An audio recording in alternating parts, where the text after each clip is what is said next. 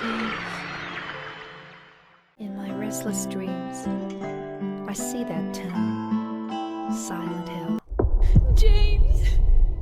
Wait! Please don't go! I'm sorry. Don't be. Silent Hill 2 is one of those games that stays with you long after you've played it, and its remake really captures the same energy, and it changes direction since the days that it came out on PS2. It feels like the town still calls out to us, and this time making us relive the terror once again. It's without a doubt one of the best psychological survival horror games we've ever seen, giving us the chance to confront our own demons in a different way. Now that the game's been out for a bit, it's clear that it's resonating with fans. The new features and mechanics, they've brought a lot of praise, and honestly, it's hard to ignore how well they've modernised a classic. I was pretty skeptical going into it. As a long-time Silent Hill fan, I didn't have much faith in either Blooper Team or even Konami, but while Team Silent, the original creators, didn't develop this remake, we still got legends like Akira Yakamura back for the soundtrack and Masahiro Ito handling the visual design. And it's these key figures that have helped maintain the original spirit of the game, whilst giving it a fresh twist. In this video we're going to explore what makes this remake so special and how it holds up nicely against other remakes like Resident Evil that have redefined what a remake should be, as well as discussing some of the new locations and even puzzles and combat systems, even such as the ambience and the feel of the atmosphere of the game. So why not start at the very beginning and discuss some of the more iconic features that have been implemented to give us a whole new experience into this beloved title. Before we dive into this playthrough, let's talk about some of the cool settings and interface changes in this modern take. Since I've already played the game, I'm here to showcase a few elements that stand out for starters. Tips and tutorials pop up during gameplay, which is super helpful for newcomers. The icons for items are way more visible now, making it easier for you to spot stuff. Plus subtitles and character names are automatically on, which is a nice touch if you can't figure out what someone has said, along with loading screen hints that add to that modern feel. Even if you're a long-time fan like me, these updates give you a reason to try it out, and especially since the game plays a little bit differently now. The default settings don't change much from the original, but there's a couple of noticeable tweaks. Interaction icons are more toned down, making the screen feel less cluttered, and the loading screen hints are turned off by default, which keeps things more streamlined. It's subtle, but gives the game a cleaner, more immersive vibe right from the start. Then there's the retro classic Silent Hill 2 interface, which really cranks up the intensity. It strips away the modern comforts, making the experience feel more hellish and unsettling. Tutorials and tips are hidden, so you're left to figure things out on your own. There's no icons to guide you, and the ammo display is off, so you've really got to rely on your instincts to know how many bullets you've got left. Even subtitles, characters' names, and loading screen hints are all disabled, adding to that feeling of being lost and disorientated. It's the perfect way to dive into the game if you want to feel like you want to be right back into the nightmare from the PS2 era. You can even mess around with the HUD for combat now, which is pretty cool. You can adjust the visibility of the reticle, and there's a few options to choose from, including the thickness of the crosshair, the opacity, and even the reticle colour. It's all customizable to your liking, plus you can decide whenever you want your ammo count displayed on the side of the screen or not. If you turn it off, it definitely makes things feel more immersive. There's also a low health indicator that you can toggle on and off, giving you a heads up if you might need health supplies. And that even applies to the splatter feature from the lying figure enemies you'll run into in Silent Hill. All these little tweaks add another layer of personalization to your experience so you can play the game exactly how you want. You can also toggle the visibility of interaction icons for important items. If you turn them off, you'll have to rely on your instincts to figure out which items are necessary to progress, adding a bit more challenge. But if you leave them on, you can customize the icons, even adjusting their size to make it easier to identify what items you need. This applies not only to picking up items, but also while navigating through Silent Hill. These icons can signal if you can jump over obstacles, which is super helpful. Plus there's a new feature in the remake, such as quick time events. During certain moments, icons will pop up prompting you to press a button to break free from enemies. It's small but significant, and it's an addition that adds more intensity and engagement to the combat. But Silent Hill hasn't been without its problems. The remake has encountered several performance issues, particularly on PC. While the PS5 version has mostly been stable, on PC players have reported significant stuttering, and I myself have noticed the same thing, and frame rate drops, especially during intense scenes, leading to a frustrating piece of gameplay experience. These problems seem to vary widely depending on the hardware configurations, with some setups facing more difficulties than others. On the PS5, the game offers two modes, a default quality mode running at 30 frames per second and a performance mode targeting 60 frames per second. Both modes utilise Unreal Engine 5's Lumen technology for reflections and global illumination, which approximates ray tracing effects for water reflections, lighting in darker areas. However, the quality settings for lumen reflections and global illumination are lowered in performance mode, resulting in reduced visual fidelity. The quality mode uses dynamic scaling ranging from 2176 by 1224 to 2688 by 1512, while the performance mode scales down to 1536 by 864 to 2048 by 1152. Both modes feature temporal upscaling, TSR, based on the PC version, that aims to output a 4K image. Unfortunately, the 60 FPS mode struggles with noticeable visual artifacts such as motion banding or grey backdrops, especially when looking skyward or panning through the fog. This is unfortunate given the game's atmospheric focus. Another issue is that the game's affected gameplay is related to Italian subtitles, which initially revealed a major plot spoilers early in the game, disrupting the narrative flow. Fortunately, the problem was addressed with the 1.003 patch, correcting subtitle errors and restoring the intended pacing of the story. For PC gamers, it's advisable to keep your system updated for the latest patches to minimise performance issues, and if you're experiencing stuttering and lag, then you're not alone, because many players have had similar experiences, even on higher end systems, and fortunately there are various guides online to help you boost FPS and improve overall game quality. One notable resource in Silent Hill 2 is FPS's Boost Pack, which provides tools and tweaks and enhanced frame rates while maintaining the fidelity. And it's these optimizations that can significantly improve gameplay smoothness until we get an official patch. Essentially look on guides online how to do it on your PC, but personally I would just wait until there's actually an official release, because you don't want to be downloading files you don't know are actually safe or even legit. In most cases, higher quality graphics settings can lead to lower frame rates compared to performance modes. This is because higher quality settings typically involve more complex graphical elements, such as improved textures, detailed lighting effects, and higher resolutions, which require more processing power from the GPU. And as a result, these settings constrain the hardware, especially during graphically intense scenes, leading to lower frame rates. For example, the quality mode runs at 30 FPS on the PS5, and it employs a dynamic scaling and higher resolutions which can reduce performance under certain conditions, and in performance mode targets 60 FPS, sacrificing some visual fidelity for smoother gameplay for lower resolution ranges and graphical effects like lumen reflections and global illumination settings. When playing Silent Hill 2 Remake on PC for the first time, I ran into several performance issues, especially when using quality mode. For me, this mode caused a significant drop in my FPS, and even lowering graphical settings didn't even seem to help much. During my first playthrough, I had to enable DLSS Ultra Performance just to get the game to run more smoothly. However, even with tweaks, the settings for both quality and performance modes aren't optimized as they should be, particularly when running on high-end hardware. Of course, I'm not speaking for everyone, but I personally haven't added any patches or mods. I just relied on tweaking the Nvidia settings, but it still feels like the game isn't optimized as it could be for smooth gameplay on the PC. Hopefully future updates or patches will definitely resolve these issues.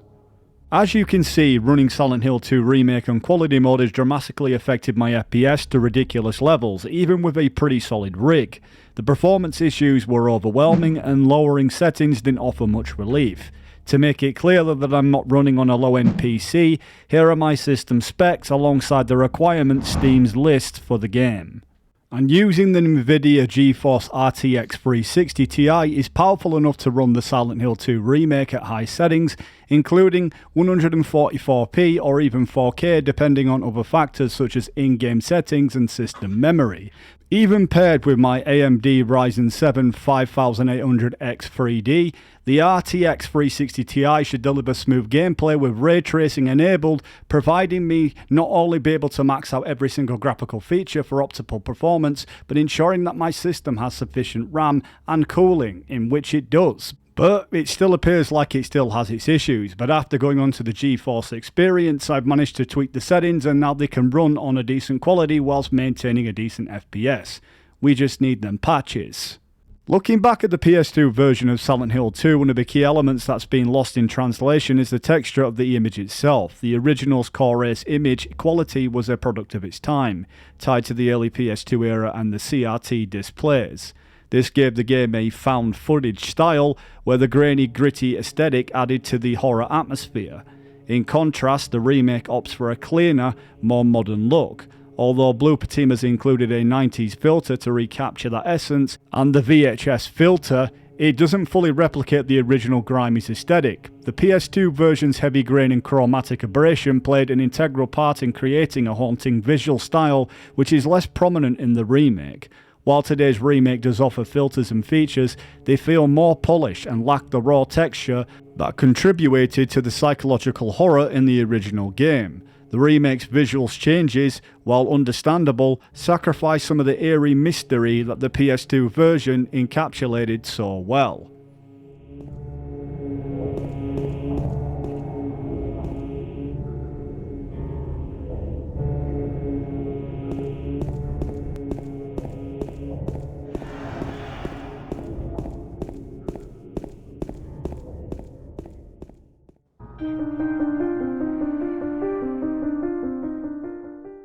With the Silent Hill 2 remake, it's clear that Blooper Team is expanding on the experience in meaningful ways.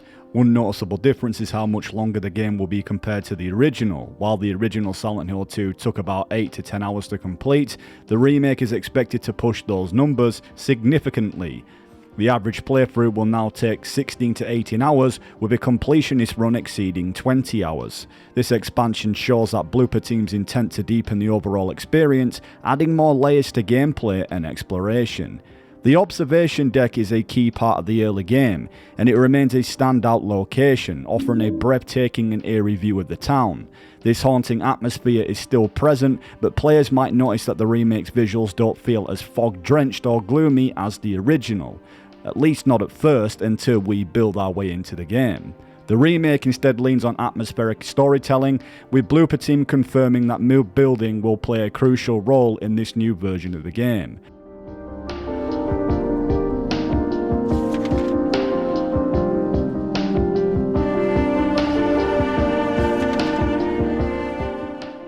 James Sunderland's outfit has been given an update too, but his iconic green jacket is mostly intact from the original PS2 version. In the original game his jacket was darker with some emblems stitched on, but in the remake it looks a bit cleaner and more modern, reflecting the overall enhanced visual style of the game. That goes for the black shoes from the PS2 version have also been swapped for more brown formal shoes in the remake. It's hard not to get caught up into how gorgeous the Silent Hill 2 remake looks, but let's not forget the gritty magic of the PS2 original. Sure, the remake has its insane details from the trees swaying in the wind to puddles forming on leaves, giving off that cold, wintry, brooding vibe, but there's something special about the old rough and grainy look on PS2 as well. Back then, the fog, the coarse textures, and the limits of the hardware created a creepy charm that fits Silent Hill's mood perfectly. So yeah, while the remake looks stunning, it's hard not to take your eyes off how much life they've breathed into the town. You've got to respect how the original nailed that less is more vibe.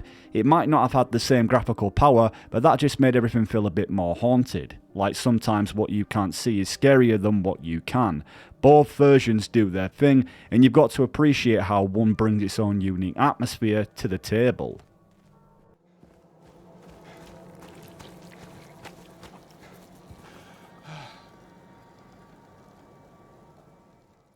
As we make our way towards a graveyard from the forest in the Silent Hill 2 remake, the atmosphere gradually shifts, the fog thickens, James' breath grows heavier and subtle. Almost unidentifiable noises fill the background, making us question if it's just the forest life or something far more sinister. The remake does a fantastic job of building tension in this scene, savouring the horror slowly without giving too much away too early. However, in my opinion, the PS2 version handled this build-up even better, especially in how it drew players in the hell James is about to enter. The ambient sounds in the original had this demonic haunting quality, which instantly made you feel uncomfortable. The grainy visuals, the eerie audio, and the older hardware gave the scene raw edges that was unforgettable.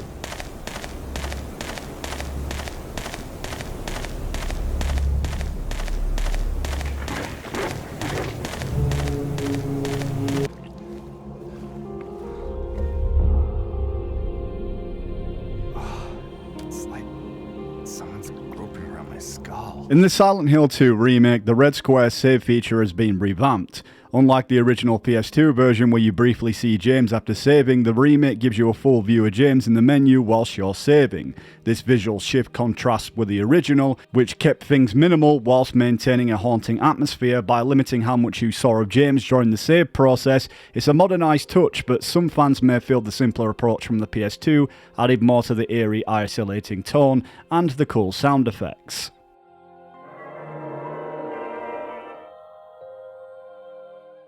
I do appreciate how the remake chooses to let the horror simmer, taking its time to set the mood.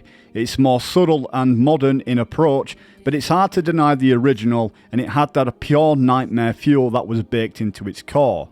Each version brings its own take, but the PS2 had a way of making you feel like you were walking into something far more twisted from the get-go. Not that the remake doesn't as well, because it does. For example, in the graveyard sequence, the fog is far more thicker in the remake, and we can really feel how weathered the town is, like the original. Even the area in the graveyard feels a lot more expanded. They've expanded some of the dialogue, such as Angela's interaction with James. In the original, her lines were often repeated, giving the conversation a more distant or disorientated feel. The remake adds new layers to the dialogue between James and Angela, fleshing out Angela's character a little bit more. And as for the fog, the original PS2 version heavily relied on it to obscure your vision, adding to the game's suspense and making you feel more isolated as you wandered deeper into the town. But in the remake, while the fog still plays a significant role, it doesn't seem to limit visibility as much, giving a clearer, albeit less claustrophobic view of the environment. It's definitely a different experience compared to the original's oppressive atmosphere. But let's be honest, the remake gives us that oppressive atmosphere within spades.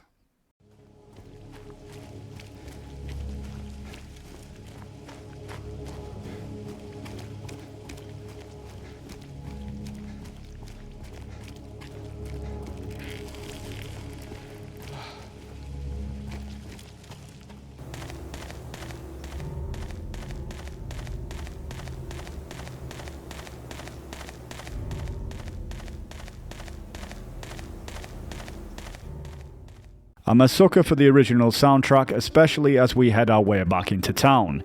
It's hard to overlook the classic Silent Hill 2 ranch, especially with its unique touch into the PS2 version with the front used, which was Comic Sans, which gave it an unmistakable charm. If you manage to clip through the ranch itself, you'll even find the old Silent Hill 2 logo in Comic Sans, a fun nod likely meant for those exploring the Outer Bounds areas, and it's a nice little detail from the developers that highlights their understanding of the game's legacy and the community's fondness for these quirks.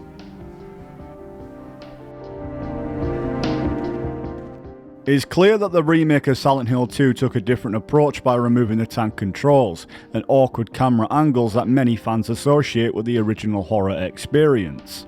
For some, these features played a big role in creating tension, as the clunky movement and fixed angles made navigating the environment feel uneasy and very nerve-wracking. I think the developers missed an opportunity by not including a legacy control option, which could have been a great way to honour long-time fans who enjoyed those classic mechanics.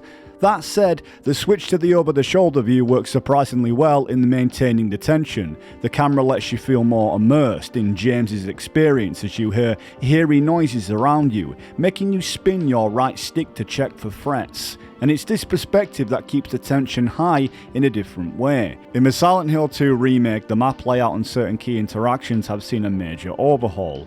One of the most noticeable differences is the need to go through an auto parts shop to retrieve a key that unlocks a door leading you towards the road to Silent Hill. This is a significant departure from the original PS2 version, where James finds a blocked road and climbs through to grab the radio and Spike Plant in a direct, more simplified route, which is in the town of Silent Hill itself. In the remake, this blocked road is treated as a glimpse of the past, rather than being a key interactive moment. After passing Silent Hill Ranch in the original, James goes through the gate that leads into a road into Silent Hill. In the remake, while you still follow this general path, the experience changes after grabbing the key from the auto parts shop. Additionally, in the PS2 version, James follows the lined figure which leads him to the same blocked area that we see in the remake much earlier on before we actually reach Silent Hill itself. When we get into Silent Hill, the same scenario happens where James follows the blood trail of the lined figure but into a different environment. In the remake, you still follow a blood trail, but this time it leads you to a garage where you crawl under and enter a house to pick up the plank and radio. Stay back. Everything is in the same place but reimagined, and the layouts are just different.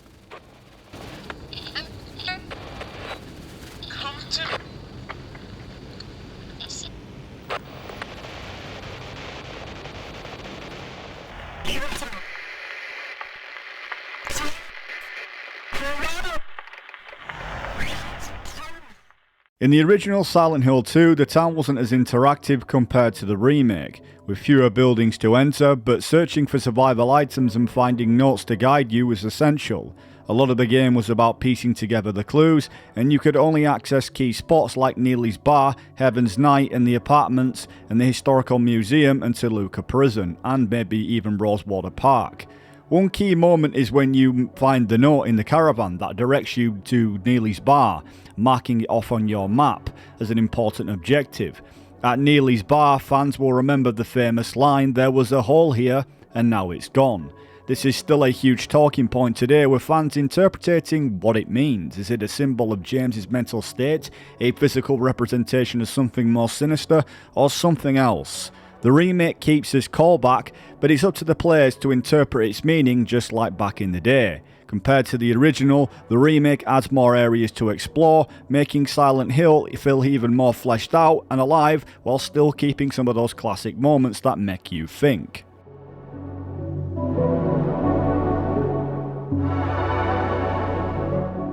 In the original Silent Hill 2, Neely's bar does not include a jukebox puzzle present in the remake. Instead, you discover a map leading to a body that resembles James, which holds the key to the Woodside apartments. This encounter adds to the eerie atmosphere and narrative depth, complemented by the infamous "There was a hole here" inscription that continues to fuel fan interpretations yet again. In the new remake, while you can still access the caravan, it doesn't provide clues for reaching Neely's bar. Instead, the caravan contains notes warning players about the dangers in the town and offering tips on survival along with health drinks. This shift emphasizes the immediate survival strategy over the original's narrative-driven exploration.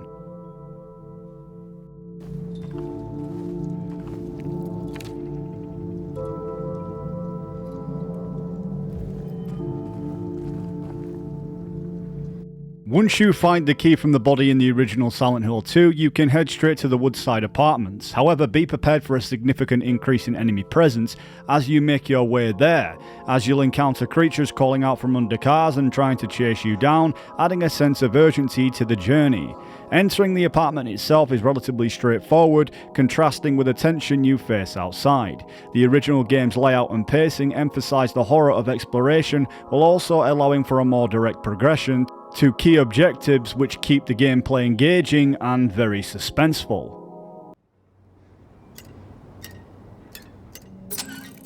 In the remake, there are several new locations you can explore, one of which is the Grand Market. To access this area, you need to input a code which changes depending on difficulty level.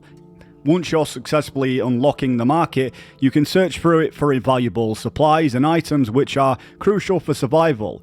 As you continue through this eerie monster-filled town, these extra areas and resources offer some variety and exploration whilst keeping you on edge, knowing danger could be lurking around any corner or in any store you enter.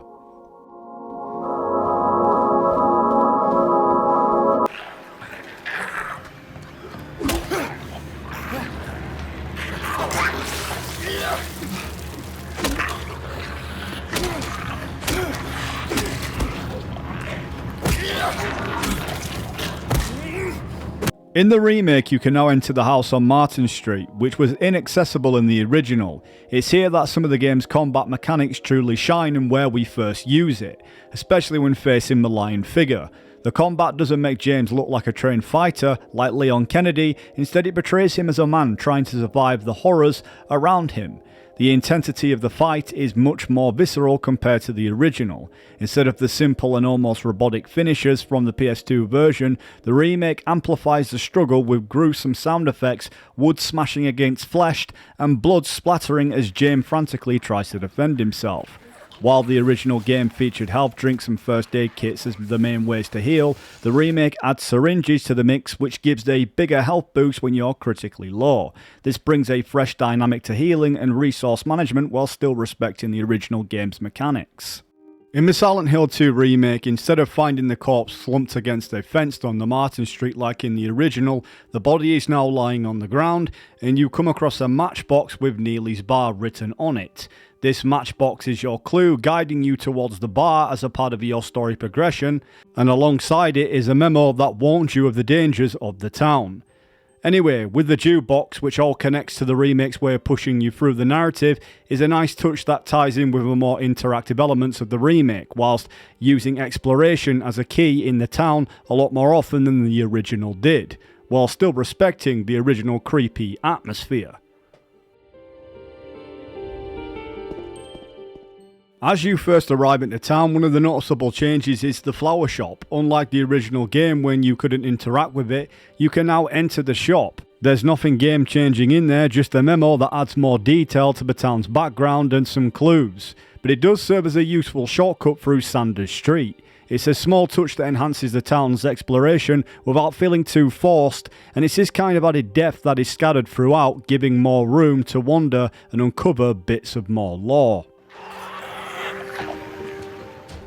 Another newly added spot is Big J's Cafe, which you can enter in the remake. It doesn't tie into the main questline or provide any critical items, but it does serve as a location to gather supplies, which plays a bigger role in this version of the game. Similar to The Last of Us, where scavenging for supplies is key to survival, and it's this feature that adds a sense of urgency and depth to the playthrough in the remake. It's a nice addition that encourages exploration, offering more reasons to comb through the environment and for those extra health drinks or ammo.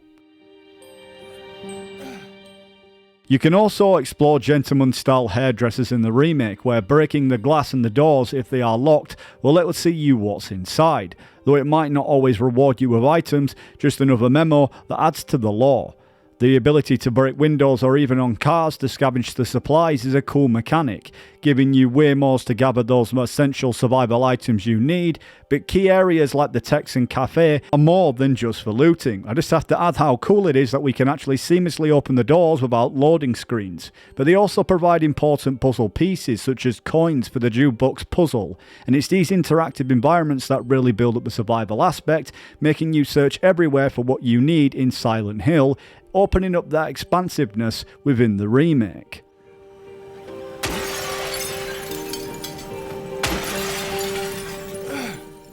The mechanic of being able to smash your way into stores really adds a whole new layer of interaction with the town. It feels more alive and it gives you that extra sense of freedom. Take the dry cleaners for example. It's not like there's any really real reason or purpose to break in, unless James suddenly feels like washing his clothes, which we know he doesn't really have time for.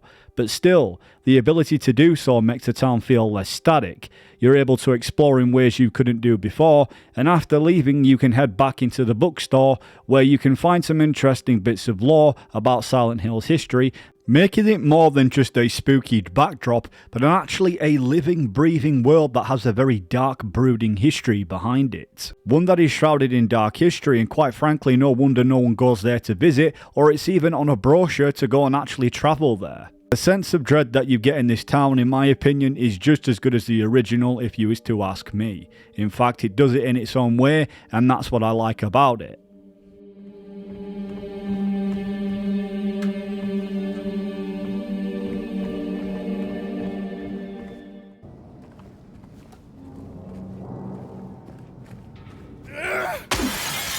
So smashing windows at Happy Hamburger is definitely becoming a bad habit. But what else can you do when there's no drive-thrus or the hours of operation are non-existent? You never know what you might find. As we arrive at the diner, we are greeted by a guest who is already inside, giving us a nice little jump scare.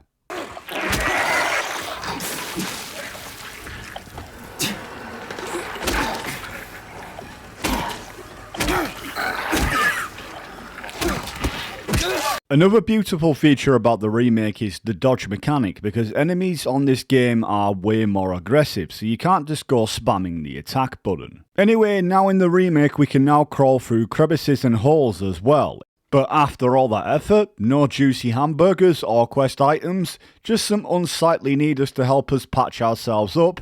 It's a harsh reminder that Silent Hill is a survival and psychological horror, and it all really does come at a cost. You're not exactly going to find anything nice here.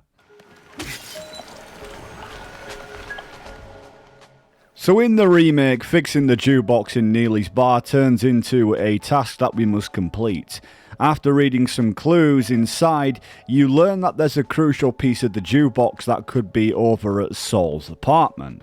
With that information in mind, it's time to head there and see what we can find. One feature I love about Silent Hill is using the map, and in the remake it's far more clearer, which is a given, and the fact that we can actually see James visually mark down locations which we haven't been able to go to just yet. Plus the map gets dirtier the more we progress. As we make our way into Saul's apartment, we need to shove a bookshelf out of the way to access the main office where the apartment keys are kept.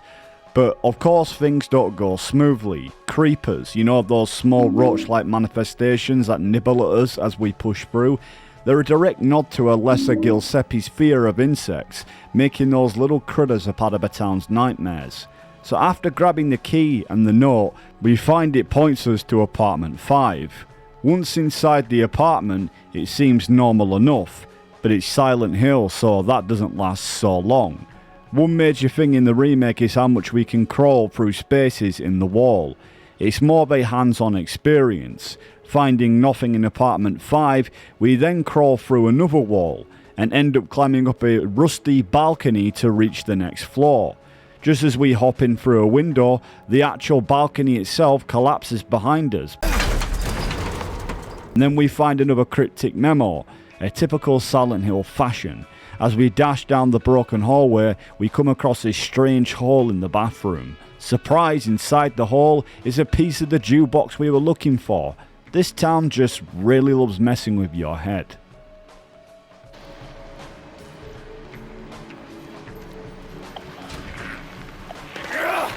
So up next is the groovy music store, but we're not here to dance to Michael Jackson's Thriller and have ourselves a party.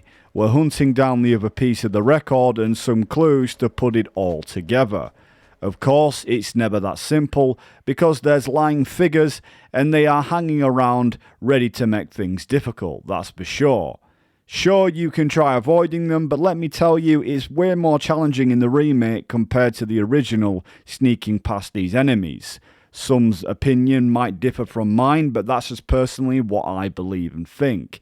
It's no easy task in here, so you do have to prepare yourself for a tense run through this part. Usually you can just run in and break through the window, grab the vinyl record and the glue, and just glue the pieces together, and you're actually good to go. And you can then go back to Neely's bar and complete the puzzle. And let me tell you, when it comes to combining items, it's far less challenging than the original, and things are way more seamless. You don't really need to reach into your inventory to interact with certain items and stuff. Usually if you have the item in your inventory already and you just click on the object that you need, it will automatically just place the item in place. Truly brilliant. The jukebox puzzle in Silent Hill 2 Remake is straightforward. You press the button, select the correct track, and insert the coin. Once solved, the game seamlessly transitions into a cutscene where James reflects on his time with Mary in Silent Hill, with dialogue hinting at their visits to Rosewater Park. Luke Roberts' performance as James really captures that emotional weight and adds a sense of longing in his expressions. When you're playing an iconic character such as James Sunderland, you obviously have to respect the original and not deviate too far from a much-loved legacy. It's an impressive moment, blending gameplay and narrative together.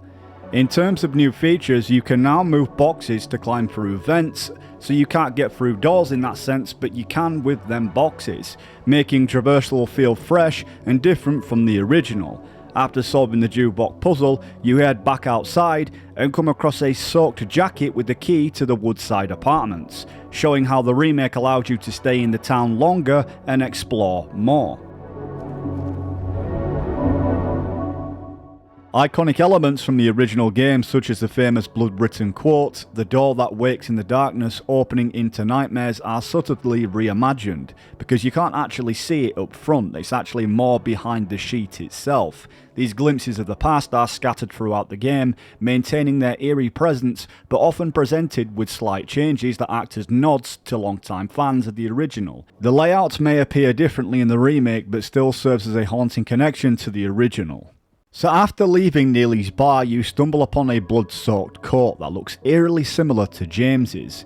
Inside you find the key to the Woodside apartments, and this is where things really ramp up. The moment you grab that key, the intensity kicks in.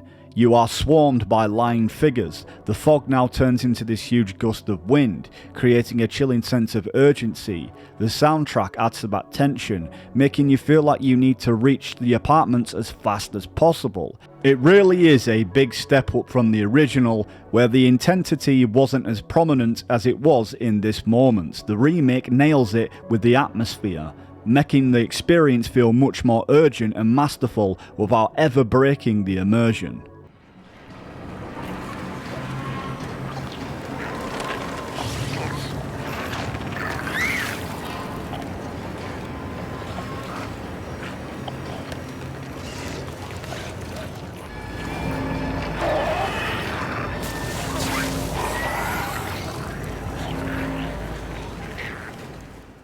Once you enter the Woodside apartments, there's a noticeable shift in the atmosphere. The design feels completely different from the original PS2 version, more like a government building than a rundown apartment complex.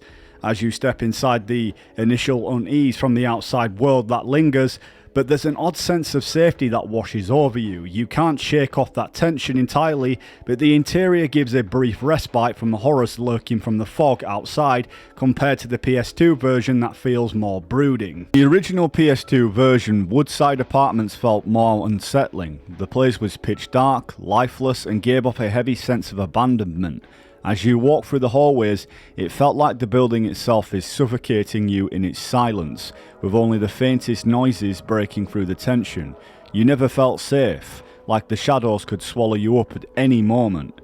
In contrast, the remake version flips the atmosphere a bit. The lights are on, giving a slightly deceptive sense of security, but even with the lights you can tell something's off. It still feels empty, but in a way that toys with your mind as if there should be life in the building, but there isn't. While the remake introduces new tension, nothing quite matches the pure dread of wandering the dark, empty halls in the original game, where every step felt like it could lead to something terrifying.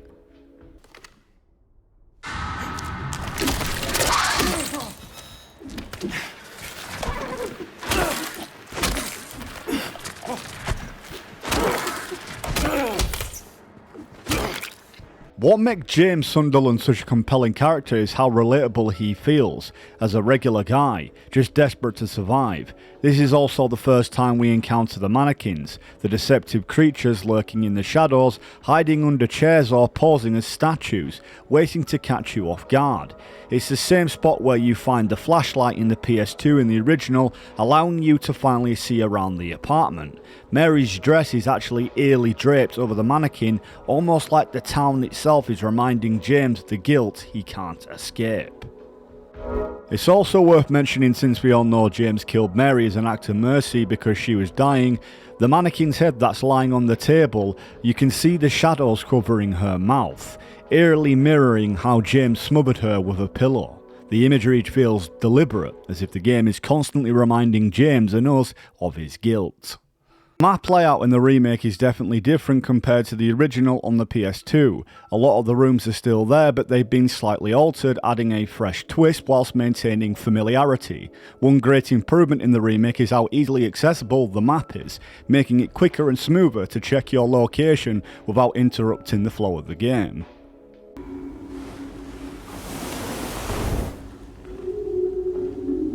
In the remake, puzzle solving and key item gathering are massively different, especially early on in the apartments compared to the original. The focus shifts more towards the coin puzzle this time around, rather than the clock. As you explore, you come across an old newspaper article about Walter Sullivan, a major character in Silent Hill 4: The Room. The article details his string of homicides and his disturbing death by suicide using a spoon in his jail cell. Interestingly, the same article is found in the original game. But it's more located in the trash outside the apartments. It's a nice callback whilst adding more depth to the story into the remake. Item gathering is still crucial in the remake, just like in the original, but in my opinion it feels more significant this time around. The enemies are a lot more confrontational, making exploration feel tense. Depending on the difficulty and the level you choose, the challenge ramps up even more, really testing your ability to manage resources and stay on your toes.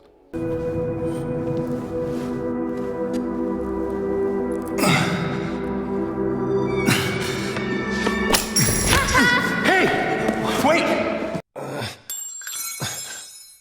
Ow! Hey, wait! Damn it! In the remake, there's a new puzzle where you interact with a wardrobe covered with these hands. When you twist it, it gives you an essential quest item needed to progress. It's a cool addition that fits right into the unsettling atmosphere, but in many ways. There are still familiar things like the key Laura kicks to the other side of the apartment, which you can collect just like in the original. Exploring the rooms in the remake still feels just as eerie, with that same sense of that the town has a supernatural grip on you. And as you move through the apartments, you even get a hint of Laura's presence, with her drawings and pictures scattered around, adding to that creepy lived-in vibe, like there's still some essence of life. It's those little details that keep these fans like us immersed whilst offering something new. We also get another glimpse of the past in the room 213 with the scratched up wall. It feels like Blooper Team is sending a message to the fans, letting us know that whilst they've changed some things, they've kept parts of the original that we love. At one point, just like in the original, you see Pyramid Head behind bars, watching you. Pyramid Head is a symbol of James' repressed anger and guilt, acting as both Maria's executioner and James' constant tormentor.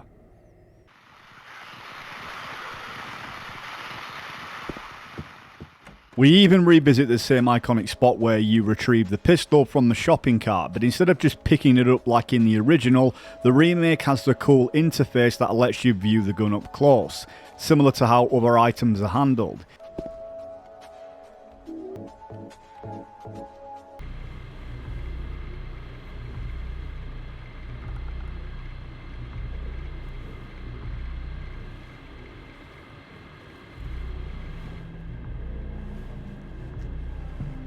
The room with the guy sitting in the armchair watching the static on the TV is definitely different in the remake compared to the original.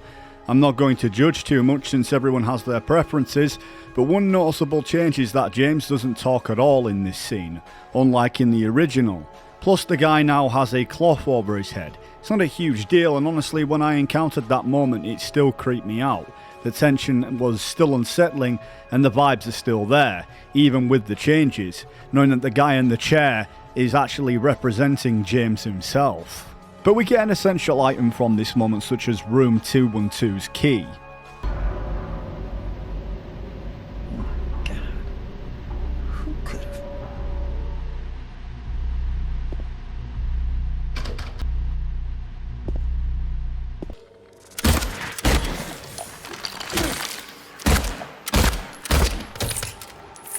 The combat in the remake is far more fleshed out. You can now switch between your gun and melee weapons seamlessly, which makes the gameplay feel much more smoother. The recoil from your gun actually affects the screen, giving you a more immersive experience as you fire.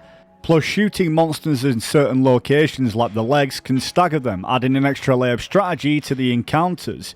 You can also use melee attacks with a bat, which is a significant upgrade compared to the original, where you had to go into the menu to switch weapons. The only issue I have with combat is how James just pulls out his bat seamlessly out of nowhere, and at least a strap or something would make it feel more realistic.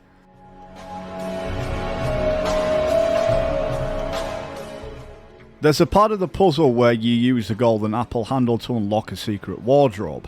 As you push it open, you enter a room scattered with drawings and symbols. Among all these chaotic images, you find the numbers for the combination to the safe. It depends really on what difficulty you're playing the game on. Usually the symbols related to the houses contain the numbers needed to unlock the safe, which allows you to get out of the room and access an important part of the apartment. It's a clever puzzle, and that's what ties together the game's themes and adds to the eerie atmosphere. As mentioned, the layout of the apartment is different in the remake. You can rely on balconies to access different rooms and navigate around locked parts of the apartments by jumping through windows and crawl spaces. There's even a feature that lets you pull the balconies down to create a shortcut to the second floor staircase. Honestly, it feels easier to navigate in the remake than in the original, but I love that they've given us something new. It keeps even seasoned veterans on their toes, ensuring that we're not too familiar with every corner. It's a great way to balance nostalgia with a fresh experience. Gotta love it.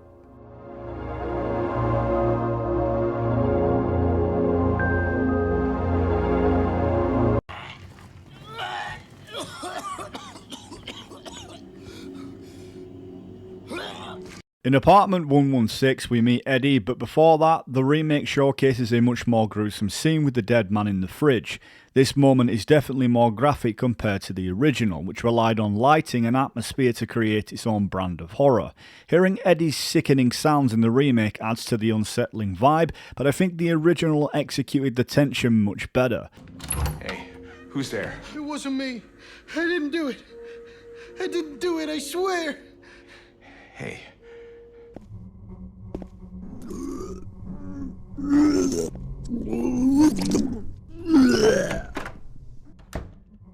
didn't do it.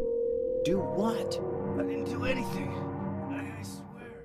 So now we got some coin collecting to do, and up next is the snake coin, which is hidden inside a pram surrounded by those lying figures. This one was pretty tough for me because I didn't have enough ammo to take them all down. So my main goal was to just survive and grab the key. However you guys may tackle this situation, well, is entirely up to you, that's the beauty. The tension of trying to sneak around while figuring out how to avoid these enemies is what really added to the challenge, but it felt rewarding to finally get that coin and move forward. Even the map from the OG game is displayed in the Woodside apartment courtyard sign, and it's another nice Easter egg within the remake. Climbing up to the higher levels to retrieve the woman coin definitely wasn't without its challenges. Mannequins were everywhere, and they hit hard in the remake. What makes them even more terrifying is how clever they are.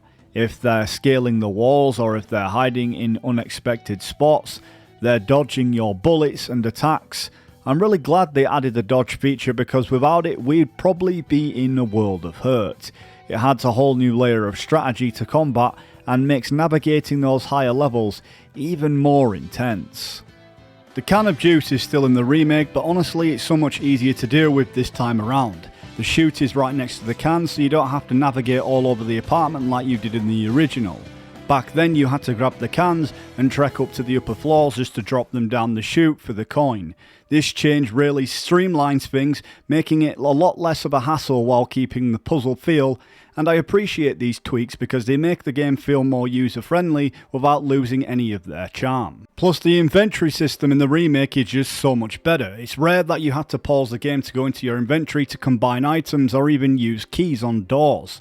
Most of it is done seamlessly, which keeps the flow of the game going. This really enhances my experience and everyone else who's playing the remake, and it lets you focus more on the gameplay and the atmosphere instead of fumbling around with menus. It's a nice quality of life improvement that I think a lot of fans will appreciate. In the Woodside apartments in the remake, we tackle the coin puzzle, which long-time fans know play a crucial role in the game's endings and something that I'll get to later on. The specific coin you pick in the main slot can actually impact the outcome, adding an extra layer of strategy to the puzzle. But if you remember the original, this coin puzzle takes place in Blue Creek apartment instead. It's cool to see how they've rearranged things in the remake while still keeping the important mechanic intact. It really makes you think about your choices as you navigate through the game.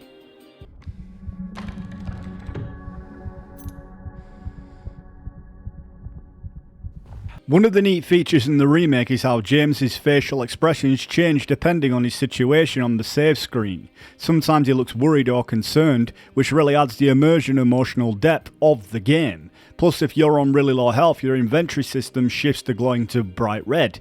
It's a subtle touch, but it really ramps up the tension and makes you really feel the stakes of the game even more.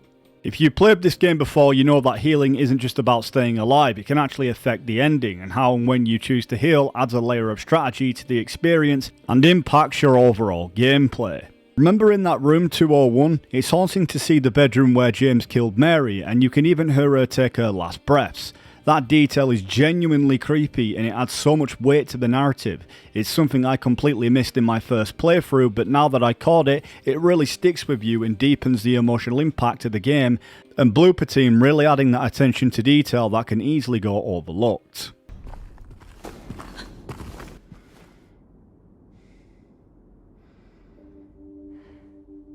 Hey, handsome.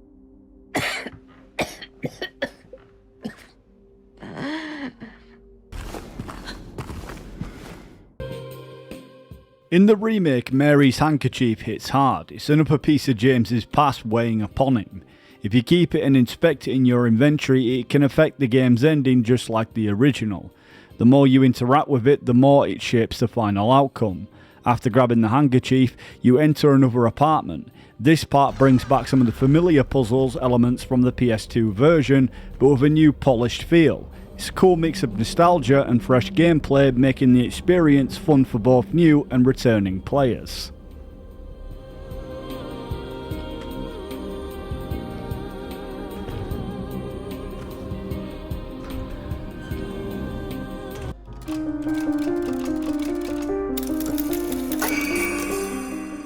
In the remake, the Blue Creek apartments are completely revamped, not just in the terms of the maps of the layout, but the puzzles too. The clock puzzle is still present, but is no longer in the Woodside apartment like in the original. This time, instead of finding some one clock handle, you've got to gather multiple parts to solve the puzzle.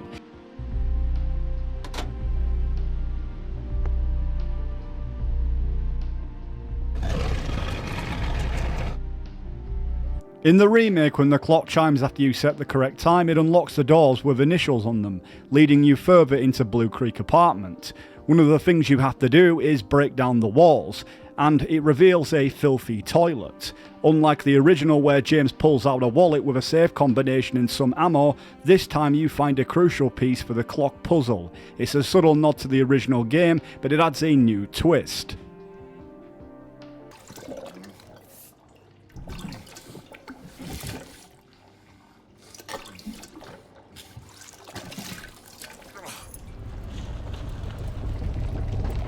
One cool detail in the remake is how the dirt and grime stays on James's hands after digging through the grimy toilet, really adding to that immersion. After leaving the room, the wall we broke seals itself up behind us, but before we get a chance to settle, a lying figure smashes through the door in front of us, immediately putting us on edge. We even grab one of the pigeon figures, which is actually essential to a pieces of the puzzle later within the apartment.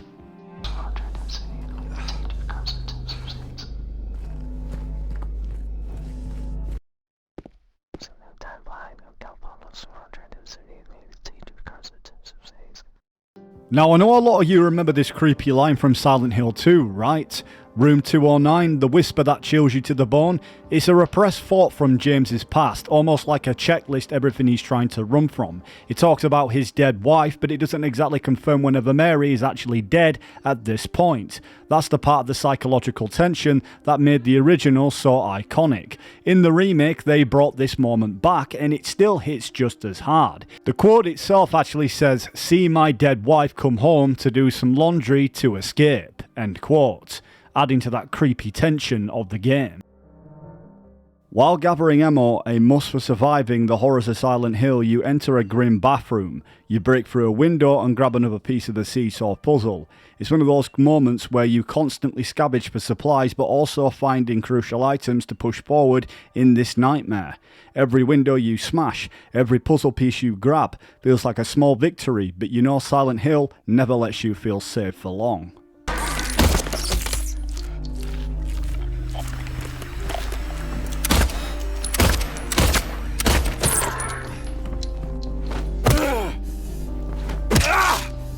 So in one of the rooms in Silent Hill 2 Remake, you run into two mannequins just waiting to jump you. After taking them down, you grab a duck head which you need for the seesaw puzzle, then you combine it with a malformed figure part, and yep, item combining is still very much a thing here.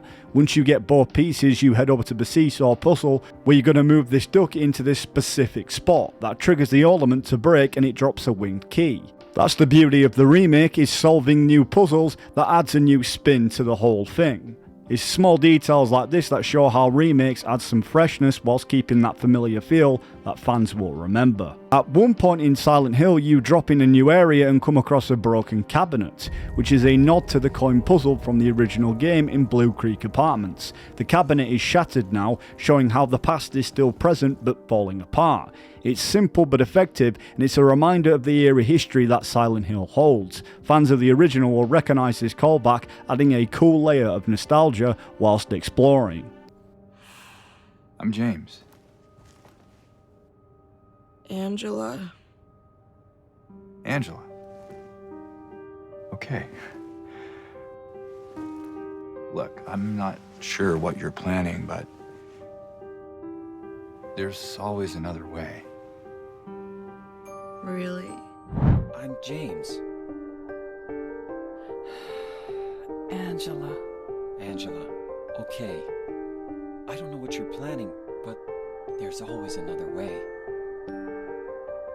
Really? Much like in the original Silent Hill 2, you come across Angela's knife, a key item that influences the game's psychological depth and potential endings, if inspected multiple times. The remake keeps these features intact, but there's a slight difference. In the original game, after grabbing the knife, you also find the prisoner's coin on the table, which is crucial for the cabinet puzzle in Blue Creek Apartment. The remake adds its own twist by giving you a valuable key after picking up the knife, adding some extra depth to the puzzles while staying true to the eerie puzzle-heavy atmosphere of Silent Hill.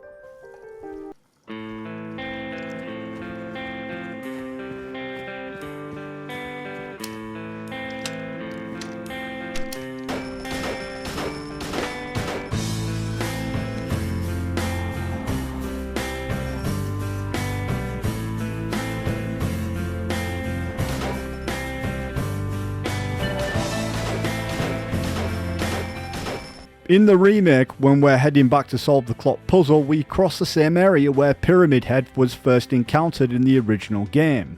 That moment was unforgettable because how tense and intense it was to face this terrifying manifestation of James's guilt and punishment.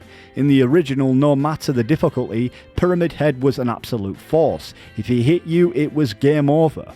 It highlighted just how challenging games were back then, demanding precise strategy and timing.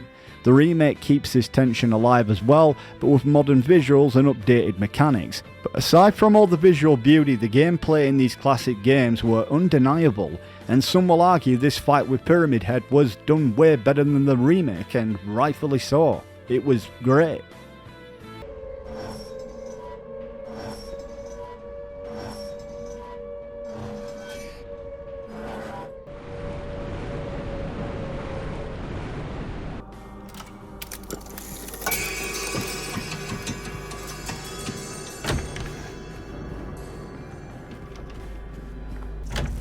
Now we enter the room 202, which is another subtle callback to the original Silent Hill 2. The M marked on the door is a clear reference to the name Henry, Mildred and Scott, which were etched into the wall near the clock puzzle in the original, each representing one of the clock's hands. In the remake, however, the room brings in a fresh take. Instead of it just relying on the names of before, you're greeted by a swarm of moths, some alive and some dead, strategically placed around the room. The puzzle here revolves around using patterns on the moth's wings, and there's a door with a padlock featuring symbols of these moths, and you need to figure out the correct combination by counting and adding and subtracting the patterns based on the padlock's instructions. Of course, which can differ given on the difficulty that you're playing on.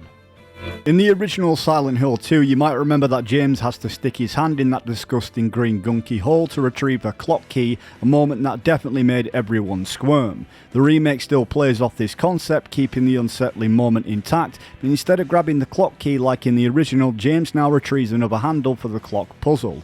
It's a familiar scene, but with a slight twist that brings something new.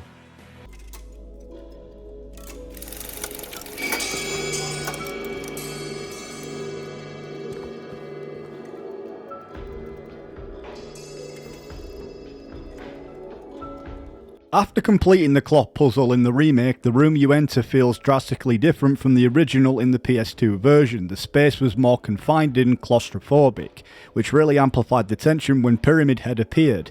This time around though, the visuals are more intense and the environment's actually a lot larger, with Pyramid Head dragging his massive blade around, making him look even more terrifying in this Unreal Engine. Some fans were disappointed with the presentation of Pyramid Head in the remake compared to the original. Back then he symbolised James' sexual frustration and guilt over Mary's illness, making the encounter feel heavy with psychological depth.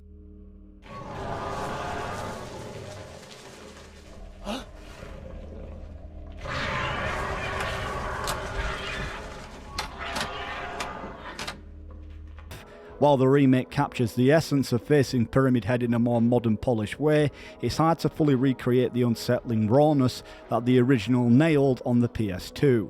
That said, the remake does its job well, and even if it's not quite as powerful as the first time we experienced it, it holds up well enough.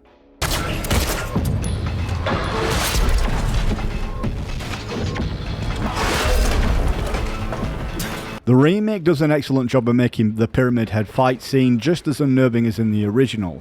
The atmosphere with its haunting ambience and the sound of rusted metal being smashed creates a chilling backdrop.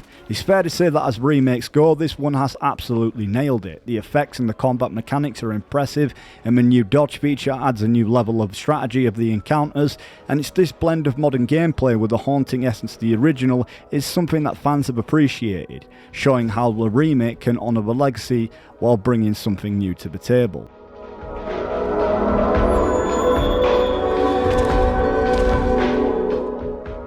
Once we leave the apartments in Silent Hill 2 Remake, we step back into the eerie streets, and unlike the original, the save point is now marked by a red square, instead of a classic save symbol that we don't see actually as we come out the apartments. As we continue through James' haunted version of Silent Hill, we eventually encounter Laura. While the dialogue has been slightly tweaked, it still feels just as impactful. This time, Laura is visibly holding a letter about Mary, which adds a new layer to their interaction. However, some fans might argue that the original handled this moment better, as Laura didn't physically show any letter, implying that this supposed letter might have only existed in James's mind, or was possibly a manifestation brought on by the supernatural powers of Silent Hill. It's a subtle change, but it's enough to spark a debate amongst the fans of the original. You're the one who stepped on my hand. Maybe I did. What's a little girl like you doing here anyway? I dunno. What's a big dum-dum like you doing here anyway? Hey, that's not very nice. Didn't your parents teach you any manners?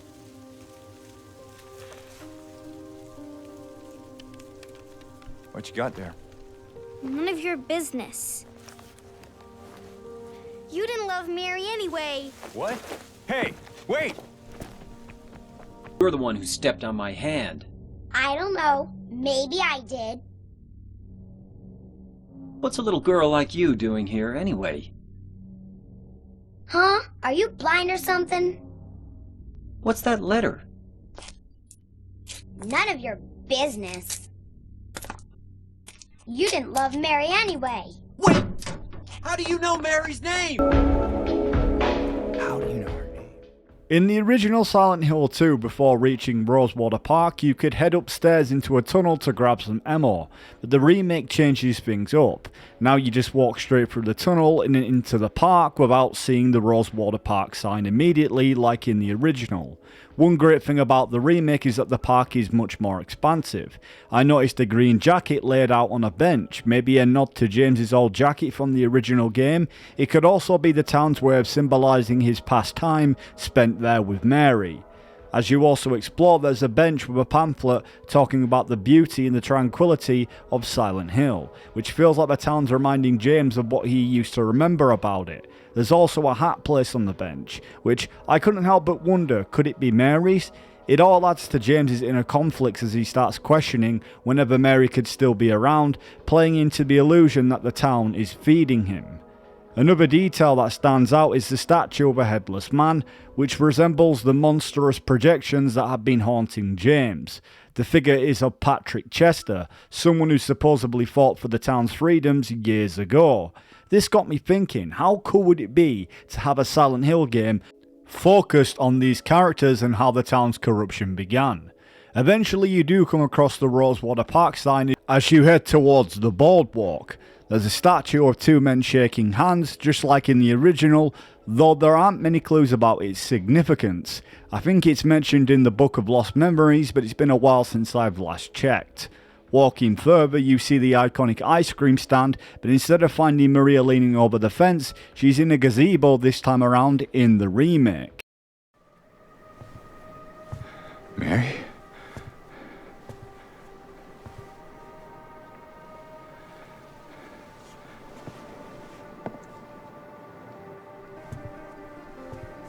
No. You're not. Do I look like your girlfriend? No, my late wife. I can't believe it. Your face, your voice, you could be... My name is Maria. Mary?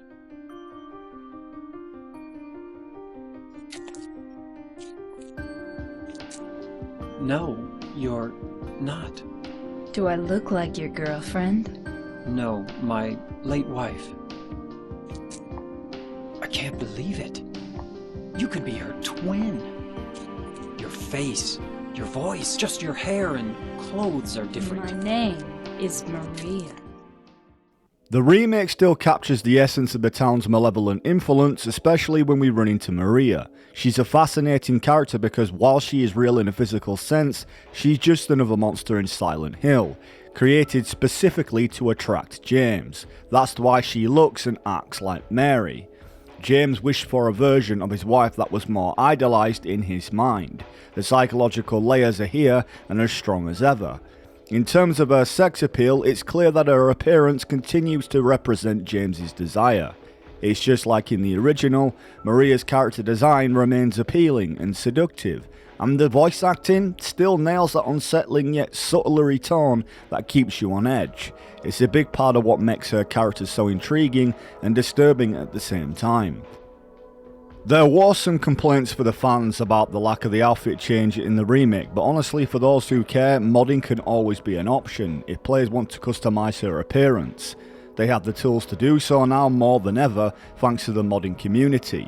I can understand why this is such a thing because that did add to the sex appeal and personally I prefer it too, but the core character remains intact and that's what's most important for the experience.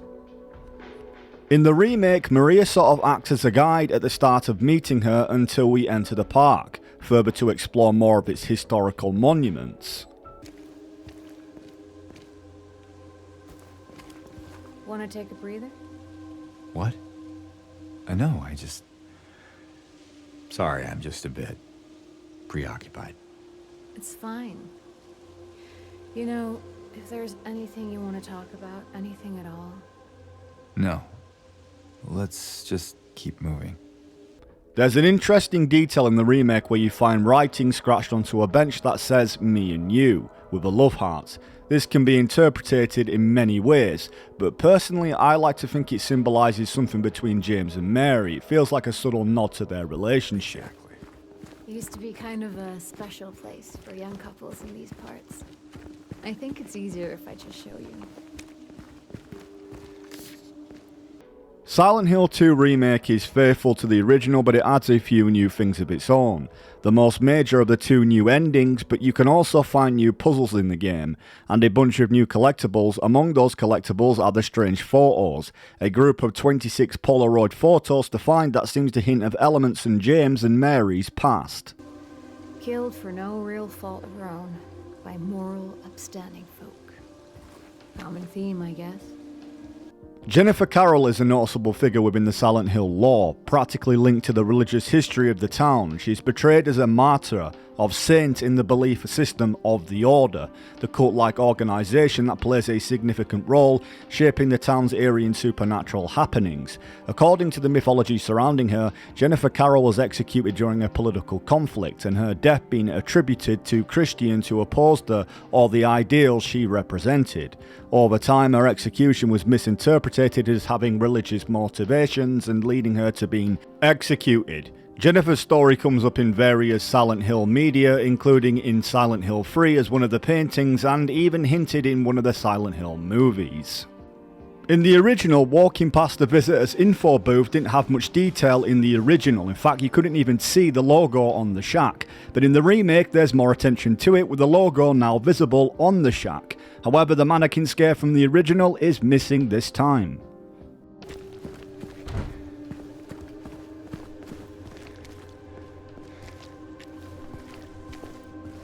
There, we can go through the motel. You ever stayed in a place like this? The walls are so thin, you can hear everything. Love, hate, jealousy. As we head into Jack's Motel, a new expansive feature that's in the remake, we can enter the combination room, but we need to find the code first. In the process, we step in room 106 where Heather stayed during Silent Hill 3. The nod to the past is subtle but appreciated. You gonna be okay alone? I'm not a child, you know. Are you sure it's not you who's afraid to be alone?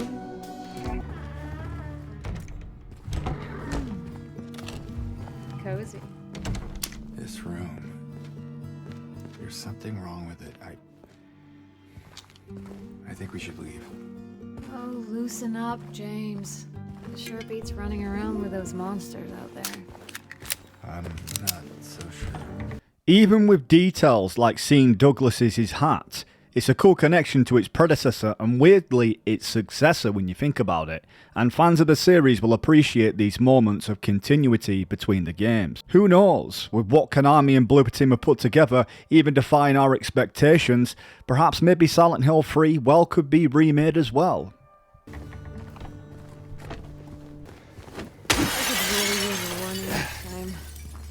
Maria's much more vocal this time around, and I like the approach. It adds depth to her character and makes it easier to sympathise with her. Even if she's clearly meant to be a replacement for Mary, just as the manifestation is intending to be, her dialogue feels more deliberate, like she's trying to get under James's skin and connect with him emotionally.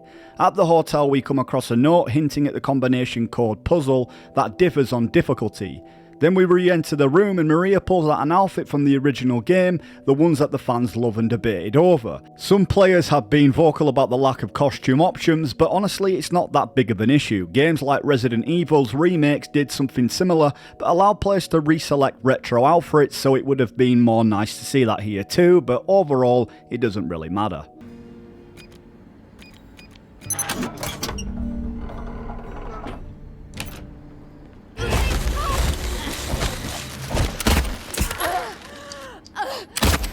Glad you were here.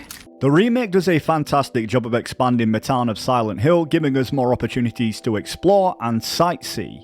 Also, protecting Maria is essential for gameplay as her survival directly influences her story arc and possible endings, such as how we act towards her, like bumping into her or staying too far away. As you navigate the eerie streets, Maria constantly engages with James on a hauntingly emotional level, which just adds layers to their complex relationship at this point. Why do you ask? Just curious. I'm not sure I want to talk about it. Oh, come on. You said we look alike? At least give me something. Well, she liked to play the piano. I'm not sure if you're really that much alike. Oh? I don't strike you as the pianist type? Let's just leave it. Additionally, there's optional tasks like finding a garage jack lever to unlock shutters, offering extra items that enrich the experience. Balancing these tasks with the need to keep Maria safe intensifies the emotional stakes and keeps players invested in both the gameplay and the narrative.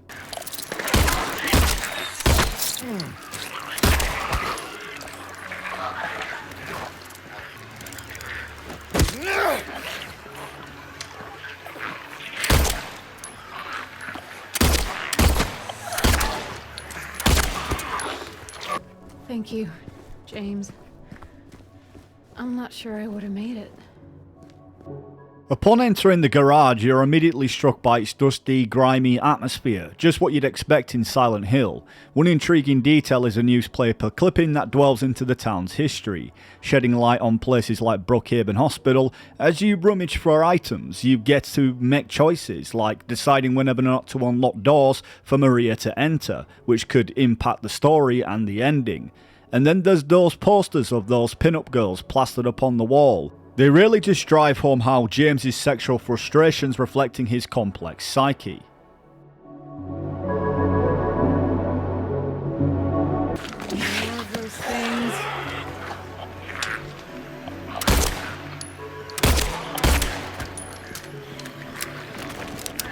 After exploring the garage, you really start to feel the pressure as the manifestations of Silent Hill become increasingly aggressive. They come charging out of the fog with a ferocity that ramps up the tension. Protecting Maria becomes crucial.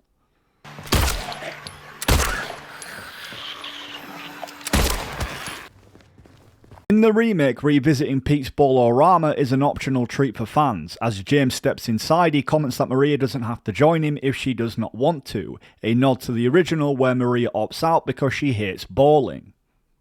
I'll wait here. I hate bowling. I didn't come here to play, you know. Hurry back, okay?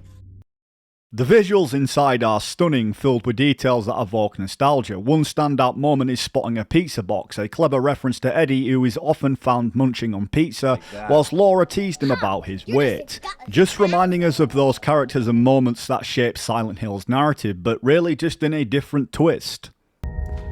Ugh. This town's full of monsters. Who could just sit here and eat pizza? This town is full of monsters. How can you sit there and eat pizza? She said she was fine by herself.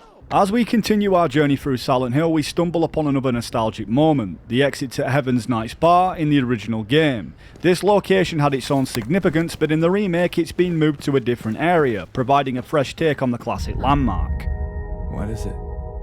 Nothing. Just deja vu. After heading back for the motel using the key we found in the safe, we come across a house fans will recognise as a reference from Born From a Wish DLC from Silent Hill 2 Greatest Hits. In this DLC you play as Maria before she meets James. It explores her backstory, and in it Maria visits a mansion and has a haunting conversation with a dead man who warns her about James before she heads to Rosewater Park. While it's not confirmed yet, I wouldn't be surprised if we get this DLC for the remake sometime later on. Is everything all right? Yeah, it's just... This place just gives me the creeps. I'm not sure why. You ever been inside? I'm not sure. It does feel familiar somehow. Like a bad memory. It's nothing, really. That James. He's a bad man.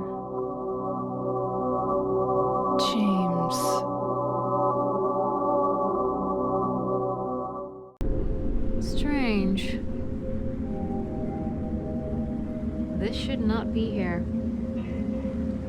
Well, it is. So, what now? Now we look for another way. James?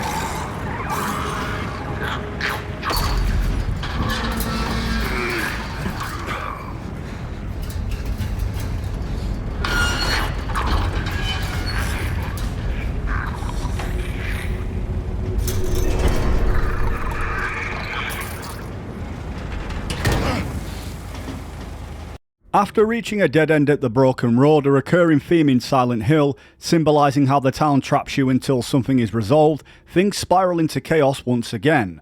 Unlike the original where James can find the steel pipe in the broken car in Texacon garage, the remake shifts things around. This time, James uses a wooden bat to close the gate behind him and Maria in the cutscene, protecting them from a moment. He then grabs a steel pipe as a weapon from the same familiar red car, just placed in a different location, a pattern we've seen throughout the remake so far. The differences is that in the original you still get to keep the wooden bat in the original, but in the remake you lose it forever.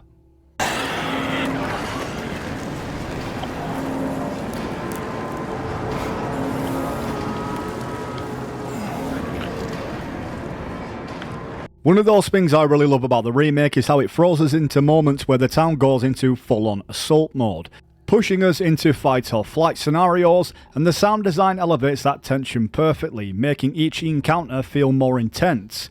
We reach Heaven Knights' bar, which is of course locked, but with Maria's help we manage to get inside. It's those little changes that still capture the spirit of the original while making things feel more dynamic and engaging.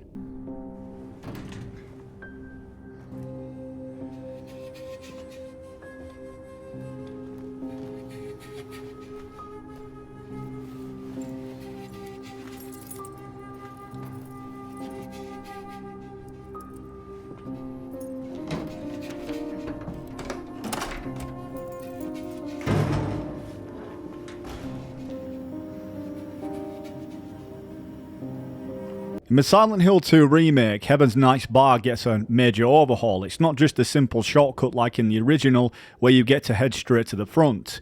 You get to see where dancers would prepare, with pictures on the wall representing human connection and desire and lust.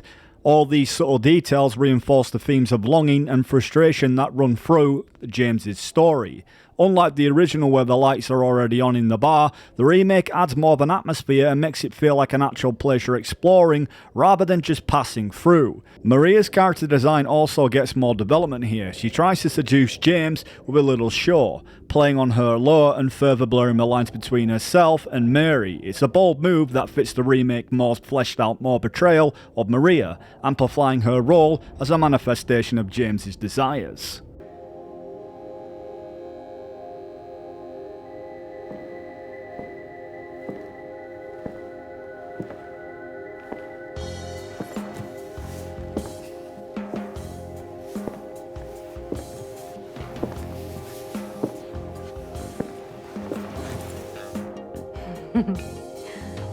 What? Come on, don't give me that look. Maria's role feels even more significant compared to the original, especially in scenes like Heaven's Knight. The bright lights and the sensual music that we all know and love that's now being revamped add to the atmosphere, symbolising Maria's attempt to brighten James's life, something Mary couldn't do due to her illness. You can clearly see James is tempted by Maria, but his guilt over Mary holds him back. This is particularly evident when Maria pours them liquor and James hesitates, which could hint at him possibly having a drinking problem after Mary's death. What are you doing? Something to take the edge off.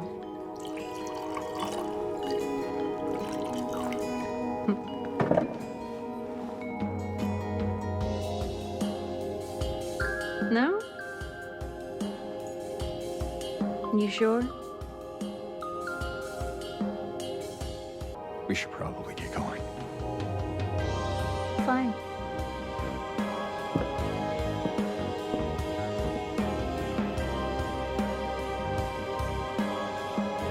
Ready when you are.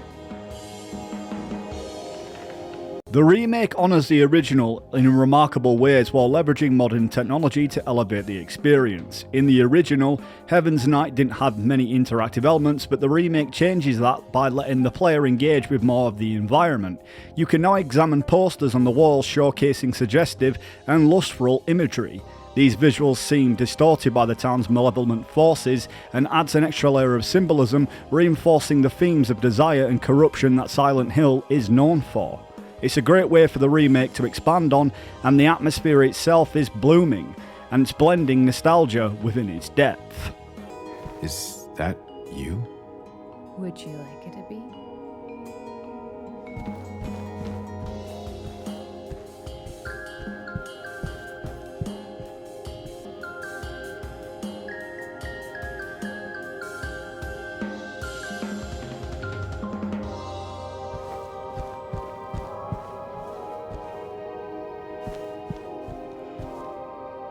The chemistry between James Roberts James and Salome Gunnarsdottir amplifies this tension with the voice acting, giving these moments more depth. It's a fresh take that brings out the emotional complexity fans loved in the original, whilst making it feel new. But one can argue that really the original voices could have been there, just like the original HD collection that we got back on the PlayStation 3 and Xbox.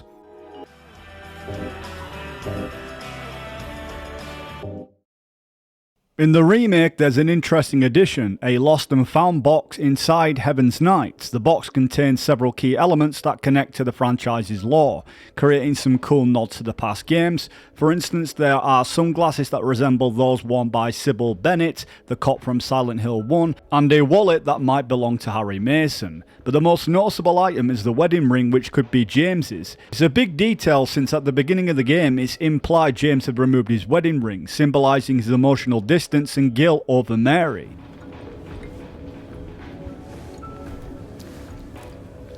In the remake lies in how it deepens our understanding of Maria as more than just a manifestation of James's psyche. While she insists they walk through the garden, her references to unnamed woman introduce a new fascinating piece of lore, particularly the concept of the Island Lady. This character adds layers to Maria's existence, suggesting she might be a cursed ghost reborn desperately trying to win James's love. Many fans interpret this connection differently, but I see a strong link to Mary. It's as if the ghost lady's akin to Mary waiting for her beloved James to return. The parallels are striking. Both figures symbolise longing and desire. The ghost's lady candle can be viewed as a metaphor for Mary's letter urging James to seek her out in Silent Hill. This imagery emphasises James's journey as he becomes the lover crossing the river to reunite with Mary, guided by the light of love and memory. Because as you know, at that particular moment in the game, we can see a distant light in the distance, almost hinting at this very topic we're talking about. And let's not forget about the alternative island ending that James can access for the ritual ending itself. This location ties to the original tale, hinting at a deeper narrative connected to the game's themes of love, loss and redemption. It's a compelling addition that enriches the lore and invites players to explore these interpretations even further. You okay? Yeah. Maybe you better wait here. Okay. Not much of a movie fan anyway. In the remake, instead of heading into the bowling rink like the original, we venture into the Reverie Theatre. This time it's Maria who isn't keen on the movies rather than the bowling, flipping the script from the original, where she did express disdain for bowling. As we explore inside, we catch snippets of conversation between Laura and Eddie like before, drawing us back into the game's rich atmosphere. The dynamic between the character adds the depth to our experience once again. It was this big rat. It jumped right at me from under the seat. You would have screamed too if you saw it. Guts. In the theatre, we can disrupt the usual cutscene conversation by moving the bookcase and nod to Resident Evil's yellow tape effect that some fans might not appreciate. This opens up a new location where we head directly into the movie room, and instead of pizza, we find Eddie chugging down ice cream with his bare hands, having already devoured a few boxes of pizza already. It's something that Silent Hill fans are accustomed to, as Eddie is quite a gluttonous guy who has a eating issue. But his character arc is still there, whilst giving us a fresh take on this iconic scene that we remember from the bowling arena. I see that you didn't make it out yet. Yeah. I just didn't get around to it yet. At least you got your appetite back.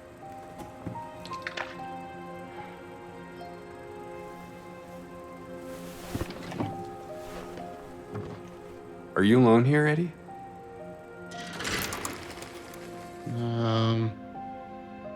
No. Well. That's probably just Laura messing around. The interesting takeaways from these scenes, aside from Eddie eating ice cream, is the cold chill expelling from Eddie's own breath, a nod to his own manifestation in Silent Hill.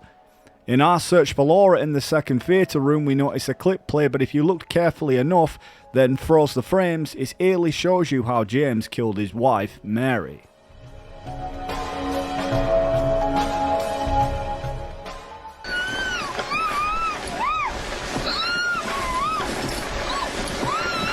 Laura, stop! It's dangerous!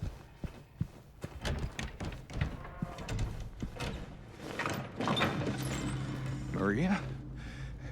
Did you see a little girl? Yeah, I tried to stop her, but she went that way. We can still catch her.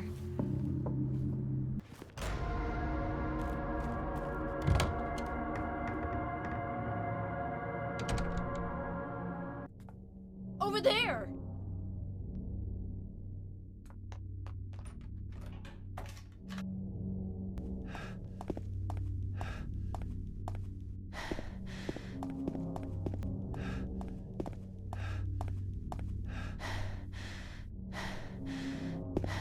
The one thing I really liked about the original PS2 game was how you could see James and Maria physically out of breath after running for a while, adding realism to their exhaustion. It's a small detail that doesn't really seem to stand out as much in the remake.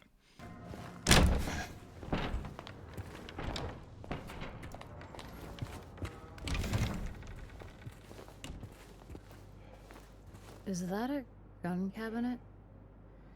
In a hospital? Yeah, but it's empty. Somehow that seems worse.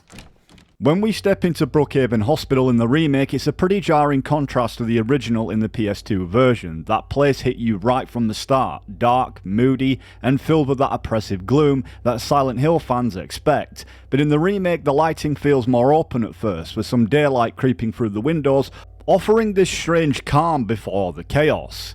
There are also more encounters with Laura's in the remake, fleshing out her character more than we remember from the original. It feels like the game is digging deeper into how she moves through the town.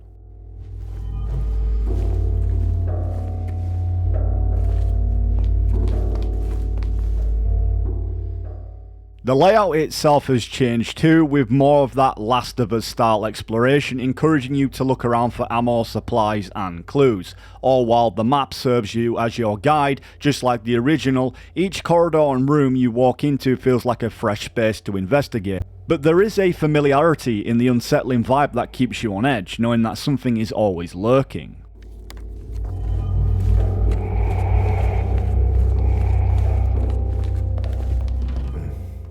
The remake truly nails the little details that reflects James' emotional state, adding layers to the overall experience. One poster in particular stands out. It discusses mental health and feelings of guilt, which is a heavy theme for James throughout his journey. However, if you take a closer look, you'll notice that the word guilt has been completely removed. It's a subtle yet powerful touch from Blooper Team that perfectly captures James' struggle. His guilt is so profound that even the reminder of it is erased from his surroundings. There. Laura! Wait! It's okay!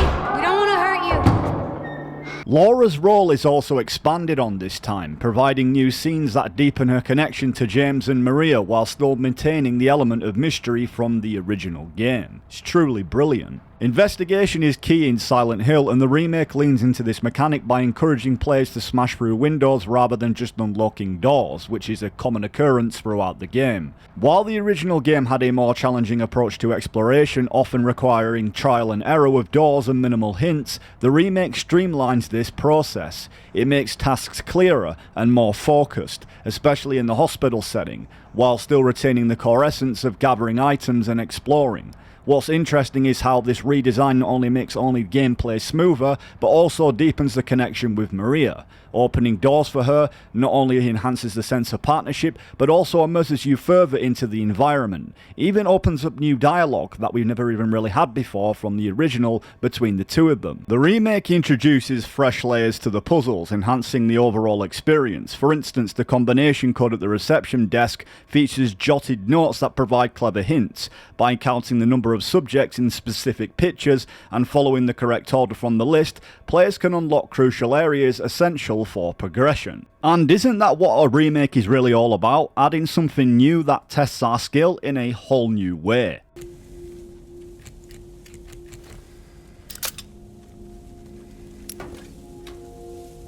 Second floor? Basement. Oh, of course.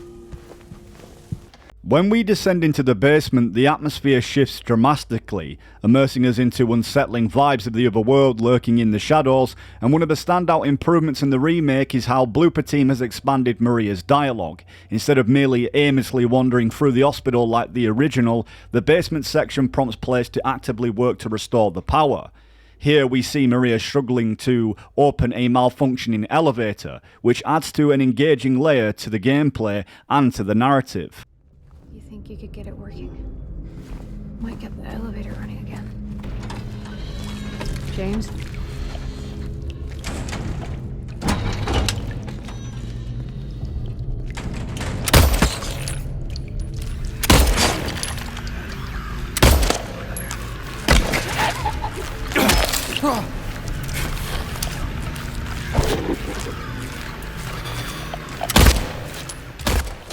The attention to detail in the remake is nothing short of flawless, doing justice to the original while enhancing the overall experience. You can truly witness James's character development as he confronts the various monsters that haunt him.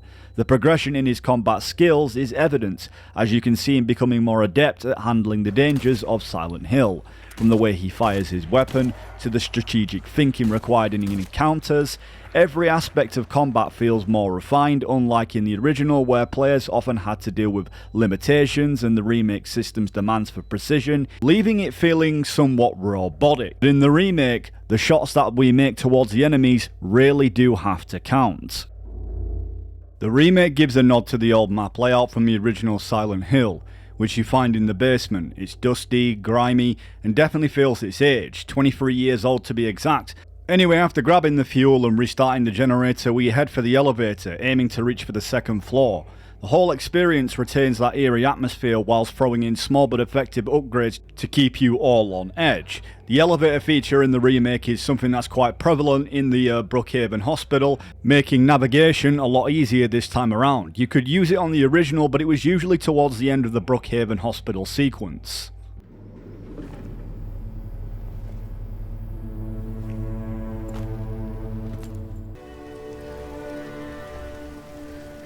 Maria?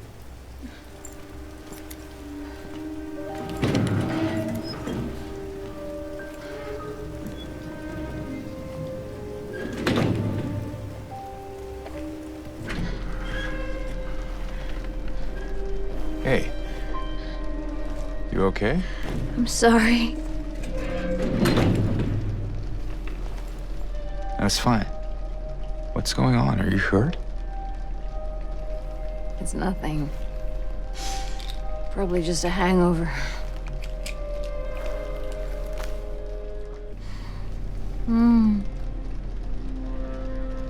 So comfy.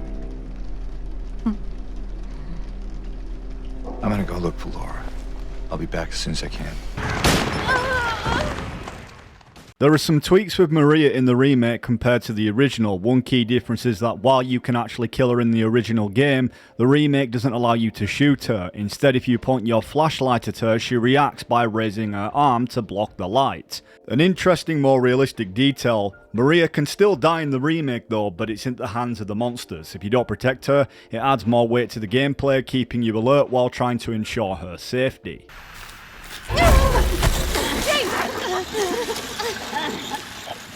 Get Get off me!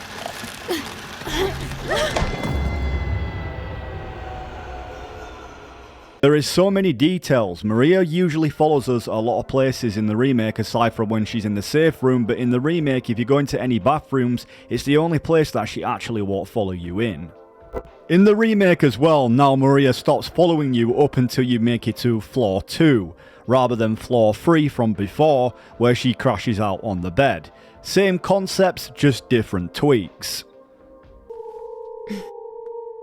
So comfy. I'm gonna go look for her. For Laura. I'll be back as soon as I can.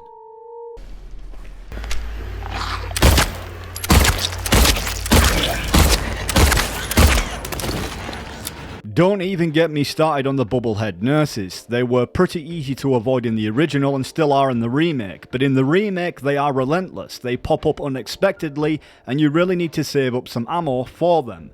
They're tougher this time around too, with unpredictable attack patterns and even combo strikes.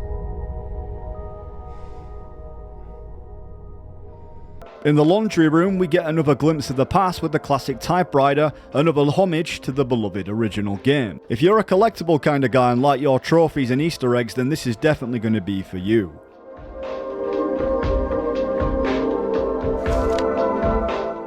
The remake delivers fresh puzzles in spades, and a standout is on the second floor in the director's office. You'll find a hand holding a key, but you need to locate 3 bracelets to complete the puzzle. Along with the key, there's a cabinet box with puzzles and codes and symbols to crack. But if there was one thing that really stuck with me in Brookhaven was the atmosphere. It's nail-biting at times.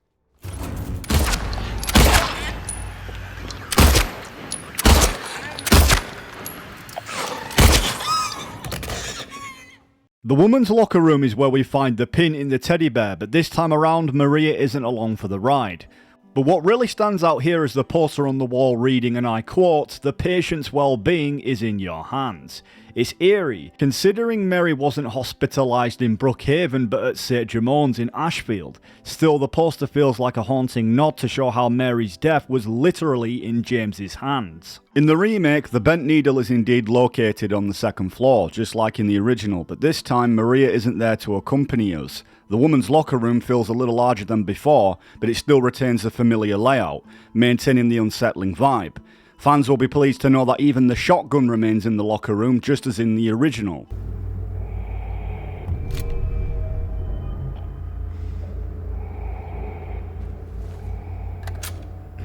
There's this poster that pops up around town in the remake, and it's got a face that looks suspiciously like James, but of course the face is scratched out, and underneath it says Jack. What makes it funny is that the guy in the poster has ripped abs, way too perfect. I couldn't help but think this guy might be James's mind projecting some wishful thinking, like he's imagining the body he wished for or had, or maybe he's just wishing he could have the body like Leon S. Kennedy. One thing I really appreciate about the remake is how seamlessly you can switch between weapons now. No need to constantly jump back to the menu like before. It just keeps the action going without the interruption. But with all the attention to detail Blooper Team's put in, is it too much to ask for some gun straps? It would have been a cool touch, especially since James is lugging with all that gear around.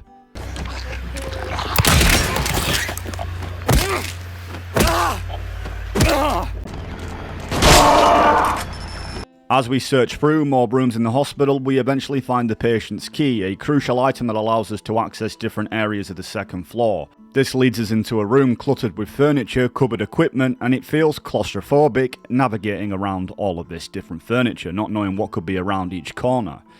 Looking around, we stumble upon a hole in a wall. Yep, down we go. It's just an eerie moment, and if I remember correctly, that wasn't in the original game, especially the cutscene. But it drops us down to the first floor, a place that was in the original where there was a red square on the wall and there was meant to be a typewriter with a bowl key that we could use for one of the combination puzzles in the original game.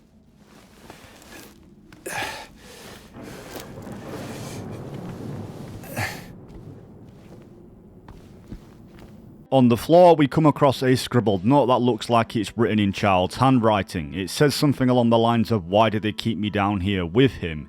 It feels unsettling, and while it could be about the old patients at the hospital, I couldn't shake the thought that it might have been left by Laura. She's scared of James after all, and it's a small touch that adds depth to the tension between the characters in the remake.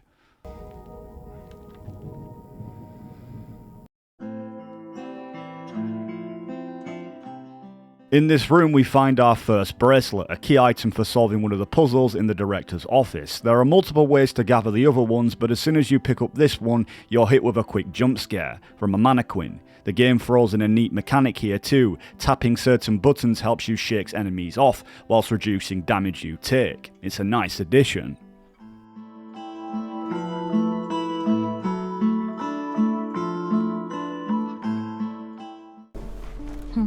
Hey. Any luck finding Laura? Not yet. How are you holding up? I'll be okay. Just need a bit more rest.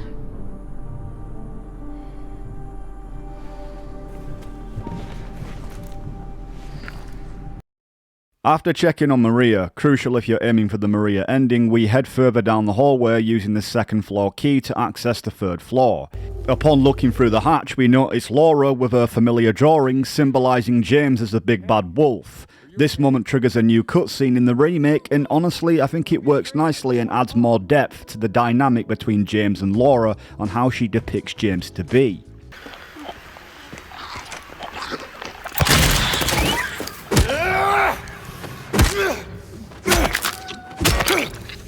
On the third floor we have to break into the exam room to grab the inner ward key for the first floor. But before heading down, we stumble across the X-ray room, where scattered X-ray images cover the board. Clearly it's a puzzle, but one piece is missing. It seems like we'll need to explore the first floor further for a solution. As always with Silent Hill, the game doesn't leave you completely in the dark. Subtle notes scattered around hint at what to do next, guiding you towards your objectives without giving everything away too easily. So I'm not a big fan of elevators and take the stairs down, but let's dive a bit into the combat mechanics here. Dodging in the remake isn't as simple as it looks. It's all about reading the room and the space you have. It's not just about strafing left or right, but thinking thorough and sharply where the enemy's coming from. You even have to judge if dodging forward makes sense if you think they'll jump over you. It feels like a more balanced system, making combat less predictable and far more strategic. It keeps you on your toes, and that's what's beautiful about the remake. The manifestations really ramp up after you grab the first floor key. If you're running low on ammo, dodging becomes essential since the game doesn't hand out bullets easily. It's not always about fighting your way through. Survival elements are a huge part of the remake. Sometimes the combat can feel overwhelming, especially when you're up against the bubblehead nurses. They hit hard, and if you're trying to avoid them, you better hope you don't run into a dead end or you're in real trouble. The tension is dialed up when you're just trying to survive with with what you've got. Once you make it in through the inner ward, you find yourself outside, and I love how the real-time weather effects enhance the atmosphere from day to night, making it feel like time has truly passed. Though I felt the rain's opacity was a bit too much for my taste, but it's all probably intentional. As you navigate near the pool house, you'll encounter a variety of enemies, and strategy becomes crucial. I once crawled under a gazebo thinking I'd be safe whilst I searched for supplies, and while I did find some, it came at a cost. It's moments like these that really are encapsulating the survival horror experience, where every decision can have significant consequences. Got to love this.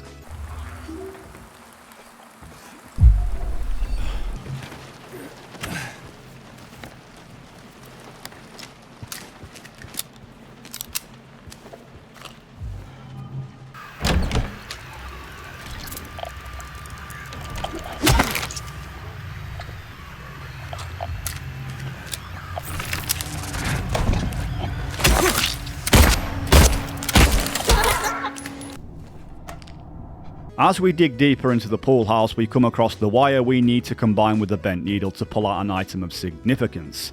This time we find it on a sink instead of it hidden away in the infamous combination box from the original game. Personally, I preferred this approach. It always felt a bit ridiculous to go through all that trouble for what essentially amounted to a piece of string or hair. It just makes the experience feel more streamlined and connected to the environment, rather than relying on an overly convoluted puzzle that distracts from the core survival horror experience. At least that's just my opinion. I prefer the remake's approach on this one.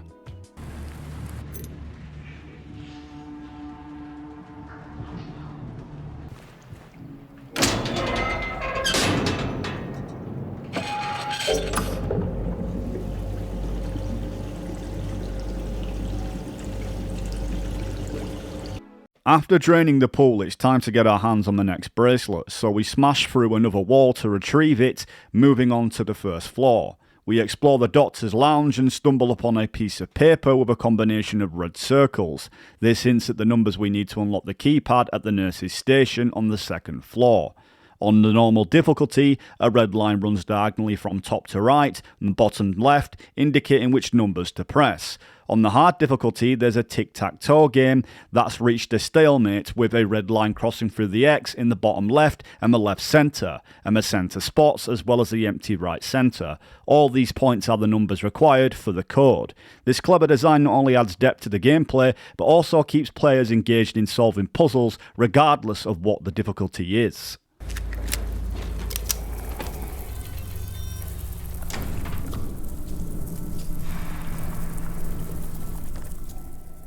I love the neat little spotlight feature in the game that makes the bugs scatter and freeze when you turn it off. But anyway, as we venture further, we discover another crucial piece of the X-ray puzzle hidden in the bathtub, but it's covered in grime. We'll need something to clean it off. On the second floor, whilst exploring the nurse's lounge, we find some mould remover, perfect for our X-ray picture. After grabbing that, you don't need to have to explore much further, but if you're feeling daring like me, you can sneak around a bit, and just a reminder, just keep your flashlight turned off to avoid alerting the enemies. The stealth mechanics in the games are reminiscent of the original, adding an extra layer of tension to the experience.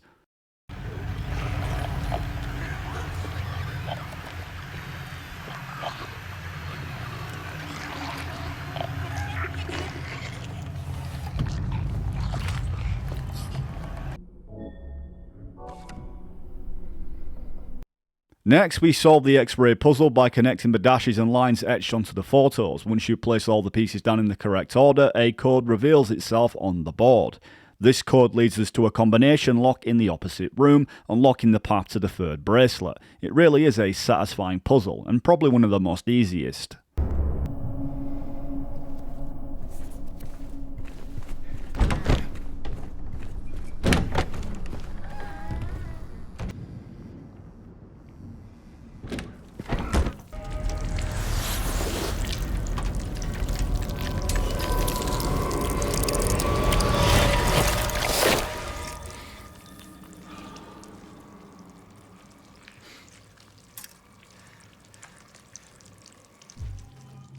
Once you have all three bracelets, you need to place them on the hand in the correct order. If you solve the puzzle right, you'll receive the key, but if you're like me, you might get interrupted mid-solution, which can really throw off your momentum.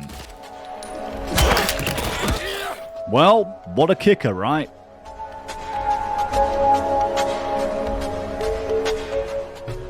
Once you snag the director's storage key after cracking the director's hand puzzle, it's time to head over to the locked room next to the director's office. To unlock this room, you need to arrange the books and the shelves in a specific order that forms the image of a fire-breathing lion. You start from the tail on the left side and work your way to the lion's head on the right. The cool thing is that this book arrangement is consistent across all difficulty levels, which makes it a bit easier for everyone. Once you've got the lion lined up, a set of symbols will pop up on the bottom of your map, and it's these symbols that are your clues for solving the director's safe puzzle, which should then give you the key that allows you to go onto the rooftop.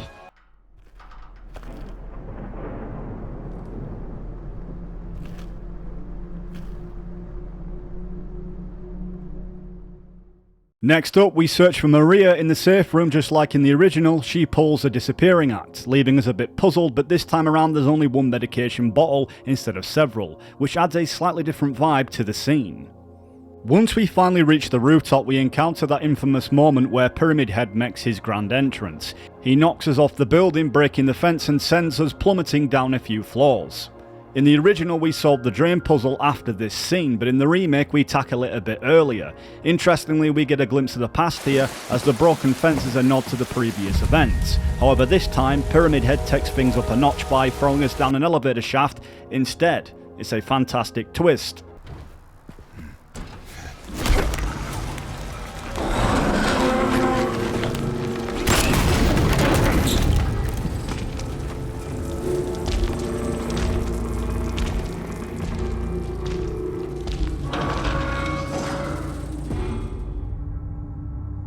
Thankfully, Pyramid Head doesn't throw us too far down. We land behind that big metal door where we first saw Laura. The secluded rooms make a return from the original, and we even catch another chilling glimpse of the past with numbers scrawled on the padding in blood.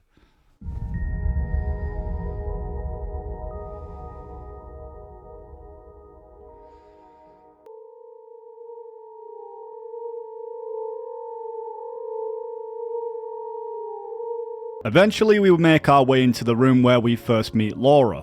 While the performances differ from the original, thanks to Evie Templeton's fresh take on Laura, it still feels impactful. This is also a moment we gear up for the fleshlit boss battle, bringing back that intense horror vibe that Silent Hill is known for. Mary's my friend. We met at the hospital last year. Stop lying. Laura, I'm sorry. Fine, don't believe me. See if I care. Hey! Let go. I'm sorry, Laura, but I can't let you just run around this place. You might get hurt. Hurt by what? Look, just stay with me, okay? This is no place for a kid. Wait. There's something I gotta get. Later, okay? But it's really important. There's something I gotta get. Laura. It's important. What is it? A letter. From Mary. What is it? A letter from Mary. Huh? I want to go get it. Is that okay? Yes. What? I hid it. In there.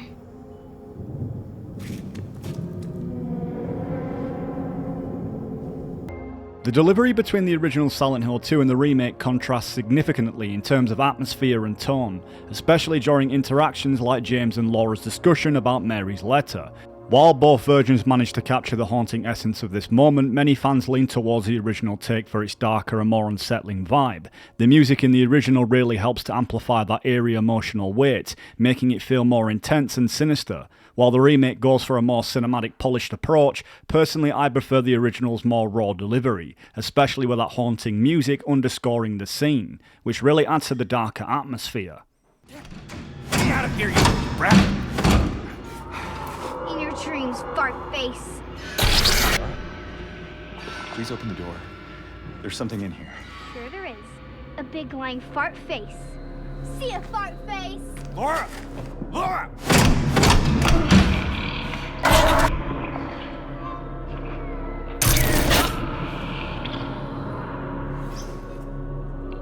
You snotty little brat! Open up! Why, you... Laura? You fart face!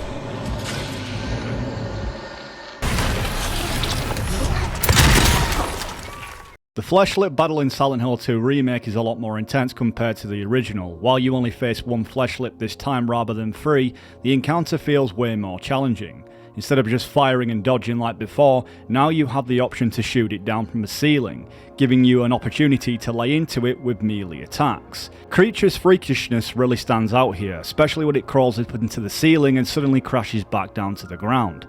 There's a new terrifying phase where it uses its bed frames as legs, skittering around like a spider and charging at you. This upgrade definitely adds a horrifying twist to what was already a classic boss fight, making it more immersive and far more difficult than before.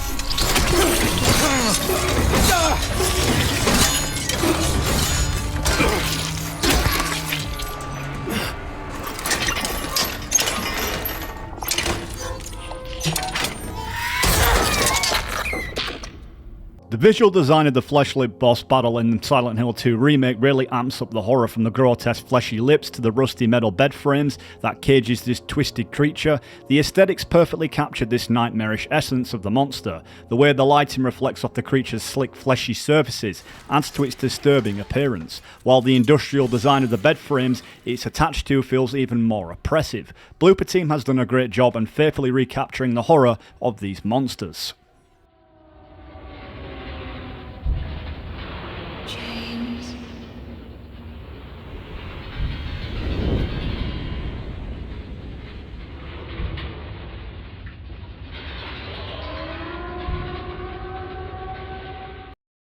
Brookhaven's transition into the otherworld is much more visually pronounced compared to the original. The shift in colours and atmosphere gives us a clear nod to the haunting layers of James's psyche, as everything starts warping as the normal section of the hospital, unlike the original where everything stayed consistently gloomy and dark.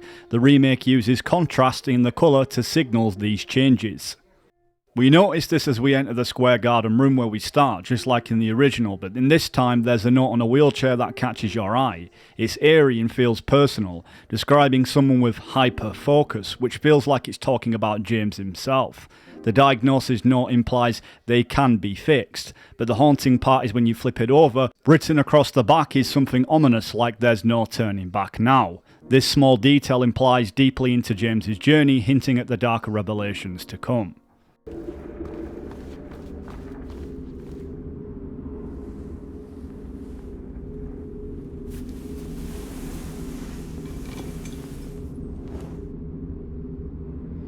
The big padlock safe combination in Silent Hill 2 Remake plays out quite differently from the original, where we find a strand of hair to use in one of the more iconic puzzles. This time, the safe is tangled in a mess of chains sprawled out from the box, hinting at a new multi-layered approach and giving us different paths. Instead of following a single linear clue, each chain in this twisted puzzle offers separate hints to figure out the combination. Making it a more complex non-linear experience, you're forced to look at multiple clues scattered around the environment, which keeps the challenge high. As we are now navigating through Brookhaven's twisted otherworld version on the second floor, it feels familiar but eerie, with the layout being somewhat similar to the original. However, the building's decaying state and fragmented design make moving through it just as challenging, especially when you're faced with monsters ready to ambush you at every turn. Each step feels like a death trap, adding to the game's tension as you work your way forward to unlock that safe. In the remake, one of the standout changes in the room where you originally find the basement storage key. In the original, you'd notice a haunting painting of hands desperately clawing their way out, an eerie visual that captured the game's tension. However, in the remake, they've taken a more visceral approach. The hands aren't just a part of the painting anymore, they look like they're actual marks, as if hands were stained directly onto the tiled wall, almost trying to break through. It's definitely a cool glimpse of the past, and something that I'm glad they've added into the game. And just a quick mention for the fans, one thing that stands out in the Silent Hill 2 remake is that James' flashlight never seems to run out of battery. In the original, you had to find a dry cell battery later on, which was crucial for lighting up those darker, more oppressive places. The remake does away with that limitation, which might take away a bit of that classic survival horror edge, but it also makes exploring a bit smoother since you're not stumbling in the dark.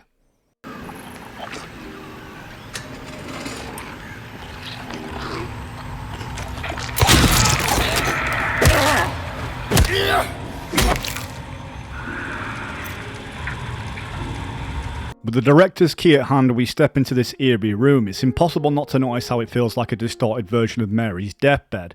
Bottled medication is scattered around, giving the space an unsettling hospital vibe, adding weight to the scene. On top of that, we find a cryptic Polaroid with the words, "Nobody will know," a chilling implication of James' act of killing Mary was meant to stay between them. Locked away in his guilt, the letter we stumble upon adds even more to the atmosphere, saying there'll be no more pain anymore, referencing Mary's suffering from her illness, and it's this subtle detail that really highlights the emotional turmoil and guilt that James is dealing with.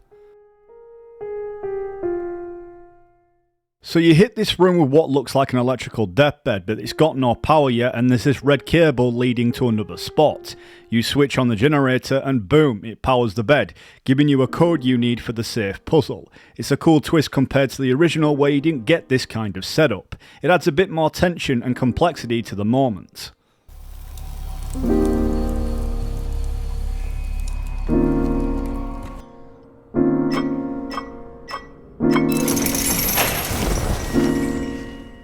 Following the chain, we head upstairs and find the eerie wooden mannequin just chilling in a wheelchair. It's creepy enough as it is, but then we come across this thing called the Instrument of Force. Then we break the arm off the doll, which is just like a wild image. Whilst we're down in the lower levels, we also snag this tool called the Key of Bliss. Using that, we smash through the doll's eye socket, which gives us the classic lapis eye key, just like in the original, but instead of the same old location, they've switched it up with new circumstances. It's a cool callback that keeps the nostalgia alive whilst also mixing things up for veterans of the series.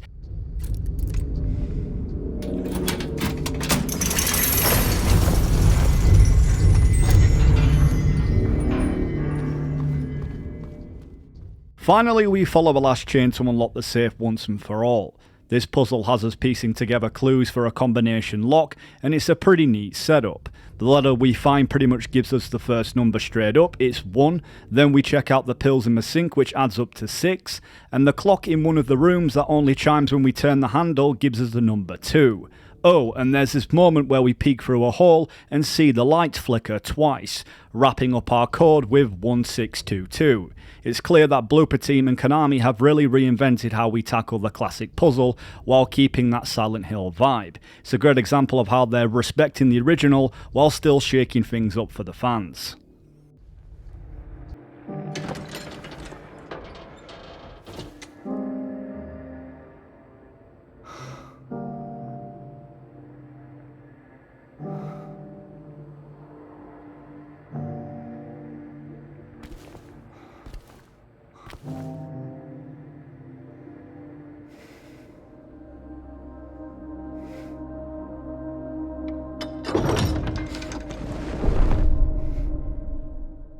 The hilarious moment comes when we finally crack open that box, and guess what, there's nothing inside, but then out of nowhere a sheet unravels revealing the Lady of the Door, from the original, and the twist, inside the door's mouth is a piece of the elevator, that kicks off that classic trick or treat sequence by the announcer who fires off some questions and you have to pick the right one by the numbers.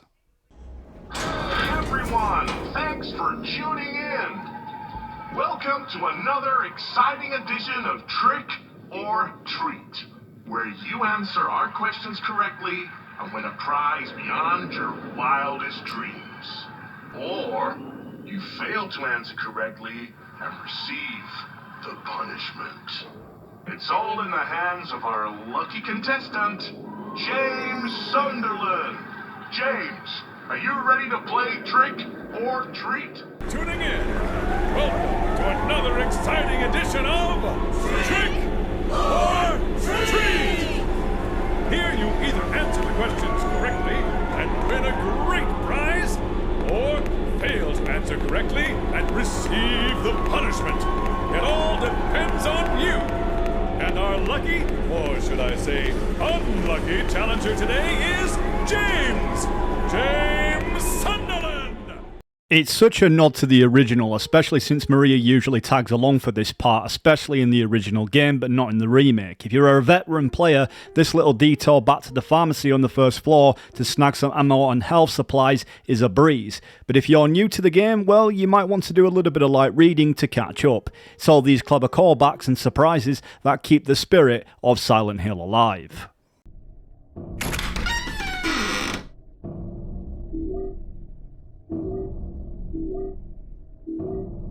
Once you make your way back down to the bottom floor, you stumble upon a copper ring that hints at the need to unlock the Lady of the Door again, just like the original. It's a cool reminder that even in the remake, some elements stay true to the original. Mary. Oh.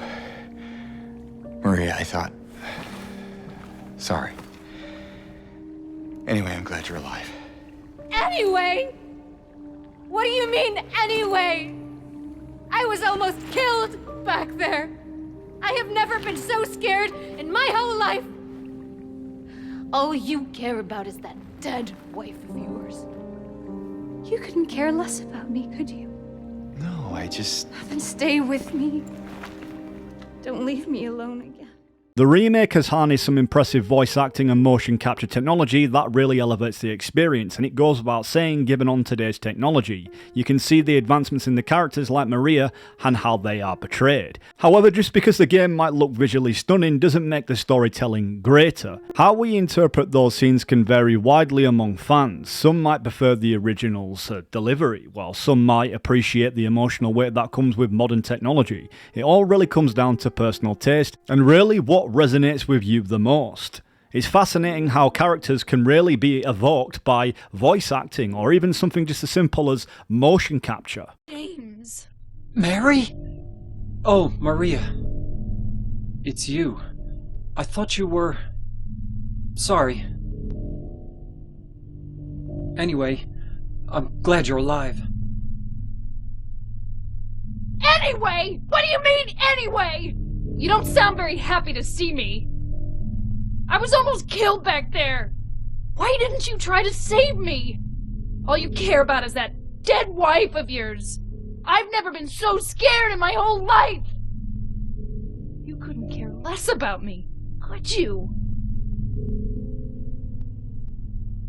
No, I just... Then stay with me. Don't ever leave me alone. You're supposed to take care of me. The fridge room is such a nostalgic touch in the remake. It brings back memories of the original whilst adding its own spin. I love how when you grab the lead ring it feels like you're stepping into a familiar space, but with a fresh sense of tension.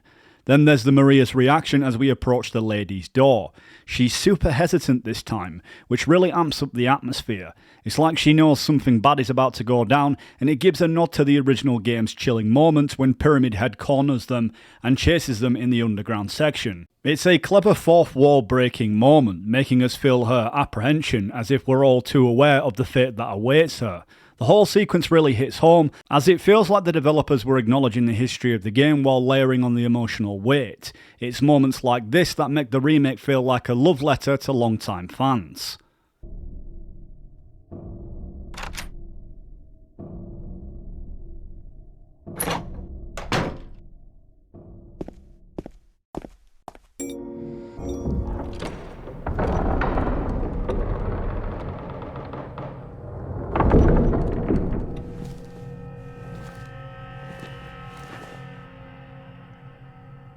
What's wrong?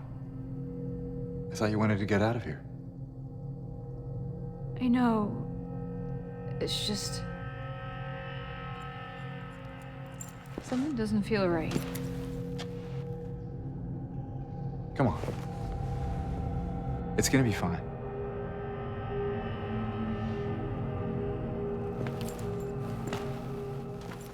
James's optimism couldn't be any more misplaced. It's gonna be fine, he says, but anyone who has been through this part knows it's far from fine, the way Pyramid Head burst through the door.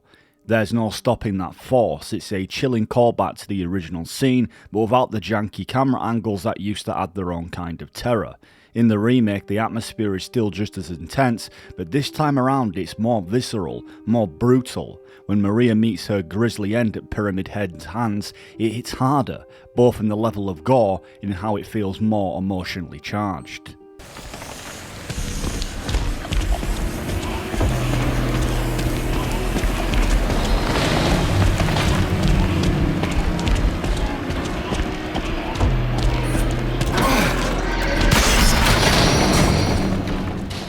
Not only are we being chased and running for our lives, or metaphorically speaking our troubles, the environment in the game starts to crumble and fall apart right in front of us.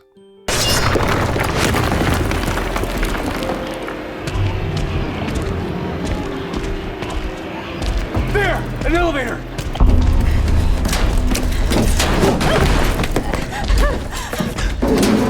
Come on, hurry!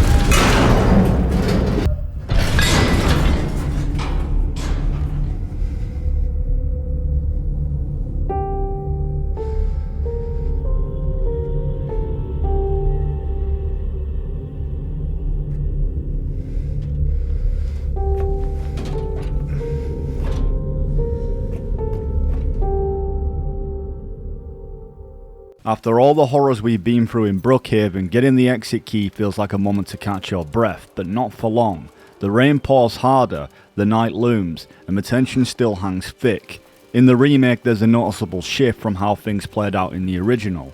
Instead of immediately stumbling upon that trusty map in the reception, which originally sent us on the search for the wrench and a buried box at Rosewater Park, the game keeps you on edge a little longer. In the original game, you had found the map prompting you to retrieve the wrench to unlock a box under Jennifer Carroll's statue, inside which lies the bronze key that leads you to the Silent Hills Historical Society. They have really nailed the atmosphere in the remake, which is rich coming from me because I was quite skeptical how this game would turn out. But even still, stepping outside in the original Silent Hill at the dead of night still feels eerie, and the lack of rain makes it seem too quiet.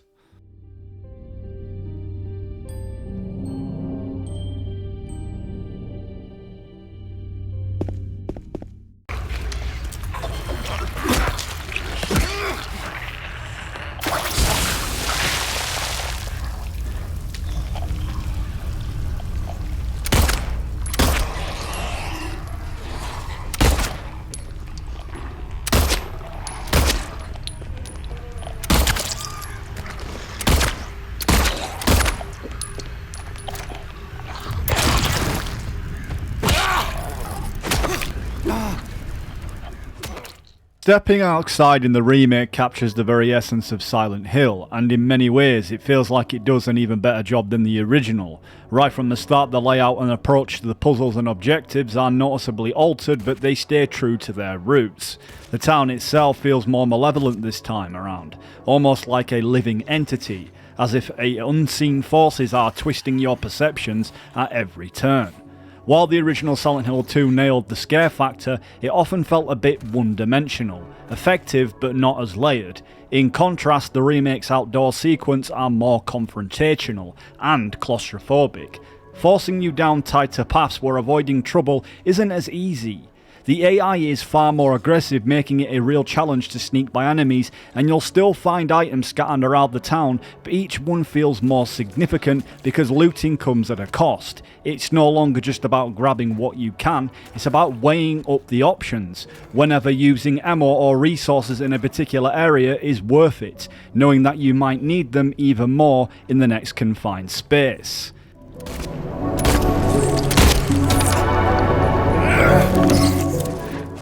It goes without saying that the mannequins in the remake are far more effective at throwing the player off guard compared to the original. In the original, they mostly just roam around aimlessly, but in the remake they've got a whole new level of menace about them. Instead of just wandering, these things now actively hide and ambush you, making them feel much more unpredictable and dangerous. You never know when they're going to strike you, which adds a whole new layer of anxiety and tension as you move through each area.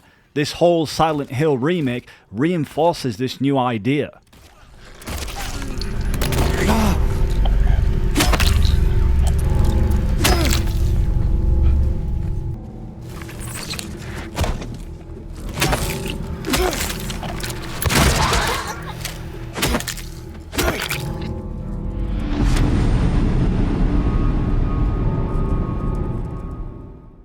In the original, this sequence typically has you navigating through a black empty void, but the remake takes it to a whole new level. Lights flicker and sounds cue emerge from every angle, subtly hinting at pathways or incoming threats. It's a brilliant way of guiding the player without resorting to cheap waypoints or glowing arrows like you see in so many modern AAA games.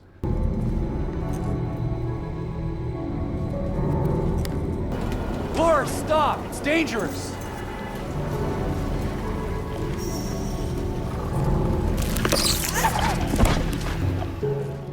Instead of feeling handheld, you're immersed into the environment, relying on your instincts and the game's atmosphere to figure out where to go next. It's a clever and a more immersive approach that keeps you on edge without breaking the tension or the world's eerie vibe.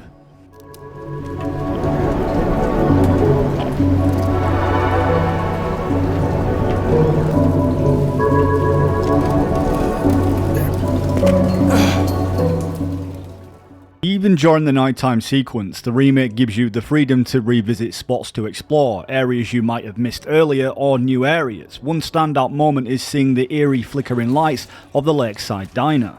Though the blinding rain is a small detail, but it adds so much to the atmosphere. Stepping inside, though, you're greeted by some of the toughest enemies in the game, the bubblehead nurses with knives. Some players might hate being forced into a fight, but honestly, you can still dodge and avoid them if you're quick enough. That being said, gathering items is essential for survival, so sometimes you'll need to face the threat head on regardless. It's a tense trade-off, and whilst the combat feels more intense, it adds a lot more weight to every choice that you make. It's the constant balance between fight or flight that keeps you on edge. Like even something simple as pulling out your map as well, because you're also constantly in the fight. If there's an enemy nearby and you just decide to pull out your map, it doesn't put you into a pause sequence. And the cool thing about this as well in the remake is that you can actually see the map visibly change when the manifestations are happening during this nighttime sequence. Laura, please, wait!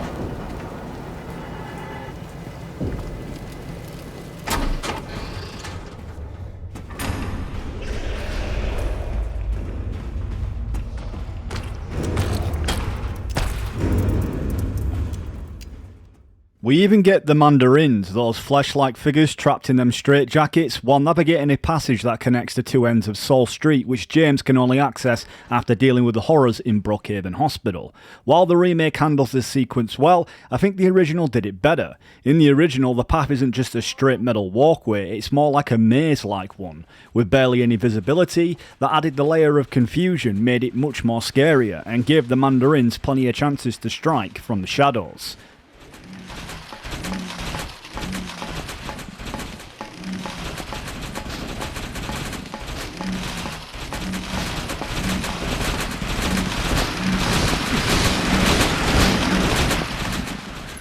Next, we come across that iconic caravan and seamlessly step inside. However, in the remake there's a key difference. We find a map inside the caravan which marks the location of the wrench. In the original PS2 version of the Silent Hill 2, we already had this map way back in Brookhaven Hospital. It's a subtle shift in how the game guides you, but it adds a bit more tension in the remake as you're not given the map until later on. You kinda just gotta discover it.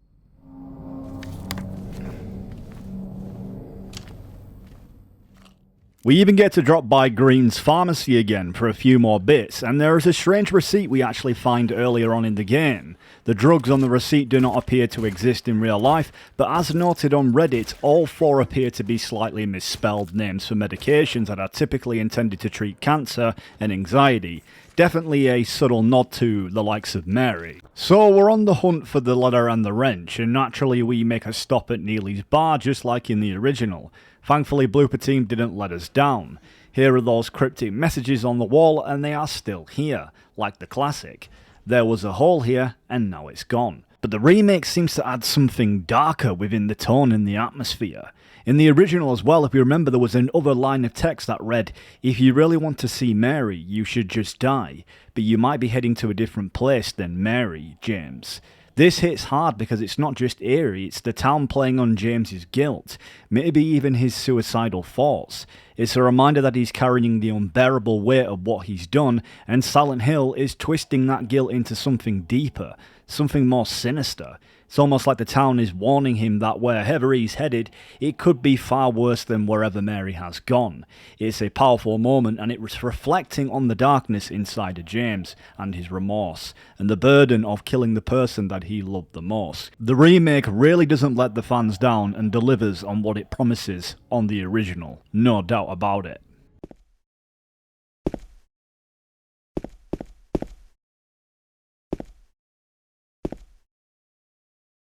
As you progress through the Otherworld's version of South Vale, make sure to keep your eye out for it when you reach the east side, especially inside Neely's bar.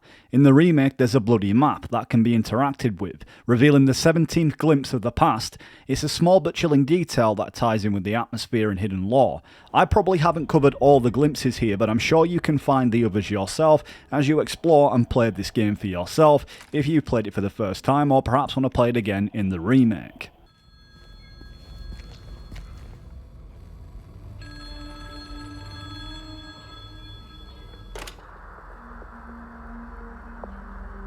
Hello?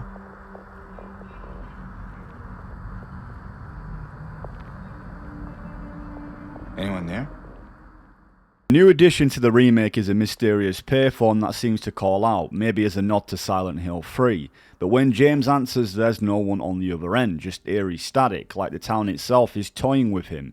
It's a neat little touch adding to the mystery in the booth. There's also a note hinting at Rosewater Park and the wrench needed to unlock the gate. Unlike the original, where the wrench was found on a house porch in dark South Vale along Lindsay Street, the remake places it right here in the phone booth, turning a familiar location into a fresh experience that has the same haunting energy.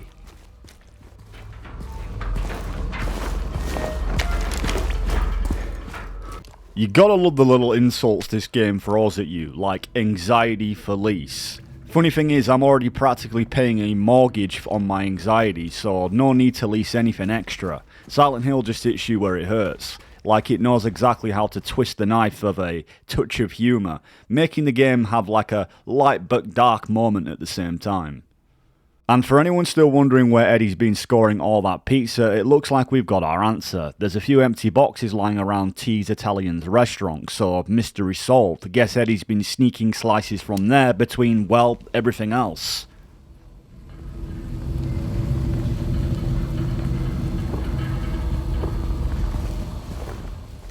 The door that wakes in darkness, opening into nightmares. Yep, it's that classic message scrawled in blood across the sheeted walls, and thank God they've kept it in the remake. It just wouldn't feel like Silent Hill without it.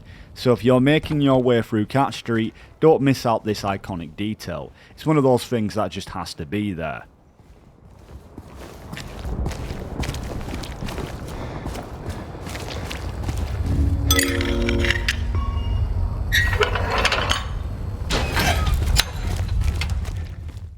This time we're using the wrench for a new purpose, to unlock a door that leads into Rosewater Park, and after running through yet another mandarin-filled passage, in the original, the wrench was used to open a buried box beneath the statue of Jennifer Carroll in Rosewater Park. Inside was an old bronze key needed to get into the Silent Hill Historical Society, but in the remake they've switched it up a bit, adding a new layer to the experience.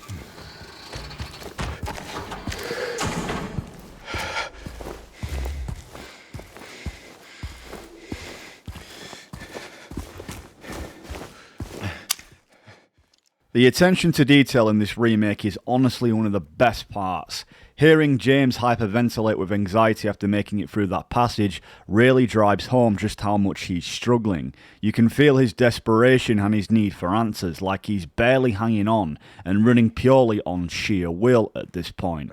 It adds a whole new level of immersion, because we also get a new cutscene with Angela, which, by the way, I'm still not impressed with her voice acting. It just sounds like they just dragged off some random university girl and just said, here, play Angela, a girl who's got really bad problems from being an abuse victim, but she doesn't seem to convey it in a way that works for me like the original, but that's just my opinion.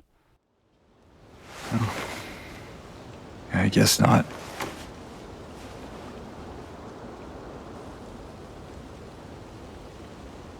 I don't think she's here anymore, James. Who? My mama. You can definitely tell they've made changes to her character model, especially after the whole internet uproar about her looking not feminine enough. Clearly they've made a few tweaks to give fans more of what they wanted. There's no hidden agenda here, just a couple of design adjustments. Now, the voice acting, that's another story. No disrespect to Gianna Kiel, who plays Angela, but her performance feels a bit off. For such a complex, tormented character, you'd expect someone with a voice that holds a lot more pain. Something that really brings out Angela's tragic depth. And I just don't feel it here. Alive, Angela? Are you alright? Angela? No. Please. You shouldn't be here. Angela, it's okay. No, don't touch me!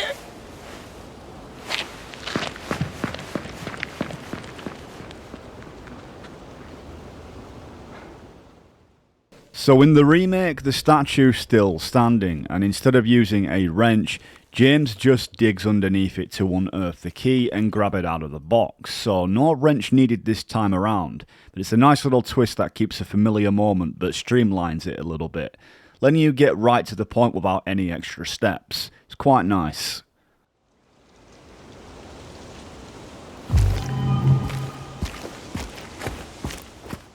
If you feel like stopping by Jack's Inn to catch a breather, there are some cool new details waiting in room 106. This is the same room that Heather stays in from Silent Hill 3, and when you re-enter, you'll see the Order's seal, the halo of the sun etched onto the wall. The symbol is a chilling reminder of the cult's presence, often seen during the dark rituals and occult activities.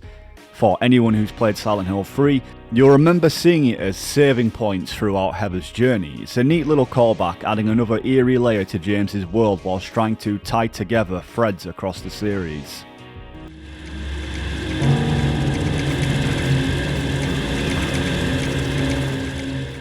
Scattered around the town are notes often left near bodies written in a bloody, almost frantic scroll. Some are direct callbacks to the original game, but some are more of them in the remake, hinting that others were also trapped here for some or a long time. A few even leave behind warnings and info like maps annotated, similar to the ones James marks up himself.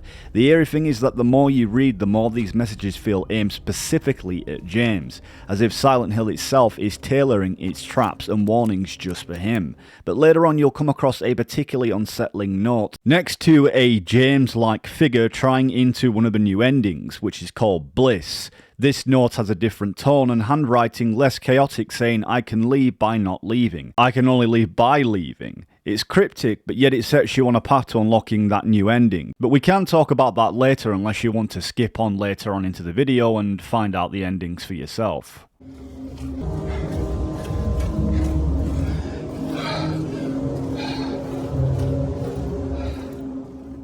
And how can we overlook the redesign of the Historical Society Museum in the remake? While I couldn't spot its name plastered on the building this time around, it really does resemble a mansion, giving it a grander, more ominous presence.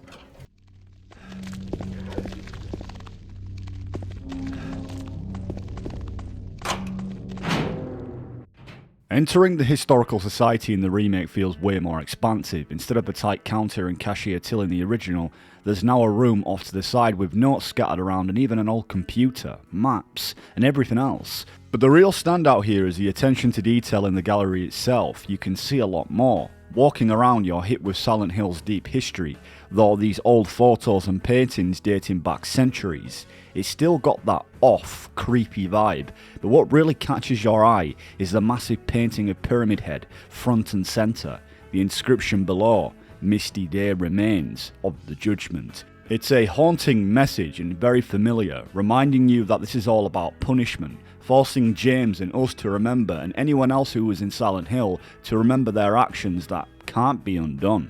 Unlike in the original, James comments on the picture of Pyramid Head with it just being text, but in the remake it adds a little bit of subtle dialogue. It's him.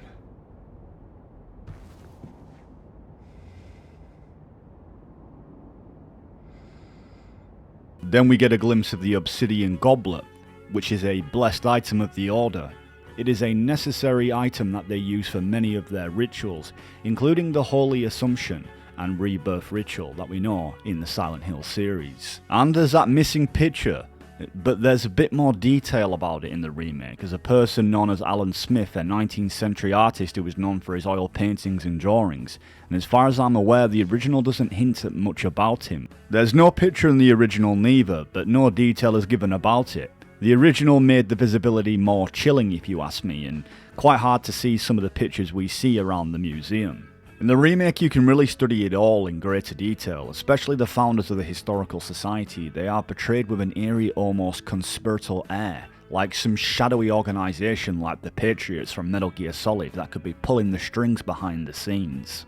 In the remake, we even come across a book that dives into what Maria mentioned earlier at Rosewater Park about a man who crossed Toluca Lake to reach his beloved, guided by her candlelight, only to meet a tragic end. The book calls it a metaphor and a cautionary tale, hinting that it's based in some truth, as the area has a history of religious persecution. It's eerie, especially since James himself mirrors this story as eventually he rows across that lake later on. It's a clever connection that layers Silent Hill's lore with James's journey, and it's almost like the town itself is hinting at James's journey.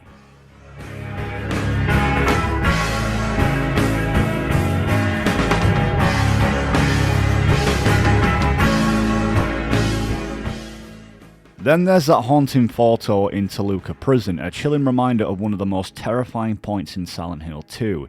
It's almost poetic, capturing both the beauty and the darkness of James's journey, a prisoner of his own emotions, and the holes in the ground symbolise his descent, each one taking him deeper into his own consciousness.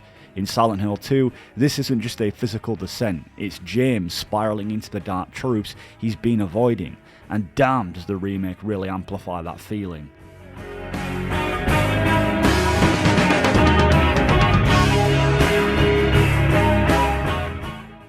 So if you're a deep Silent Hill fan, you'll know that Silent Hill draws heavy inspiration from the real town of Centralia, Pennsylvania, a ghost town with a haunting story of its own. In 1962, a coal seam fire accidentally ignited beneath Centralia, likely sparked by burning trash in a landfill that reached into an abandoned coal mine. The fire quickly spread through the extensive network of coal veins under the town, creating a smouldering hellscape. Underground, toxic gases rose from the cracks in the earth, and deadly sinkholes formed, making it unsafe for residents. It goes without saying, I definitely believe that this game draws some inspiration from that incident. Descending into Toluca prison is still as iconic as ever in the remake, that long winding stairway that has this eerie feel with the damp ancient stone walls almost closing in on you like you're being swallowed whole by Silent Hill itself. It's one of those moments that feels endless, drawing out that tension with each step. It actually reminds me of that ladder climb from MGS3 where the journey itself becomes an experience. Here though, even more haunting as you catch faint sounds rising from below, as if the prison itself is calling. Blooper nailed the atmosphere, making you feel like you're descending into something darker, something that won't let go.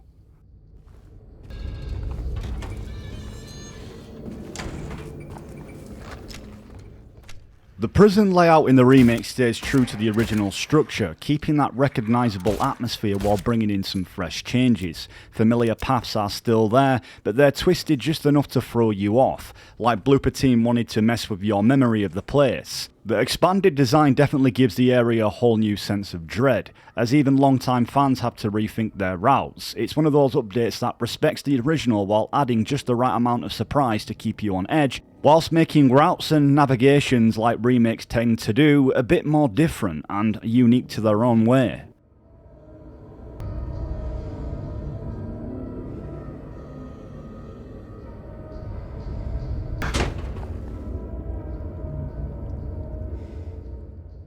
At some point we jump down the first hole in the remake. The gallery you just saw in the original seems to come after we jump in the hole. All of this is just a confirmation of these little subtle differences.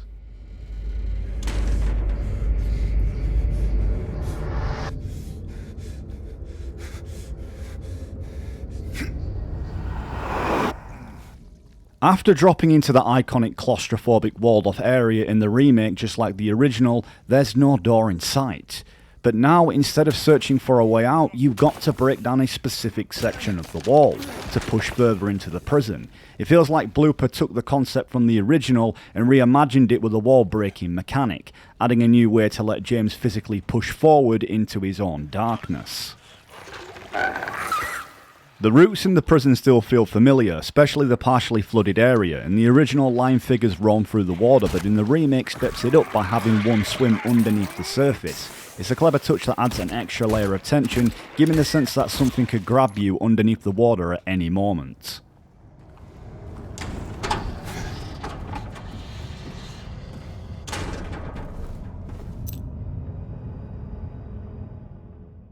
Moments like discovering the spiral writing key are intensified. Once you grab it, the room quickly fills with bugs and the next door locks behind you, revealing a keypad that you must use to escape. The original applied a feature where eventually your battery runs out for your flashlight, so you have to replace it in this room. This doesn't seem to be something that's in the remake. The code can vary with each playthrough, but the stained buttons often hint at the correct 3-digit combination to keep you on your toes. The remake adds a twist by smearing blood on the keypad, making it a bit trickier to decipher the code. It's a clever detail that heightens attention and reinforces the unsettling atmosphere.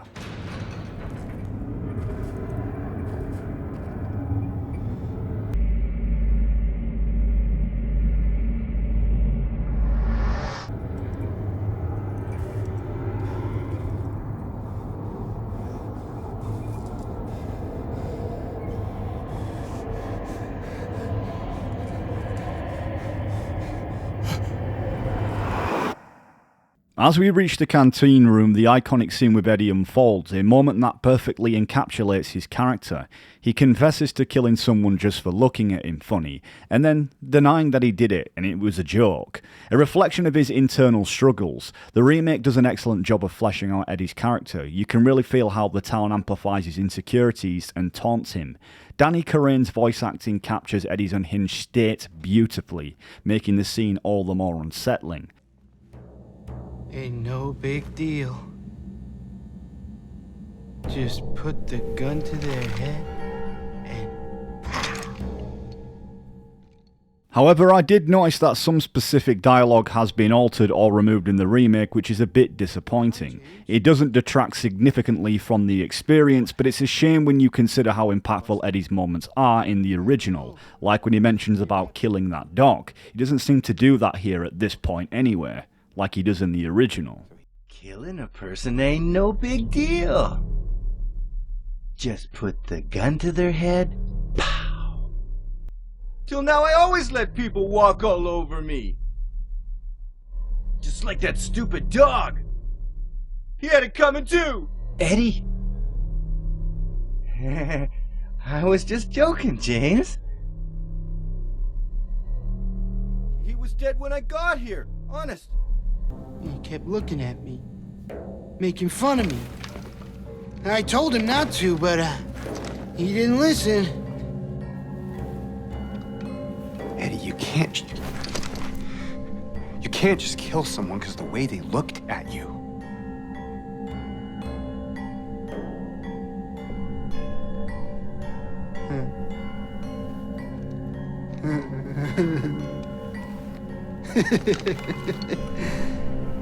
You should see your face, James.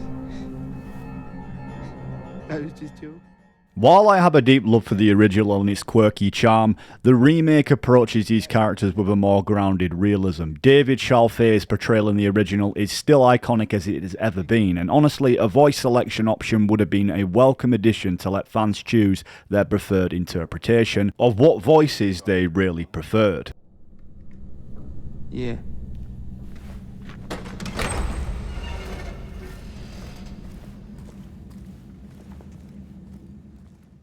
In the remake, examining the dead corpse is more open to interpretation, subtly hinting at Eddie's actions without explicit details. You get the sense that he's responsible, but it's not clear-cut.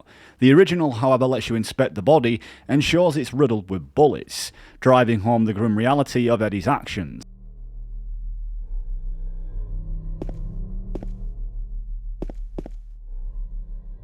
In the remake, the layout of the prison core is notably different, featuring a main reception office for the former officers. This adds a sense of structure that contrasts sharply with the original, where players navigate through long claustrophobic corridors and spiralling prison wings.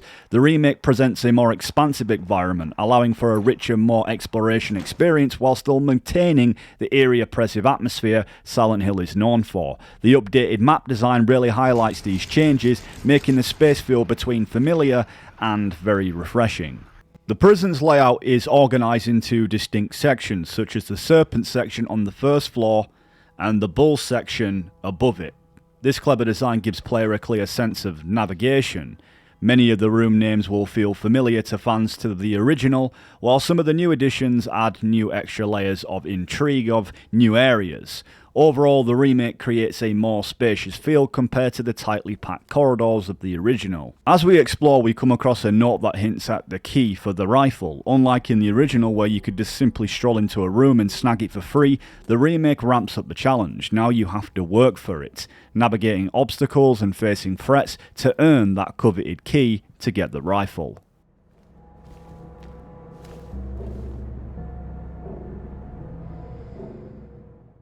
In the Toluca prison remake, there's a whole new chapel area, a new addition with a puzzle twist. Instead of collecting tablets for the courtyard like in the original, we're gathering weights to solve the main puzzle here. It's a big shift, adding more depth and just adding to the whole overall puzzle change to the prison's layout, giving us something fresh whilst we navigate this familiar but yet oppressive and almost familiar space.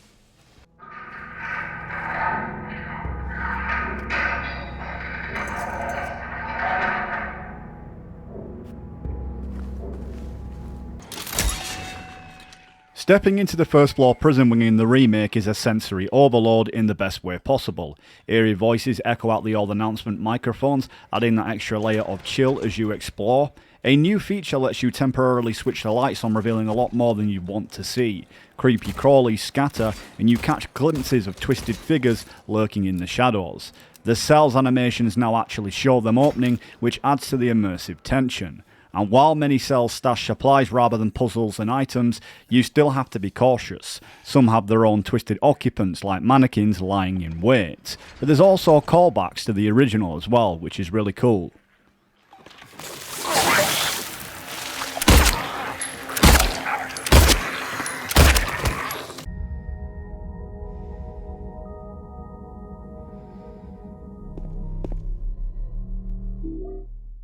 Entering one of the cells, we get another glimpse of the past, one of Silent Hill's darker, ritualistic roots with religious imagery scattered across the walls, and we find the iconic tablet of the oppressor, so nod to the original game, and a very important piece of the puzzle that you need to access next areas.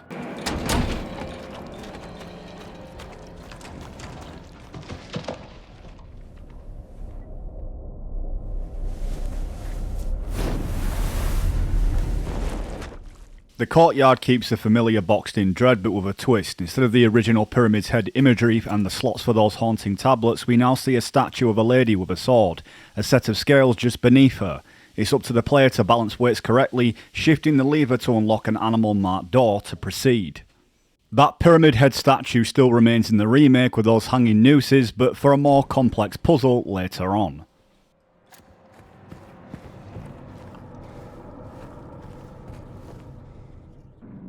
Starting through the Serpent Door, the remake wastes no time in hitting you with the prison's haunting atmosphere. As you make your way to locate another weight, you're met with unsettling sights like a death chair. It's staged under a lone spotlight seen only through grated metal windows. Prison notices are posted all over, giving Toluca Prison that once lived-in feel. You'll see reminders for staff about power issues, maintenance needs, and even warnings that hint at trouble with the prisoners.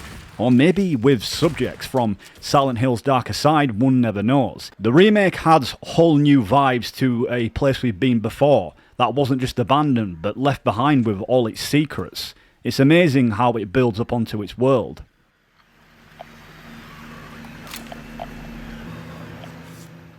You come across little things like family photos, a snapshot of a mother with a child in a wheelchair. It's haunting in its own way and it comes with no backstory, and you just see these memories scattered around these prisons with endless notes and memos. They're not just decorations, they're built on Toluca Prison's twisted history, layering in personal stories that make the place feel disturbingly real and adding more lore to Silent Hill.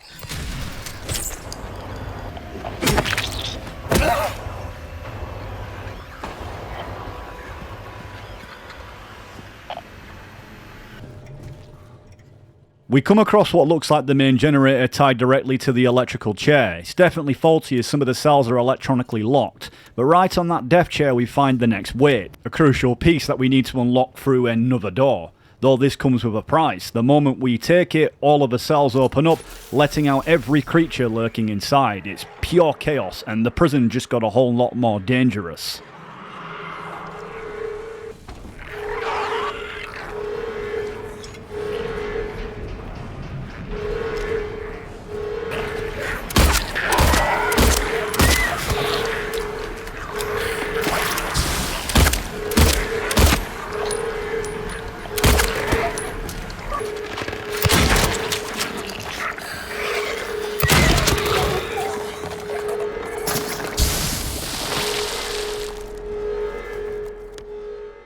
In the prison's F1 section, we find a narrow gap in the wall that leads us into the warden or officer's rooms.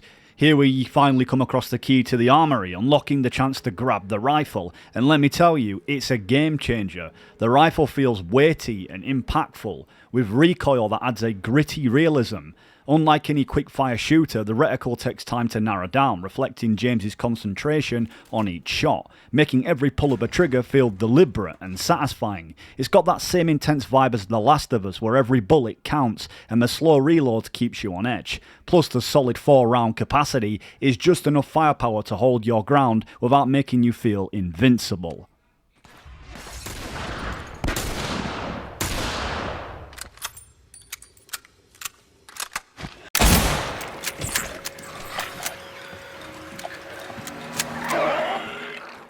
Through the bull door we head to the upper floors, where the cells are a lot tighter, and shotguns are suddenly a solid choice. Less room to manoeuvre means you want to pack a punch, especially up here. There's a specific cell we need to get into, so we hunt down the block D key in one of the offices. The upper floor isn't empty, and there's many mannequins everywhere, but they're quicker and trickier than before. Crawling along walls, dodging around corners, even lying in wait to spring out on you. One flaw I did notice though was trying to shoot them through the bars. They're right there, but it seems like some invisible wall blocks your shot. Finally, we enter a cell that's a bit different, almost entirely padded with bloodstains. Like the person who stayed here before was beyond unhinged. There's a threatening letter left behind with a mocking note scrawled on the back. "Clever boy, here's your reward. We could both use a bath." On the ground lies a medical box and inside a shiv key. It's time to head back to that cell we couldn't access before to get it open.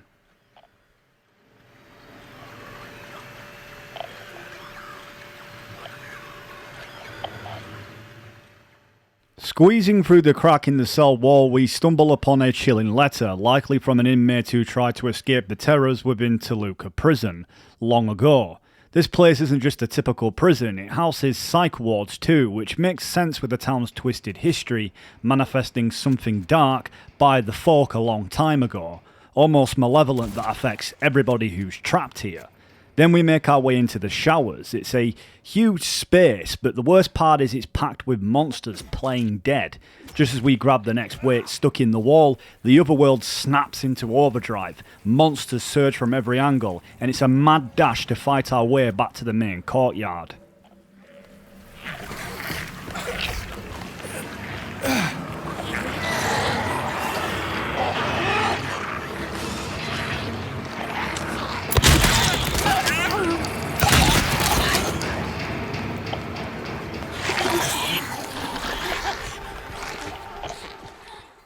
Next up is the ballroom, and it's just as unforgiving as everywhere else.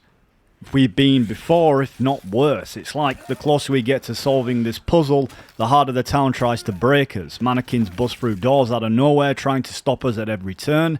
Then we hit a prison visiting room, an eerie nod to a classic American penitentiary style. The original had a similar setup for grabbing a few items in these booths, but the remake adds rows of visitation booths. We even have to climb through one of the visitation booths to get into one of the break rooms, which ironically feels anything but a break, nothing like what it used to be.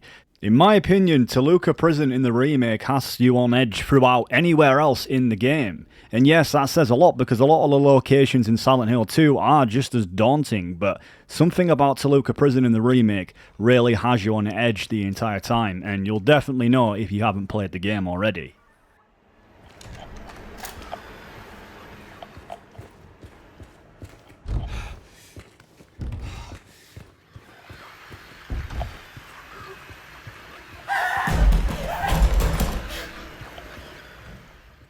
And yes, the woman's restroom still has that locked stall with a woman's voice screeching in absolute terror. It's one of those little horrors that made the original just so bone-chilling, and of course, it still works. But really, maybe James shouldn't be creeping around the ladies' bathroom, bit like Raiden in Metal Gear Solid 2.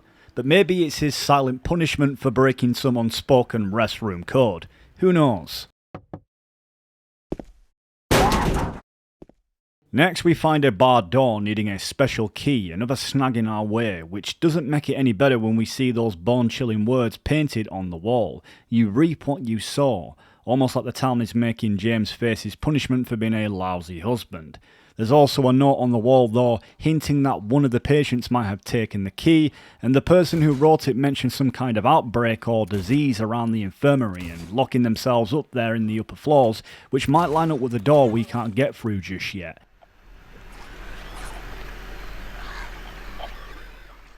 There's definitely something twisted going on, and an infection or an affliction spreading around, and the staff don't seem to be shy about it, using invasive methods for medical exams. It's unsettling, but unfortunately not all that surprising. Back in the day, mental institutions were famous for experimenting on patients and treating them inhumanely. This prison isn't just about punishment, it's like a breeding ground for horror with echoes of real-world abuses.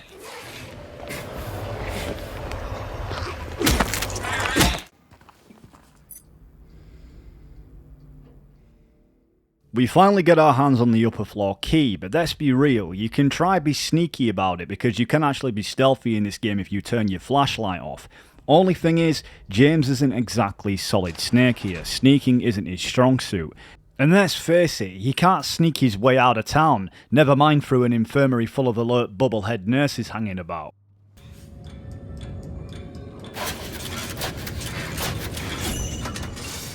Upstairs we found a typewriter, and honestly I just pressed any button on it, which opened a drawer revealing a lightweight for the larger puzzle.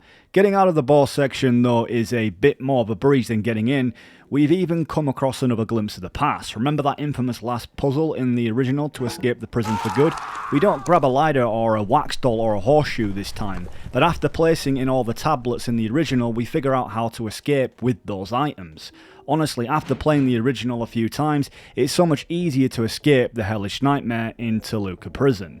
The remake does a far better job, hands down. The puzzles are more engaging and it has several layers of horror that really just don't disappoint.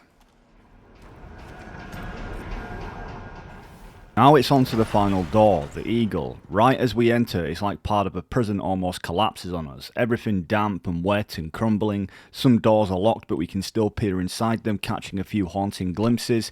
Then we get another nod to the original game. Paintings and drawing of the people at the recital, the Burning Man and the woman in flight. It's a solid throwback, keeping those iconic pieces preserved while everything around them decays.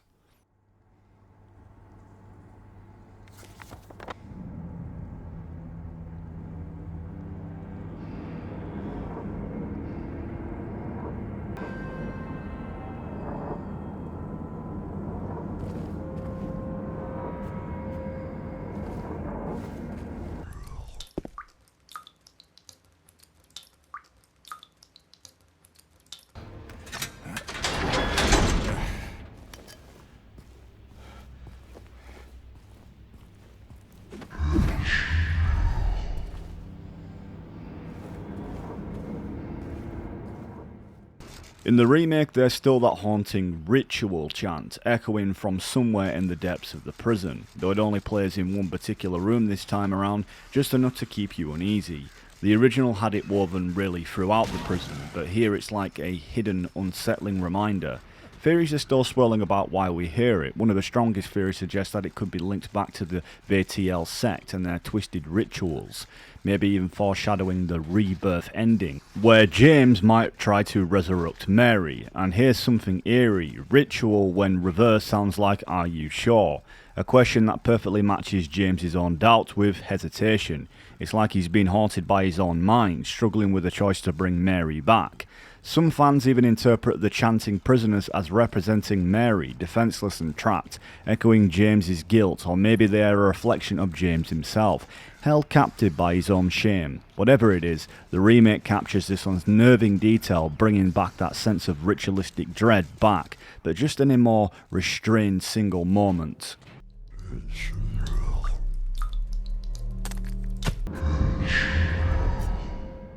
We step into the electronic prisoner door room and spot a memo hinting that one of the inmates has been sent to solitary confinement in F6. There's a panel nearby allowing us to unlock both F5 and F6, so naturally we enter F6 first. and inside there's yet another strange note lying around, but things take a turn once we grab the final weight. Suddenly the walls of the spiked confinement room close in on us, getting tighter and tighter. Just when it seems like we're out of options, there's a loud bang and the door finally unlocks, letting the player get out.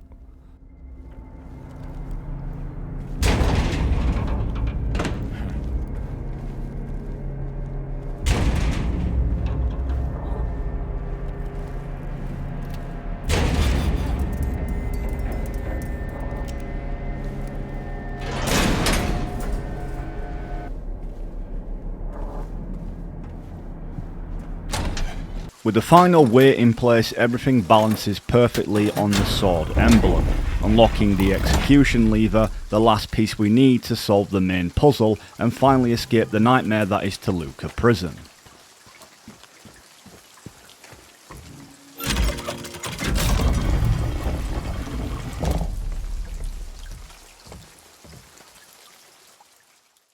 The Free the Innocent Man puzzle is back from the original. Just before you enter the labyrinth, the concept is basically the same, but the methods differ. You have to figure out who's the most innocent man out of all the criminals. The riddles are similar, though the dialogue changes a bit with the riddles. There's also a difficulty setting that impacts the puzzle, just like in the original, where the harder the setting, even had harder, more complex riddles for identifying the innocent man. But in the remake this time we solved the puzzle actually in the prison, whereas in the original we actually solved this puzzle in the labyrinth. It's a little change around.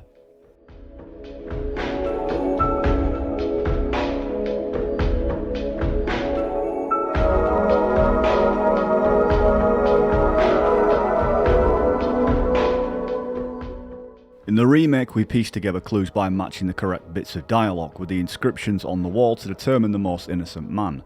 Ultimately, it's number 2, the guy who just stole a piece of bread simply trying to survive another day. We pull one of the nooses and of course it sends us to the next location, into the labyrinth.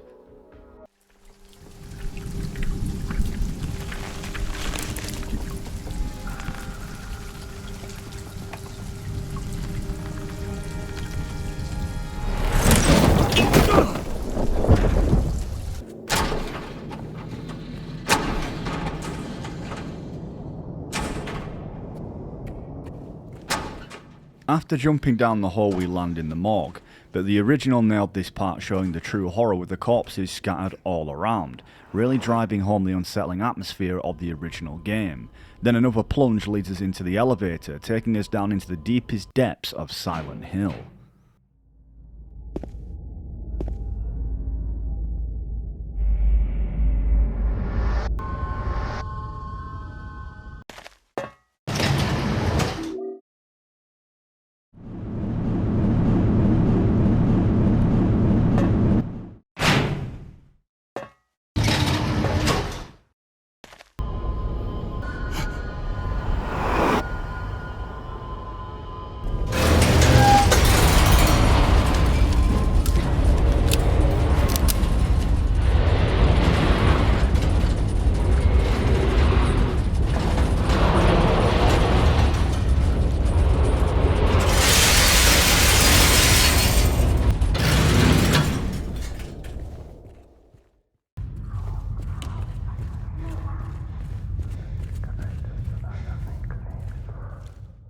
The remake switches things up a bit. Instead of diving right into the labyrinth like in the original, we first encounter Angela. It's every bit as haunting and heartbreaking, and maybe even more so this time round in the remake, with whispers of Angela's inner trauma surrounding us. We still find the newspaper clippings that mention her father's murder, hinting that she may have been reaching her breaking point with the abuse. The mention of a sharp weapon aligns with the knife she clings to, reinforcing the tragedy of her story just like the original did.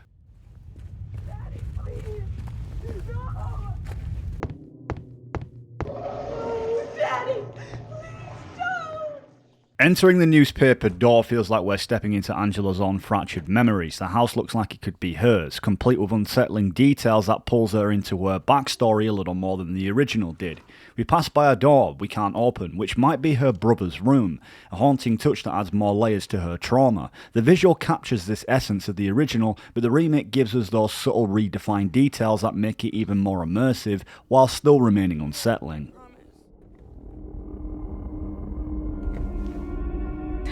Mom, I'll be good, please.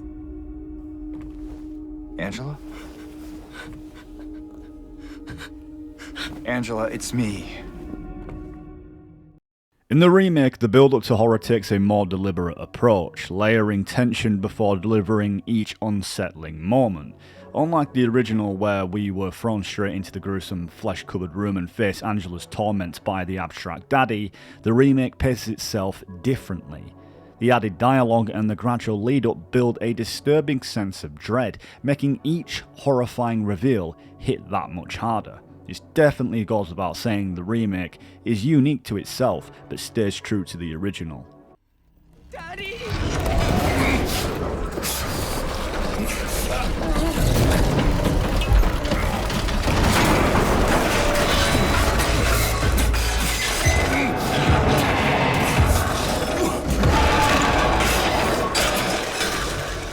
The Abstract Daddy boss fight, what an experience. It's like Angela's tormentor finally getting a taste of his own medicine. That horrifying fleshy form still echoing the haunting image of someone forced down under a smothering blanket is just as disturbing as in the original, but with a twist. This time, instead of being trapped in a small box room, the fight sprawls across the entire house. The Abstract Daddy's aggression feels ramped up, charging at us and forcing us to constantly move, reload, and take every shot with purpose. Konami and Blueprint nailed it here, showing us how a remake can not only honour the original, but can also elevate it on a modern piece of hardware. It's hard to take off the nostalgia glasses, but this fight proves it's worth it. It's not just a remaster, it's an upgrade in every sense. The echoing screams, the building shaking, everything just adds to that weight and intensity of this boss battle. It's a testament to how a remakes should be done, and they've done us proud.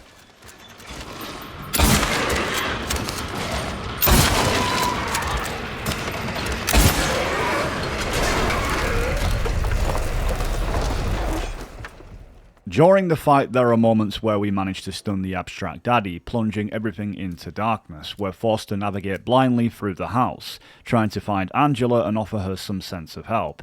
It's powerful, and for those who thought the remake might soften the edges of Angela's trauma, well, they were wrong. The remake doesn't shy away, but amplifies the depth of her story, just enough to make it visceral without stepping over the line and making it get cancelled. They keep the rawness intact while leaving certain parts open to interpretation.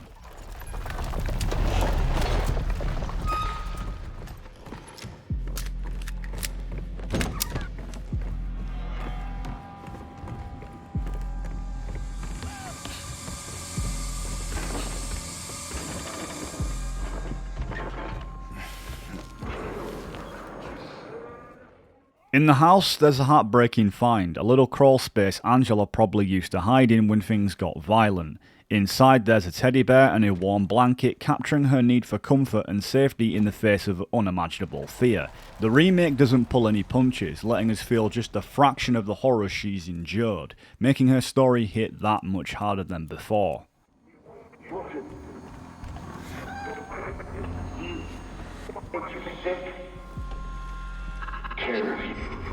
All this shit.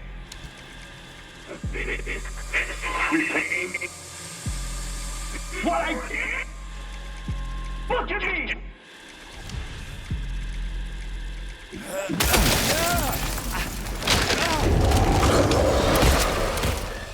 In the remake, the boss fight, there's this intense feature where we hear Angela's father hurling abuse at her through scattered TVs around the house. Smashing each TV confronts us with the Abstract Daddy once more, but it's never predictable. The layout subtly shifts each time, messing with our sense of direction. It's unsettling, and it keeps the player on edge, amplifying the horror and forcing the player to confront Angela's trauma alongside her, making this fight feel like a brutal test of resilience.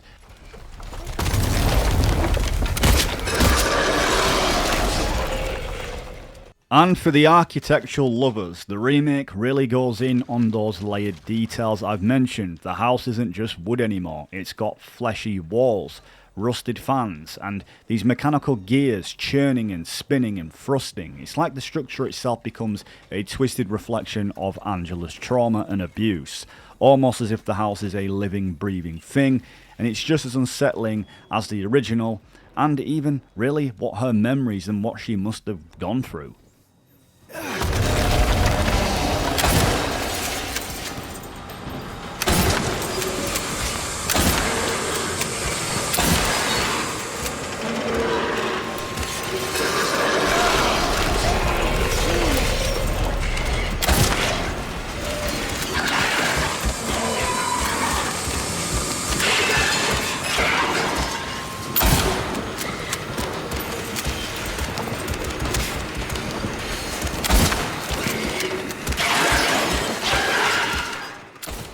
The final showdown with this boss takes place in a rusted room where you throw everything you've got at this twisted monster.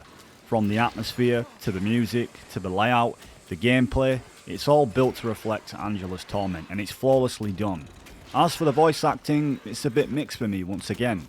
Gianna does a good job at capturing the haunting vibe, but honestly she doesn't quite hit that raw emotional damage that Donna Burke delivered all them years back. Angela. It's okay. Calm down. Don't order me around! I'm not. I just...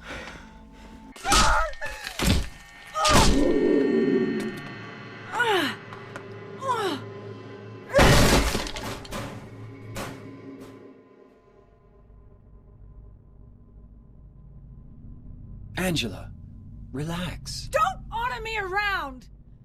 I'm not trying to order you. So what do you want then?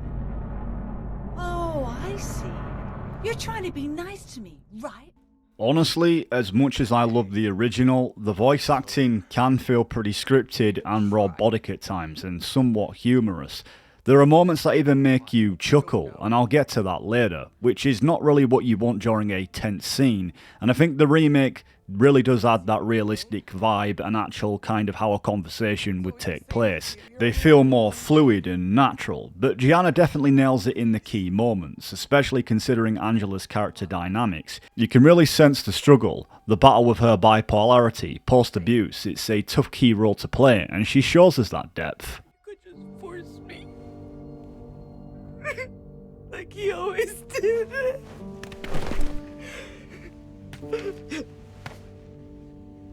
You disgusting pig. Throughout the game, Luke Roberts' voice acting really grew on me. You can tell he's genuine and he wants to fulfill his role as James. He's got the hardest job of them all, as the main protagonist, dealing with all those conflicting emotions. As the game progresses, you can hear the weariness in his voice, and that sense of denial creeping in. You only care about yourself anyway. You disgusting pig.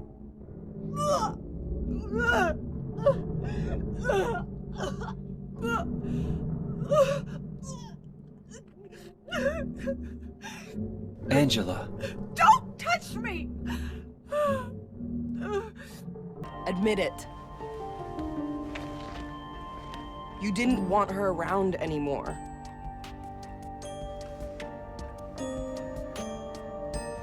No. You probably found someone else. No.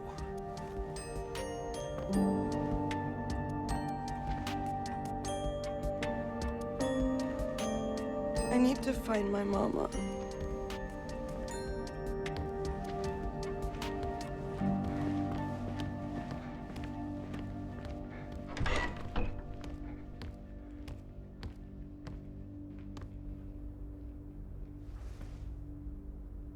I never. Sometimes saying less can be more powerful. The motion capture in the remake really conveys James's denial and underlying stress about Mary, but let's not forget, the original has its own charm. You probably found someone else.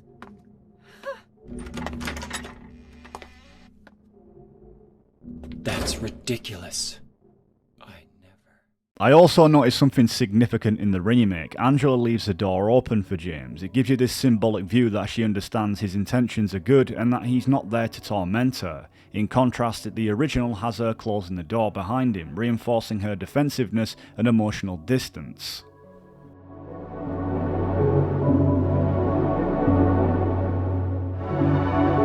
I never.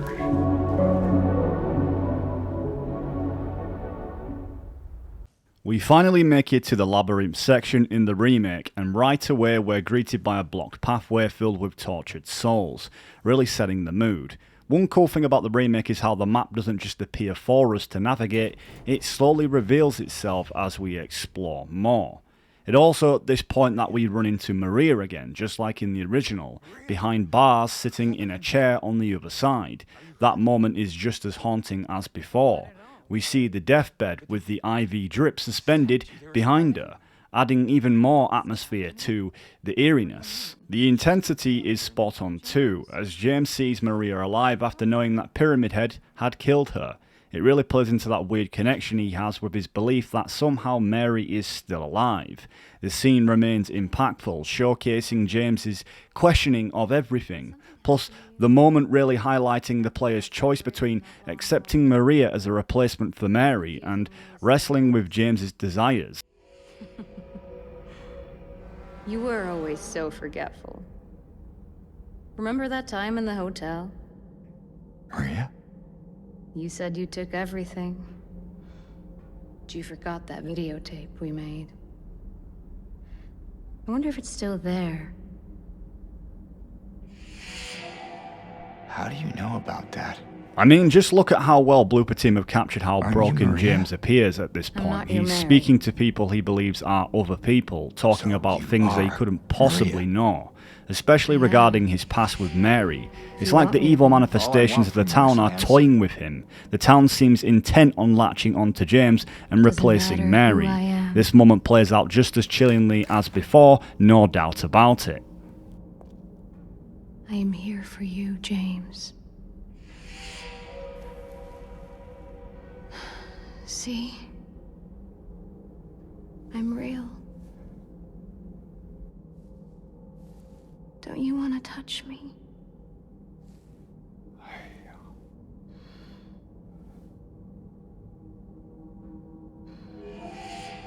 I don't know. Well, if you happen to make up your mind,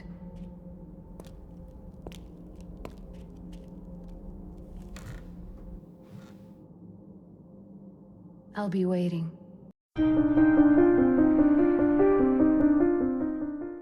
Interestingly, once the cutscene ends, going back into the room usually prompts Maria to get up from the chair and sit on the bed, but in the remake she hums her own theme tune from the brilliant soundtrack instead.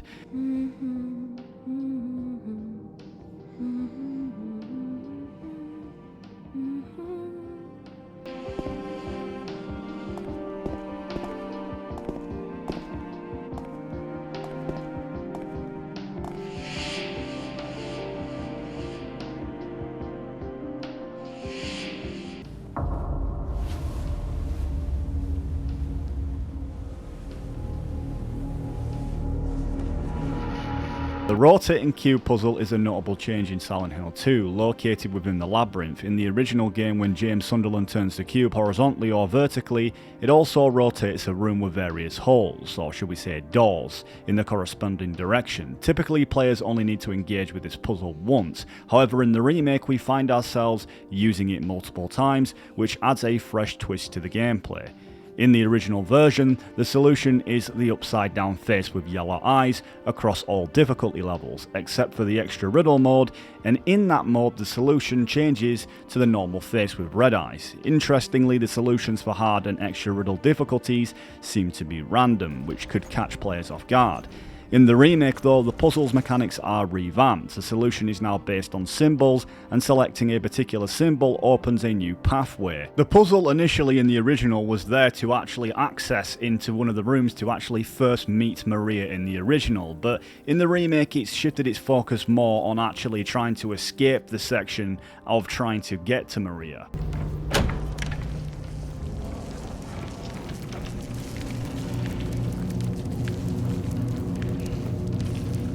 As we delve deeper into the labyrinth, we access a spacious layout, featuring a large sheet obscuring a fridge that's mysteriously ascended from the floor. Here the map opens up, revealing various pathways that the player must navigate to bring the fridge down.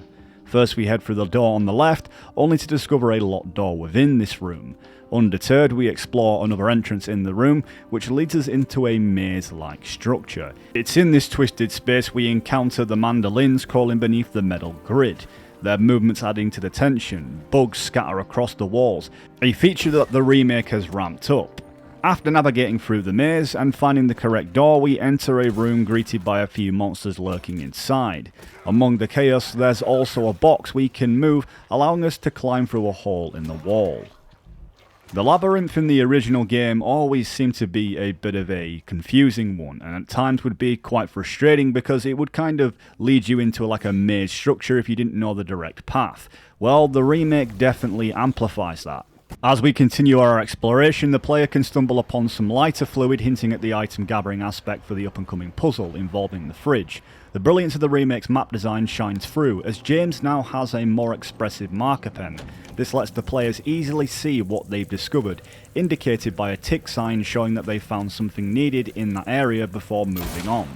Heading back into the main room, we make our way straight to the door ahead, and just like before, mannequins crawl across the grating and mandolins, and we must make the right route to navigate through. Upon successfully doing so, we find the correct room, prompting us to sidewind through a narrow wall space to grab the next component, a lighter wick stuck in a horrid wall that's seeping goo. In the same area we discover another path that leads us into the main office. The catch, there's a bubblehead nurse lurking inside, and thankfully the stealth feature works brilliantly here. If you move quietly and turn your light off, you can actually take down some of the hardest monsters in an instant. In that room, players can then find an iron key, which nods to the locked door on the right hand side of the main room. The labyrinth in the remake feels significantly more confusing, thanks to the multitude of connecting routes that intertwine the various rooms. It's a smart map design that keeps players on their toes, with shortcut doors allowing for quick access to important areas or the option to backtrack. It really enhances the navigation experience. In that locked room, we find a bathtub now. It's full of hot water, so it's prompting us to head to a nearby path where we can turn a wheel that bursts the pipes.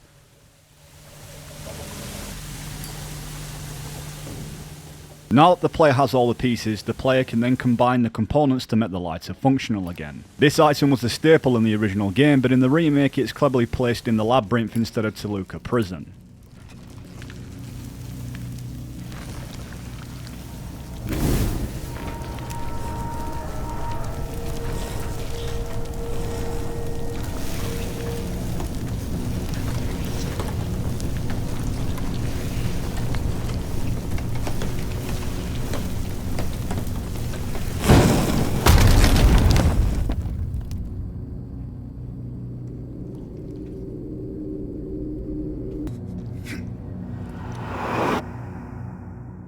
In the remake, Free the Innocent Man is encountered in the rotten area. Head into the room with a suspended cage, check your map, go through the left door, then make an immediate right to break through a destructible wall. Inside you'll find a square room with a noose and a rope, providing a haunting glimpse of the past.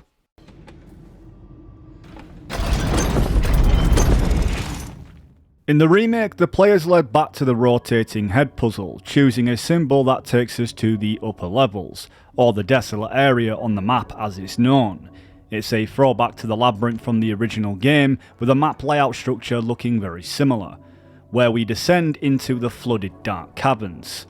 In this area, navigating the right ladders and pathways is crucial, and after climbing one, the player will come across a handcuffed valve door, where we first met Maria in the original game. Descending further, we wind through the tunnels to find a small key to unlock it. Opening the door reveals a hole in the wall, where the players would spot the wire cutters needed to progress, just like in the original, which would lead us to the abstract daddy boss battle and meeting Angela. At some point, players will reach that iconic spot where Pyramid Head appears with the mandarins. Then we enter a room with Pyramid Head's blade, but in the remake, it's no longer there. But there is a breakable wall on the side, and after breaking through, we actually see Pyramid Head staring at us from behind the bars. Haunting, but with a false sense of safety. Finally, climbing the ladder gets us to the wire cutters with a new eerie twist on a familiar encounter.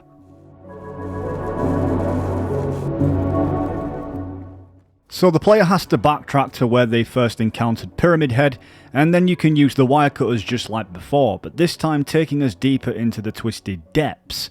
A jump down leads us into the box head puzzle room where we set the final symbol. This unlocks a stairway leading to a metal encased path, then an extra layer of the nightmarish labyrinth extends further. The remake keeps things fresh as always by adding a familiar looking rooms that throw us off as we explore, with red doors that won't budge until we've cleared out all the monsters in each area.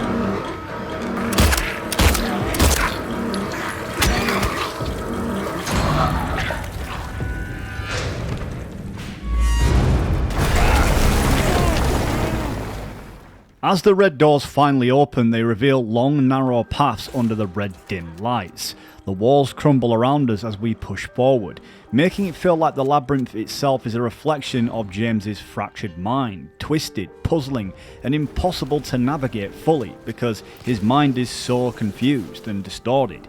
Each crack in the walls feels like a step closer to confronting his own inner turmoil. The remake really nails this, taking the essence of such an iconic area and bringing it back with a fresh intensity that does justice to the original game.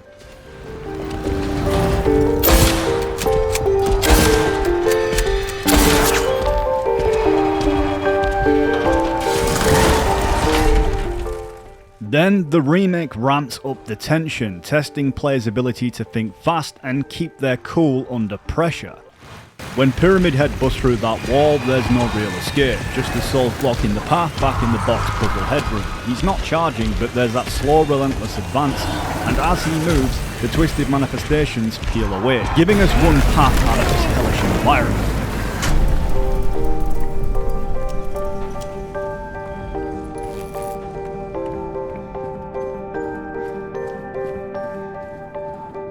Then there's that white door with the number 208 on it. Some fans think that's probably the room where Mary was committed. It's like this reminder of everything's twisted up in James's mind. His guilt, his resentment, those conflicted feelings about his ailing wife, and of course, the weight of what he did to her. The labyrinth itself feels like a shared space between his torment and the town's dark pull.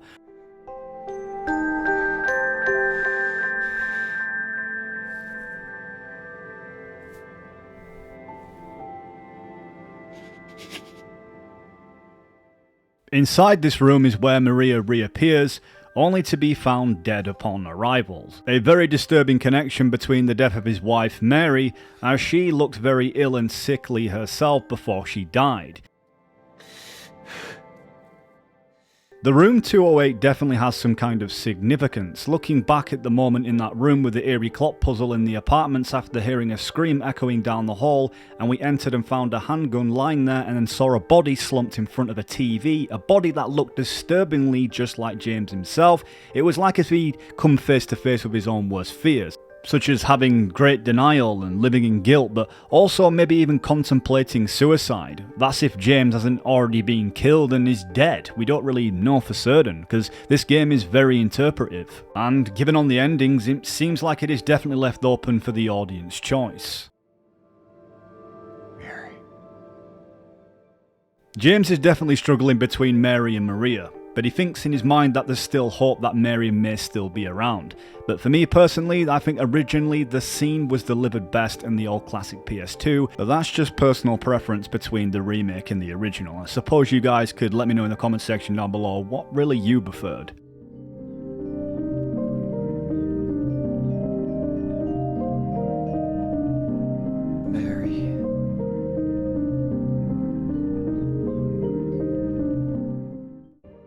Then comes our final escape from the labyrinth. The big blade we can take as a weapon in the original serves as a different purpose in the remake. It becomes a beacon to repel the haunting manifestations blocking the main path.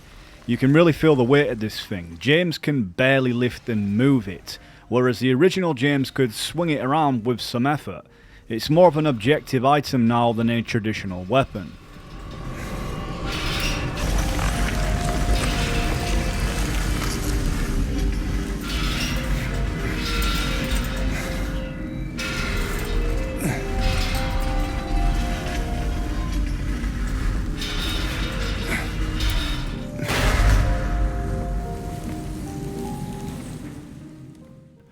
Once we make it out, we enter the graveyard, which is just as nightmarish as before.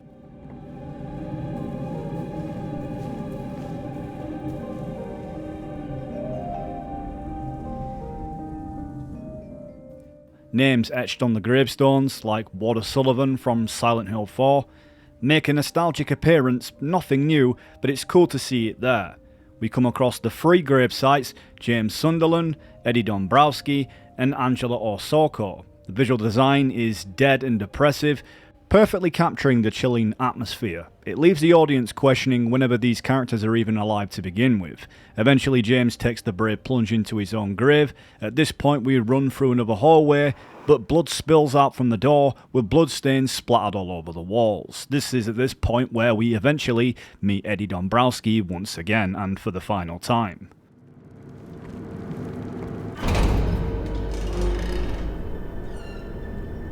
Couldn't leave well enough alone, huh? Eddie's character design is well moulded, and he appears just as unhinged as before. His manifestations and insecurities are clearly getting the better of him. The dialogue plays out roughly the same as in the original, but of course the delivery is different due to the voice acting. The new voice actor does a good job in the remake, emphasising that Eddie has clearly lost it here. Eddie, what are you doing? What's it look like I'm doing?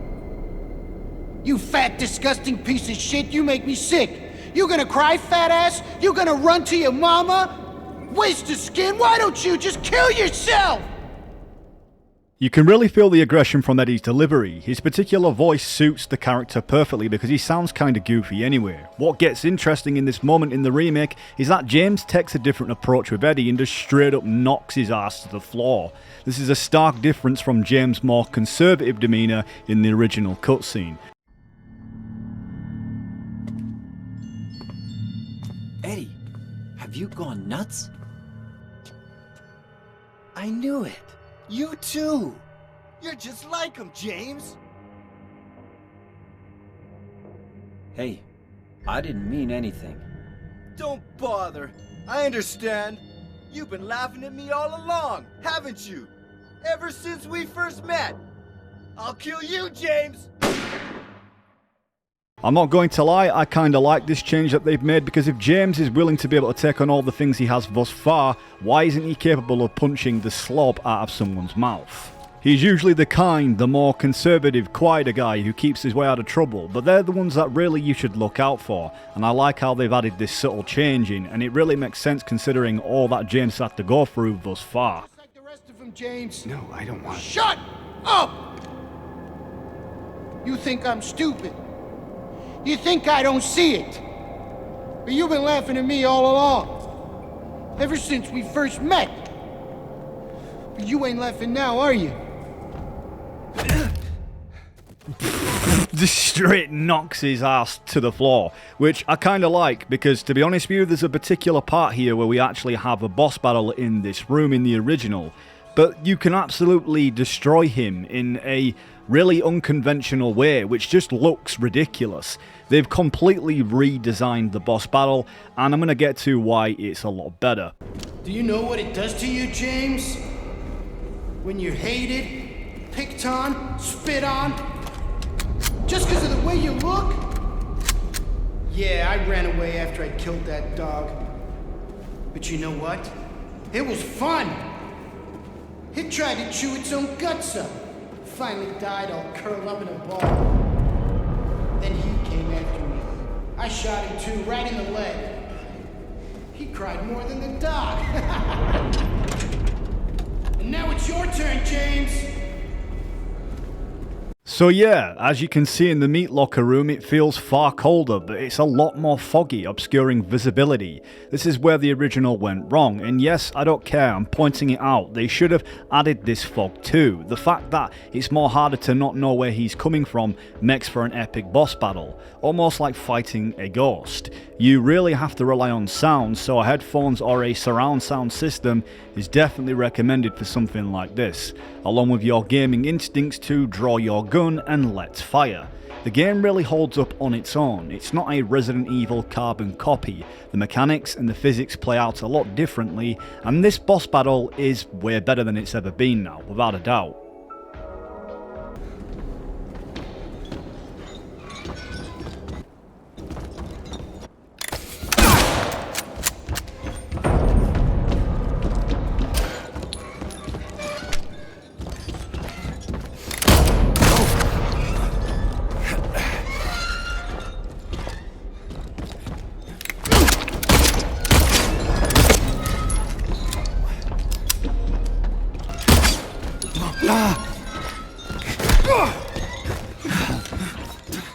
Not only is it hard to see sometimes, but Eddie will come out of nowhere and try to rush you with his fists. This is where the dodging mechanics work great. I literally barged right into him with my shoulder in the gut, taking the wind clean out of him, but he was running off on all that sugar and adrenaline and managed to get away. Oh, and there's like different stages to the fight. At some point Eddie will shoot the gas pipes, making visibility even more obscured. It's crazy. Cry like a little girl. And then you'll just curl up and die. And it's gonna feel great. Just like before. So it's a lot harder to see, but sticking close to the meat carcass is a good option to quickly dodge to the other side in case he shoots you. I was really impressed by how multi-layered this battle felt. It was a nice change from just completely wrecking him like the original.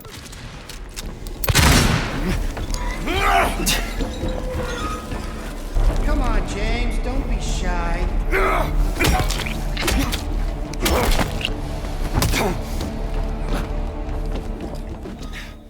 Eddie even throws some headbutts your way, and there's no doubt his anger and frustration seem very real at this point. It feels like we're in a fight where you might get a spike of adrenaline yourself coming to blows.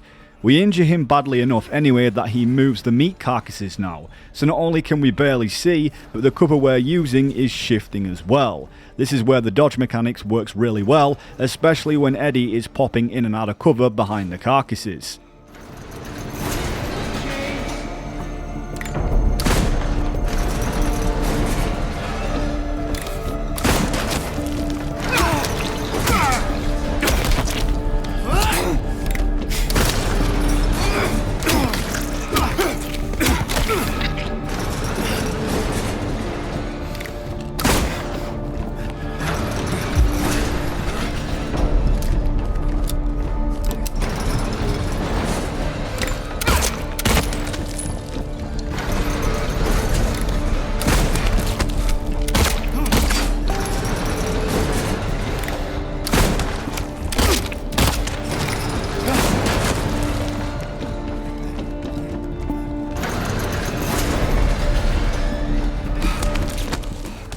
Chasing him down here is a great option because we can kind of see a bit better now, and you can kind of tell the pressure is starting to get to him. He's losing stamina, so we are going for the kill. You've got to love the physics of this game. The way the metal pole tears apart the carcasses and the blood effects during combat are really detailed.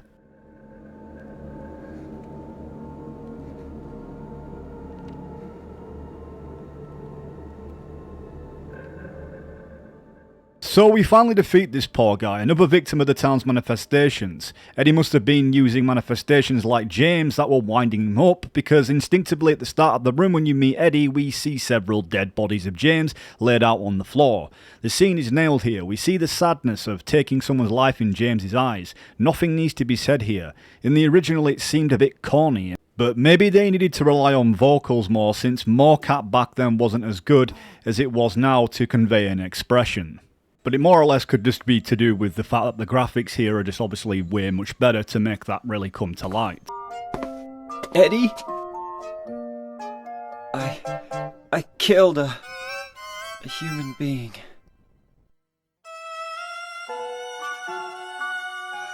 human be?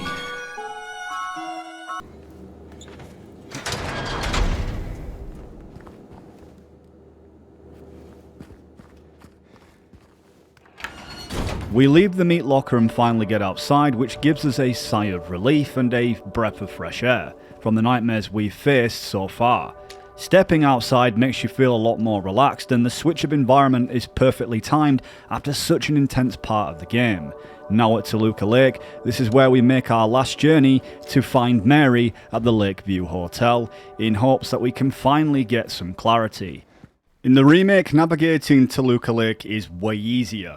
We see this shining light in the distance, acting as a clear waypoint to guide us towards Lakeview Hotel. In the original though, it was a lot more challenging, you just rowing through thick fog with no glowing light at first, until you eventually spot the guiding light far out into the distance.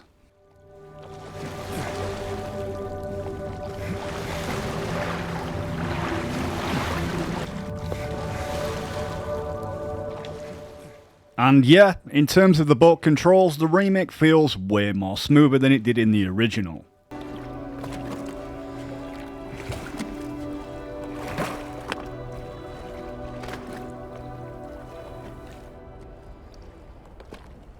The docking yard in the remake is way more expansive too. It feels just like an actual place where people would go to row out onto the lake or do some fishing. Just a lot more open, which adds to the realism. Plus, we even find a garden map outside of Lakeview Hotel, this time around. The main puzzle requires us to explore outside the hotel too, rather than just with inside, which adds an interesting twist. Once we finally reach Lakeview Hotel, we get to see it in all its haunting glory. James even mutters that he can't believe it's been 3 years, but honestly, as a fan, it's mind-blowing that it's been exactly 23 years since the original came out. This place hasn't changed at all in 3 years. The place is far more expansive this time around, but they've kept those classic water fountains, and the smallest details still make all the difference. One of the fish fountains is a actually gated off locked puzzle now with chains, which adds to the mystery. This area also holds some interesting clues that point towards the different endings. You can even find a rotten apple here, which becomes crucial later on in the main puzzle, but we'll get to that soon. At the entrance, the hotel has these subtle signs welcoming us back, almost as if Blooper Team and Konami are giving a low-key nod to long-time fans. On arrival, the atmosphere isn't as intensely dark or as brooding as in the previous areas, just foggy and eerie. A room. Mary. It's also where we pick up our first map, which shows us the layout for all the floors, including the all-important third floor with room 312, where James and Mary once stayed. When comparing the remake's layout to the original, you'll notice the rooms are still here, but some are placed in unfamiliar spots, or you'll need to take a different route to access them. It keeps the nostalgic feel while offering something new for fans to explore. The information room is still here, just like in the original, where we collect the room key 312. In the remake, though, we also pick up an extra key for the music box puzzle, adding a new layer to the exploration. There's also a note that mentions the videotape we're after has been secured in the employee room safe, which adds a little mystery to the search and switches things up. Next, we head to the restaurant where we run into Laura again, and the structure and the layout is a bit different. The piano is no longer on the right and is on the left this time. It's also where we run into Laura, and again, it's in this moment that James has a revelation that Mary couldn't have died 3 years ago. Yeah, you did. I guess I deserved it, huh? The fart face that I am. Maybe. Then again, maybe you're not so bad. Just annoying. Uh-huh. So, you got any other things planned? I think I saw a dark room back there you could lock me up in. No. I think you've had enough. For now. The dialogue here definitely has its differences, but doesn't stray too far from where it counts. Honestly, I got a laugh out of James being called a fart face and him being locked in yet another room as he suggests. It's a little bit more of a dark piece of humour that lands surprisingly well in such a bleak, depressing story. it actually lifted my mood for a moment. Spending so much time in Silent Hill can drain you emotionally, and little moments like this keep that experience balanced, especially whilst making this video and having to spend so much time on the game. And the graphics in this remake, they're beyond impressive. James looks genuinely worn out, with visible bags under his eyes and a weight of stress on his face that really pulls you into his struggle. The structure of the cutscene is handled so well too. Instead of just hearing about Mary's letter through Laura and having to read it, we get to experience James reading it as if Mary's voice echoes in, reading it out loud to us. I'm leaving this letter with Rachel to give to you after I'm gone. I'm far away now, in a quiet, beautiful place. Please forgive me for not saying goodbye before I left. Be well, Laura. Don't be too hard on the sisters. And Laura, about James. I know you hate him because you think he isn't nice to me, but please, give him a chance. It's true, he can be a little surly sometimes, and he doesn't laugh much. But underneath, he's a really sweet person. I love you, Laura. I love you like my very own daughter. I wish things were different. I wish we could be happy together, like we talked about. Even so, I know you will have a good life. You're a strong, smart, beautiful girl. Happy 8th birthday, Laura. Your friend, Mary. Reading Mary's letter here is a true moment of shock, even if you already know what's coming. The revelation that Mary couldn't have died 3 years ago still hits like it should, especially when James asks Laura about her age, and she nonchalantly says she turned 8 last week. That one line is chilling, pulling everything together as James realises he's been lying to himself. Laura, just like in the original, talks about having a letter for him from Mary, probably written because James had become distant and withdrawn and they didn't spend much time together. She took the letters from a nurse, Rachel, who Mary must have entrusted with her last words for both of them. There's a lot of debate among the fans whether Mary's letter was even real, or at least the initial letter that James gets before he arrives to Silent Hill, or even the town itself that's drawn James to confront his guilt and atone for his sins, while Laura was also somehow pulled into the town's grass to play her part, but in a less malevolent way because she hasn't really got any traumas, so she doesn't see any dark manifestations. In the remake, they changed the scene just slightly. Laura holds and hands James an envelope, but the letter's already gone. In the original, Laura fumbles through her pockets, realising it's missing, and goes running off to find it. It's a small change, but it doesn't lose any impact, adding another layer to the uncertainty around the letter's existence in Silent Hill's reality. But then I thought, Mary wouldn't want me to keep it from you, so I just sort of kept it for you. Here.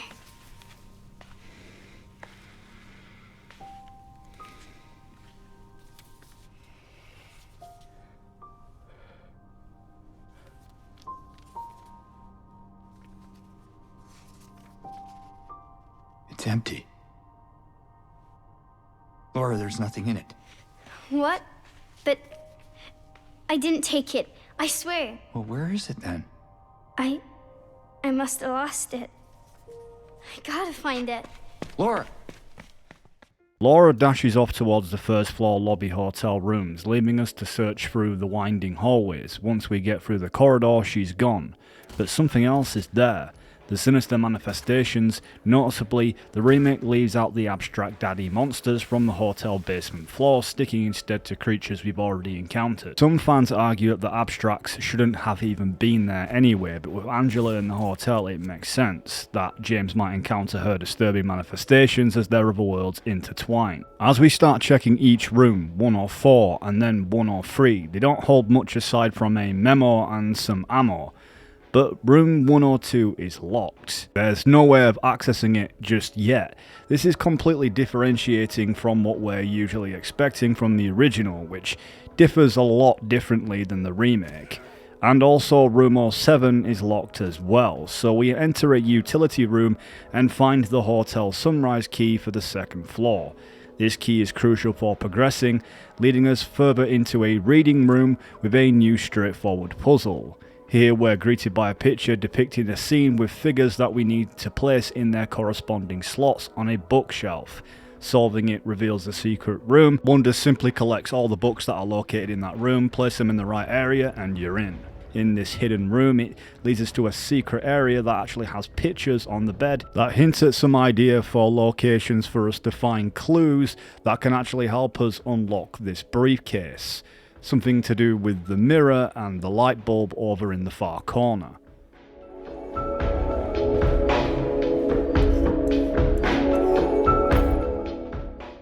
Entering the cloakroom, vaulting our way in, but in the remake we do not unlock any briefcase here, like in the original where we would use the fish key from the lakeside restaurant where we met Laura and use it to the briefcase to get the key to room 204.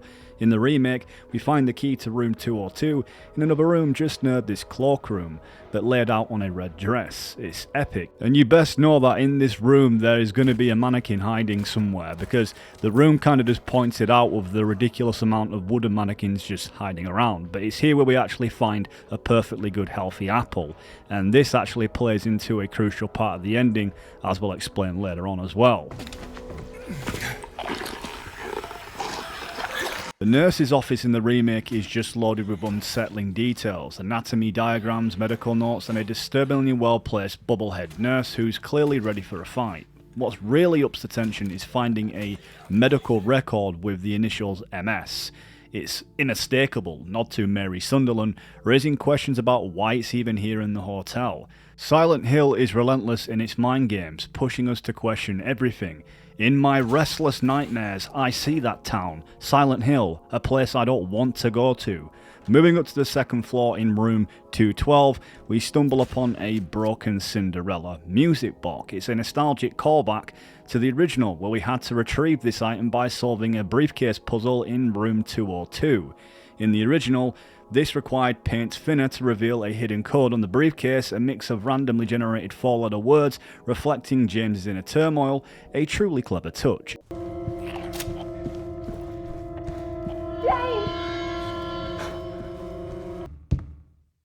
James!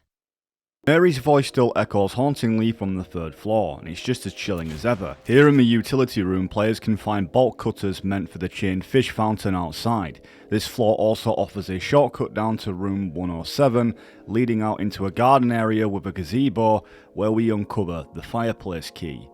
With the fireplace key in hand, players have a choice, either continue upwards or tackle the bolted gate first. Using the bolt cutters, players can now access where the light bulb is. But in the original, this was located in a can on the basement level of Lakeview Hotel's kitchen. It was used to illuminate the Venus Tears bar, revealing a previously inaccessible door. Entering room 202 brings us to a mirror puzzle, where players must rearrange glass shards in a specific order. Inside this room there's another room behind it where you can find a mirror shard. From there, players can then start putting the pieces together, bit by bit, by moving and rotating them around, and eventually putting them into the correct position. Once the player has done that, the mirror gives off a weird sort of spiritual reflection from the room actually right next to it. It's here where players collect the mermaid figure. Instead of actually collecting music boxes, now we actually collect figurines. With that comes an intriguing choice with the apple selection. Picking a ripe one leans towards Maria's ending, while opting for the rotten apple influences the leave and water endings.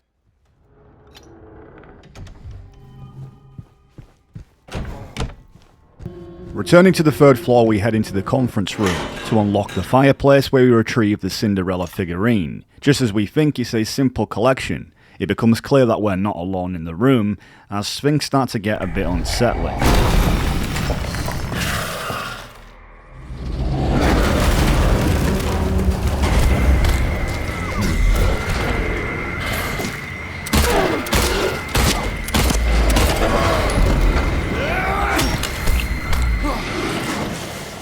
Suddenly, a mandarin traps us inside the conference room. With limited ammo, thinking fast is key here. We find a bookshelf concealing a smashable wall, and behind it is a quick escape if we're fast enough. Breaking through, we climb around a hotel balcony that leads us into a room smeared with what could be blood or just old dark paint. Here we find the red paint needed for the briefcase puzzle. With that in mind, heading back down to the lower levels, we enter room 217.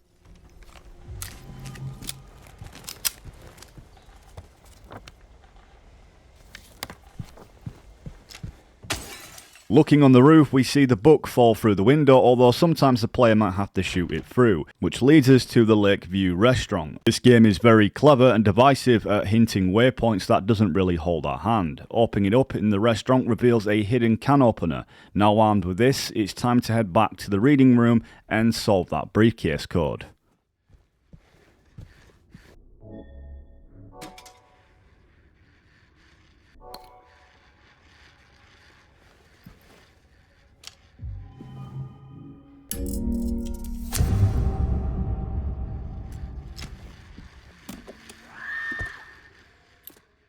Once we get the code from the red light bulb, we gain access to the elevator room. The haunting scream echoes, leaving us wondering what's lurking nearby. The elevator room itself plays out similarly to the original, but with one big quality of life improvement. The remake simplifies how we store our items before descending down. Unlike the original where the item management was a bit clunky, now it's a straightforward process, making the whole thing quicker.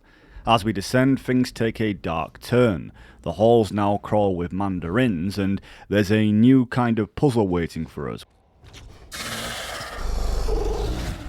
We have to collect 3 different coloured cubes, each essential to giving us the code needed to unlock the break room safe. The section is quite straightforward enough. One just navigates around the entire employee section of the map until they've gathered most of all of the cubes, which are actually quite easy to get. You know, you just keep going around in somewhat of a bit of a circle, and if you're quiet enough, you can usually avoid the mandarins. Heading back inside the gem box in the manager's office will give you the code to unlock the break room safe. Inside we find both the videotape and the basement key.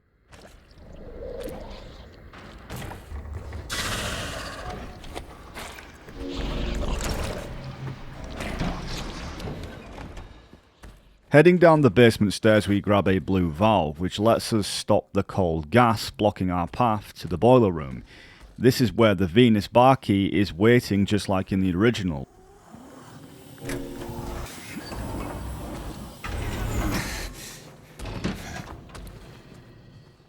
This is where the Venus bar key is waiting, just like in the original, but we'll need to reuse the valve against once more to clear the way to the bar.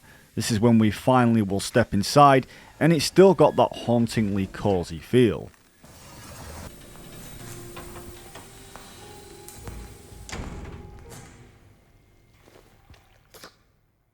In the bar, the player finds the mermaid figurine, whereas in the original they'd find it in a pantry. This is another piece of the music box puzzle. One neat touch here is that faint water trail on the floor, almost like a silent guide leading us back to the elevator room to grab our belongings. It's these subtle details in the remake that reminds us how much love has been poured into the remake, and keeping Silent Hill's unsettling charm alive whilst modernising the experience.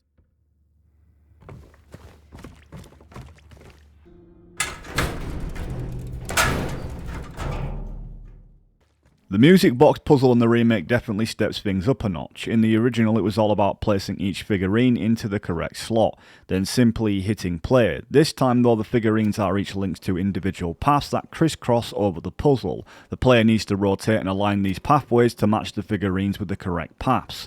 This will unlock the next part. If you know your fairy tales, you'll probably catch on to what each indentation suggests, but it's still not a freebie. Each riddle hints at how many times you'll need to twist the key to solve the puzzle, adding that extra layer of challenge.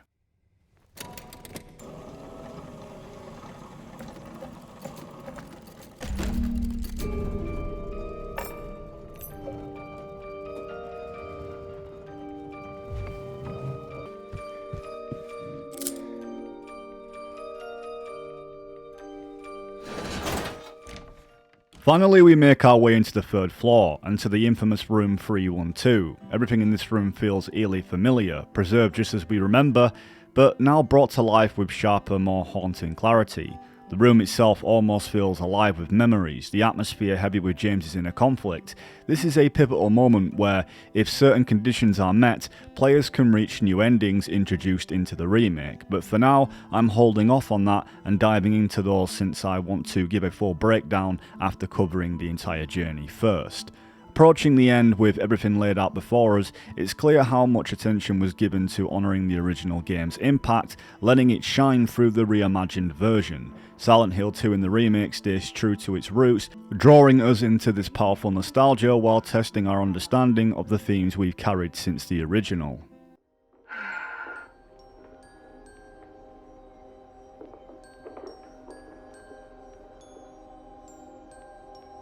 I don't know why, but I just love it here.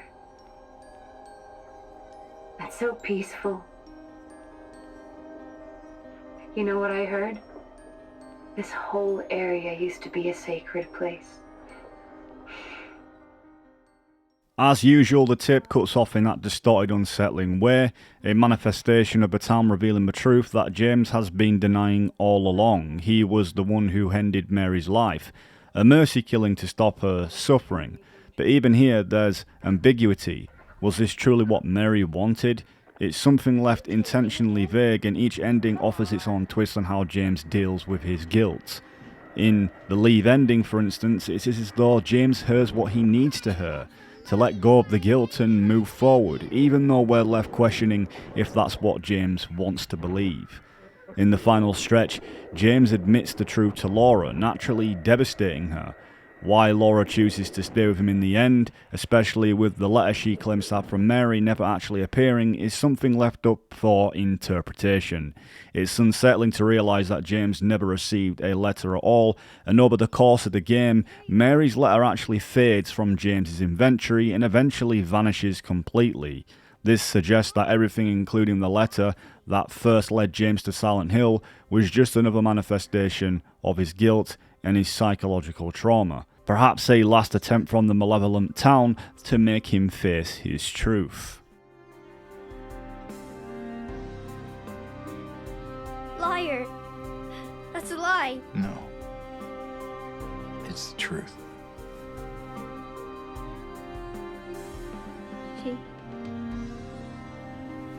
She died because she was sick.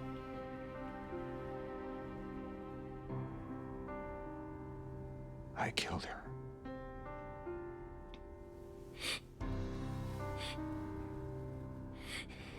Killer? Why'd you do it? I hate you. I want her back. Give her back to me. I knew it. You didn't care about her. I hate you, James. I hate you. I hate you. I hate you. This scene still hits hard with full impact, the chilling soundtrack swelling in the background, making the final reveal feel monumental as the truth is laid bare. Seeing it again in this beautifully updated format proves Silent Hill 2's story and atmosphere holds up even after all these years. Honestly, I don't care what anyone says, this remake stands right up there alongside Resident Evil 4 in terms of how a remake should be done. It sounds rich coming from me because I had no faith in this game whatsoever. But just like RE4, it manages to capture everything familiar while tweaking key elements to feel fresh. It's not only a rewarding experience for long-time fans, but it also introduces the area lore of Silent Hill to a whole new generation, and you've got to respect that. James!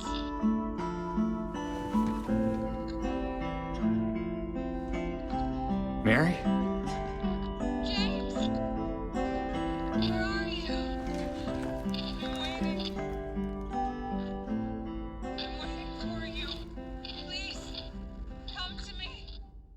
Now as we attempt to leave Lakeview Hotel, it transforms into the shadowy chaos of the otherworld. The entire place feels like it's crumbling around us, pathways are twisted and mangled, leaving us hunting for any possible escape route. That relentless haunting soundtrack only intensifies as the feeling of being trapped in a nightmare. We push through the cracks in the walls and crawl under holes and spot ominous phrases like "there is no healing of thy bruise" and "thy wound is grievous." Each one is a reflection of James' buried guilt and grief. It's like a self-reflection manifesting in front of him. We end up breaking through a weak wooded floorboard using a junk-filled cart, descending yet another unstable level of the hotel, because the hotel structure feels like it's moments away from collapse, capturing the visceral sense of dread. Along the way we encounter a fleeting moment of James's past, a vision altered in the remake. The original had a memorable eerie scene of a floating hospital bed with James speaking to a doctor about Mary's terminal illness. In the remake we got a subtler nod to this moment paired with an unsettling recording that echoes from Silent Hill's PT, that same haunting radio voice sending shivers down your spine. It's a different approach, but it manages to deliver the same deeply haunting atmosphere. She will not be cured. All that suffering. I am no longer sure if it was of any use. If it meant anything at all. I can't say if this newfound understanding, if there's any wisdom to be had in all that happened. I suppose that's for you to learn. And I hope you will.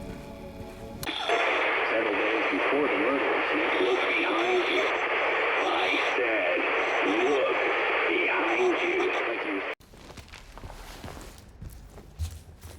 After taking the elevator down to the basement, we're plunged into a completely flooded area, forcing us to navigate through the bar, kitchen and pantry once more. But this time it's different. We arrive at the chilling infamous scene with Angela, and two grotesque fleshy figures appear, taunting her, a twisted manifestation of her trauma that she has carried. In this moment we witness Angela's personal nightmare unfold, with flames surrounding her as she stands amidst the fiery walls. This burning image represents her despair and guilt. Angela haunted by the fire that she could potentially have set off on her own home, potentially taking out her entire family with it, not just her father. The theory here has always been that in Silent Hill, the otherworld reveals what you bring with you. James, with his burden of guilt, is met with fog, monsters and an executioner. Eddie's visions twist around with gluttony and arrogance, and Angela's is nothing but fire, a relentless, inescapable hellscape. Angela is emotionally unravelling and clearly struggling in her end, suffering. She even asks James to hand over her knife, a heartbreaking plea that James denies. This moment is heavy and raw. Angela in her pain implies that James might want to hold on to the knife for himself, perhaps suggesting that she senses his guilt. Though we can feel her pain at being denied any reprieve from her agony, unlike in the original, there's no implication here that James would, well, as he says, would never kill himself. Care for me? James. Give me back that knife. No. I won't. Saving it for yourself? Me? No. I'd never kill myself. James.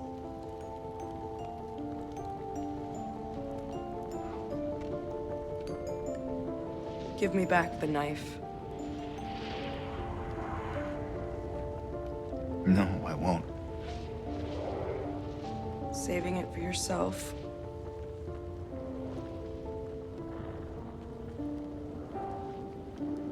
Have it your way. It doesn't change anything. In the remake, this line was removed, fittingly leaving the final resolution of James's fate open-ended and fully up to the player. I guess that's probably why they took that part out. It's profoundly an unsettling moment as Angela disappears up the burning staircase, as we're left with the realisation that she's likely going to end her life.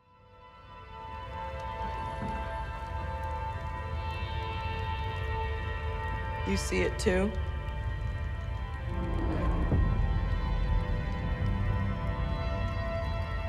For me, it's always like this. It's a scene that's as disturbing and sorrowful as ever, solidifying Silent Hill's status as a masterclass in exploring the depths of human suffering. Unfortunately, Angela wouldn't get the ending that she probably would hope for, and was consumed in the world of abuse and mental illness.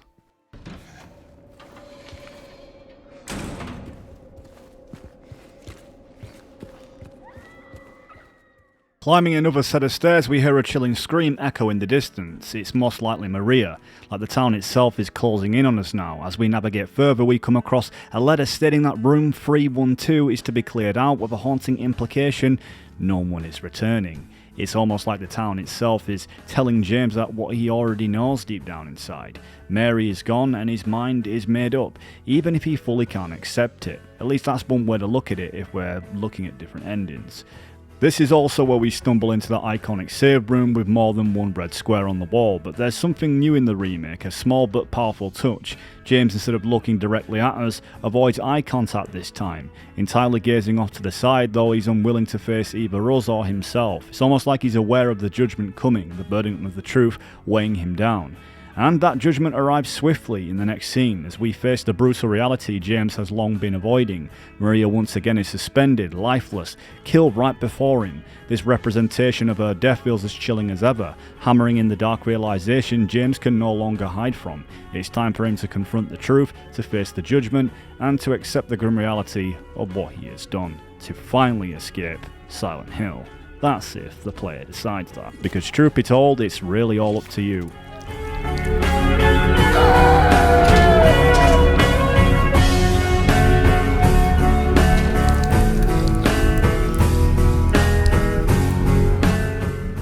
So yeah, there's something timeless about the original delivery from Guy Seehee, his shift to that cold resolve in the face of everything, to the way he stands, and the weight in his words. It's time to end this. Really captures the entire journey. The remake's implied acceptance approach doesn't quite have that same punch, does it? You know, that stoic, almost redesigned strength that was such a powerful moment, making the scene feel like a crescendo of all James has endured. Personally, I preferred the original, but the remake doesn't do a bad job in keeping it more subtle at times. It's all over now. I don't need you anymore.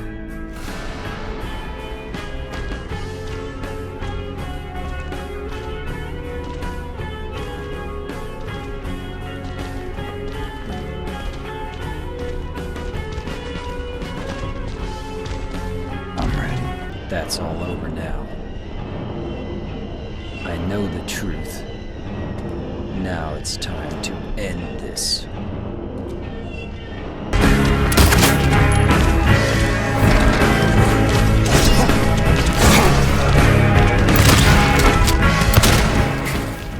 The dual Pyramid Head fight really holds up in intensity, just as it did in the original, but with some impressive refinements. The tighter mechanics and smoother movement mean there's less margin for error. I mean, there always was in the original. It was a lot harder because of the tank controls.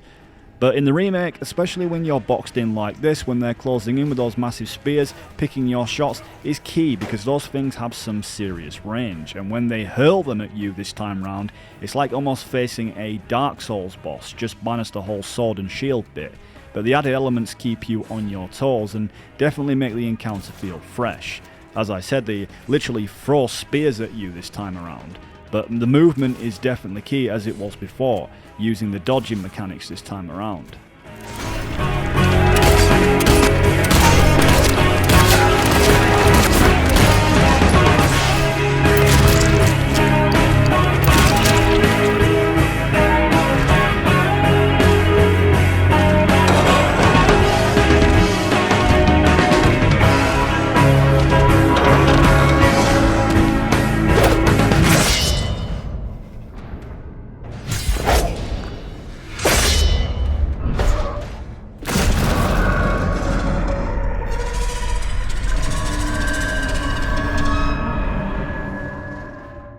So after dealing with both Pyramid Heads, it's like James is finally allowed to move forward. We still pick up those iconic Rusty and Scarlet eggs, each hinting at different paths of the ending could take. The Scarlet egg pulling towards Maria, and the Rusty leaning towards either leave or water endings, and whichever one you decide, it will give you a point based on that. And the hallway scene is as devastating as it has always been. Mary's voice is pleading and raw, like she's pushing James away, but also doesn't want him to leave. This moment hits even harder now if you pause to hear the voice in the whole conversation. It's one of those details that can nudge you towards a good ending if you stick around. But if you're chasing after Maria and you want that ending, you can just ignore Mary letting that door shut on everything that she once meant to James. Tell me it'll be okay. Tell me I'm not gonna die.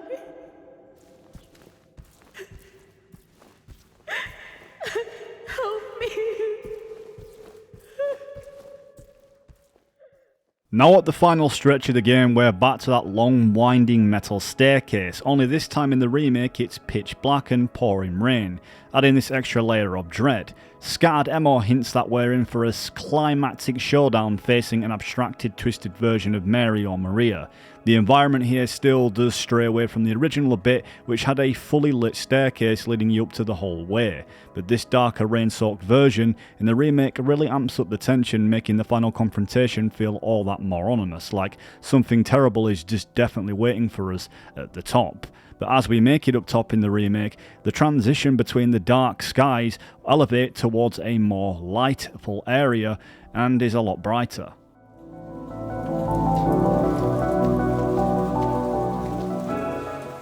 Mary?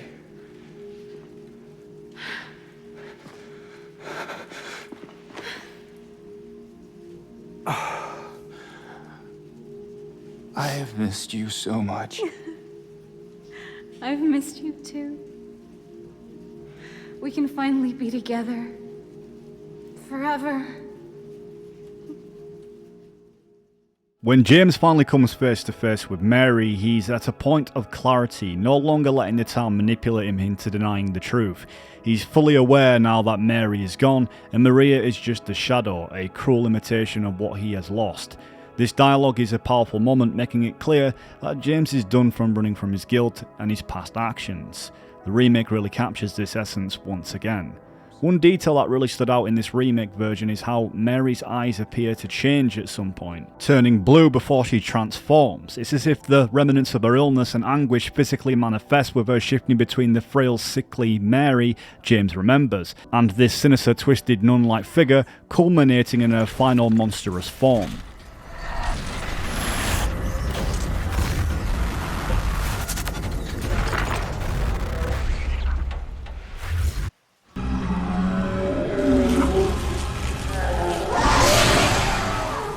Both games have their horrific appeal, but there's no denying the originality of the original game's soundtrack. We know Konami got Akira Yamamoto involved again and redesigned the soundtrack, tweaking it in a different way. Personally, I think it's great, but it's a lot more toned down from its former self.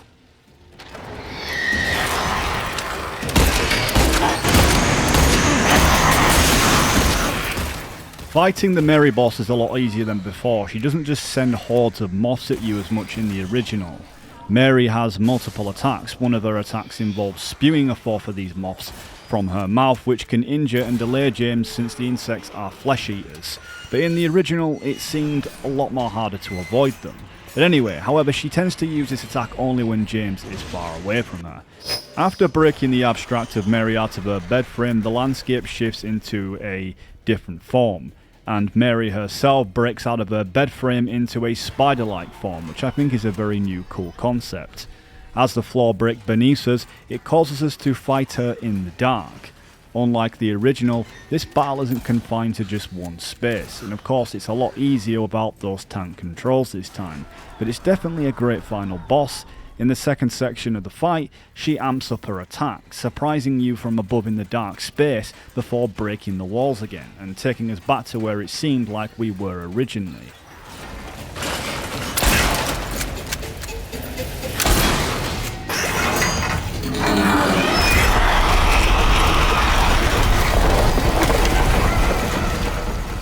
The final part of this battle definitely ramps up in difficulty, aside from her moths, which can be a bit disappointing since they don't really stun you like they did before. It's the lunging attacks and combinations that can be lethal. This is where the challenge of the fight truly escalates, testing us as gamers to overcome tough obstacles. As Mary becomes more aggressive, players need to stay on their toes and adapt to the unpredictable movements, making this final showdown a real test of skill and strategy. And depending on what difficulty you're playing on, it becomes increasingly difficult.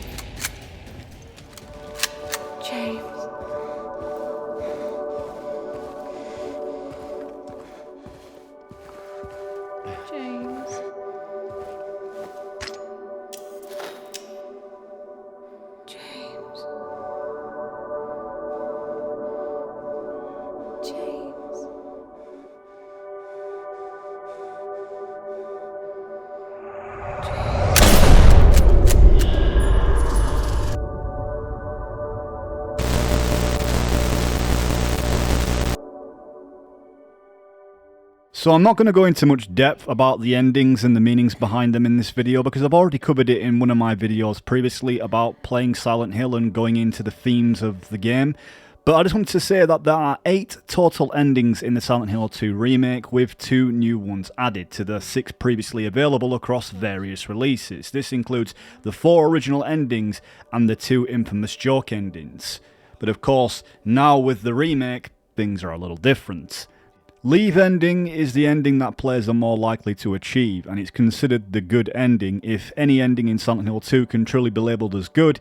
In this conclusion, James comes to terms with his situation and leaves Silent Hill alongside Laura. Just like in the original Silent Hill 2, the 3 main endings in the game appear to be influenced by your behaviour throughout the playthrough.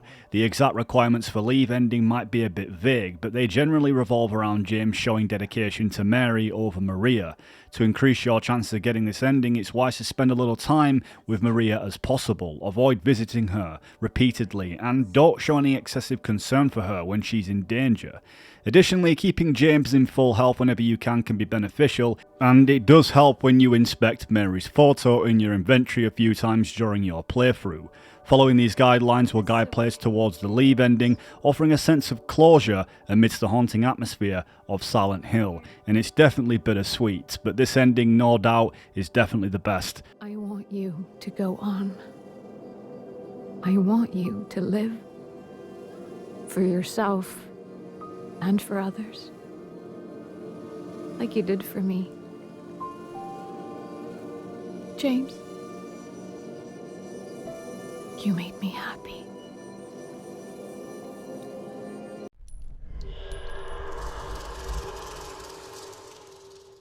If the leave ending centres around James's dedication to Mary, the Maria ending represents the complete opposite. In this conclusion, James leaves Silent Hill with Maria at the game's end. To achieve the Maria ending, the requirements appear to be inverse of those for the leave ending. Players should aim to spend more time with Maria, keeping close to her. James, during their interactions, so resist the urge to sprint off and leave her behind. So it's crucial to prioritise helping Maria if she gets into trouble with monsters and ensure she avoids taking damage, and try listen to her and pay attention to her more in the remake, such as in the Brookhaven hospital section and even outside by the motel.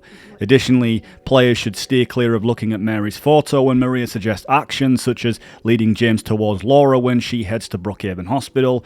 It's best to listen to her instead of wandering off to explore on your own in every single case that you're with Maria.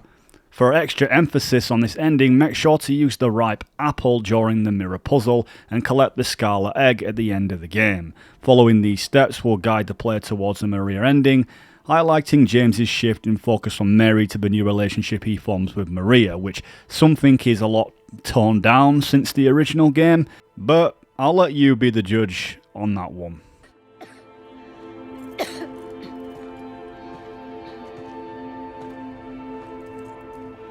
Better do something about that cough. I miss you so much.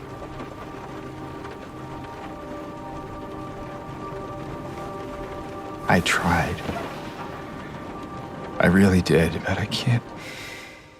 The worst of the 3 main endings in Water depicts James succumbing to his grief and trauma, ultimately choosing death over life. To achieve this ending, the primary strategy is to play James as if he doesn't care about his own well-being. Avoid excessive healing, which means only healing when James is absolutely necessary to heal. Don't heal him immediately after he's hurt or push him back to full health. Instead, wait until he's in dire straits before using any health items. You can gauge James's conditions by observing the blood spots on his jacket. If you find yourself healing with a health drink or 2 off the 3 hits, James will still likely be a bit hurt. But this approach helps you avoid overhealing and using more resources than necessary. Similarly, refrain from using syringes unless death is imminent, as these fully restore James's health. Additionally, inspect the knife in James's inventory from time to time during your playthrough. Interestingly, the Silent Hill 2 remake appears to weigh endings you haven't yet unlocked more heavily than those you have. If you lean into the requirements for both In Water and Maria endings on the same run, you can save near the Lakeview Hotel section. And by rerunning the last 2 boss fights, you're likely to unlock both endings without needing to complete an additional full run.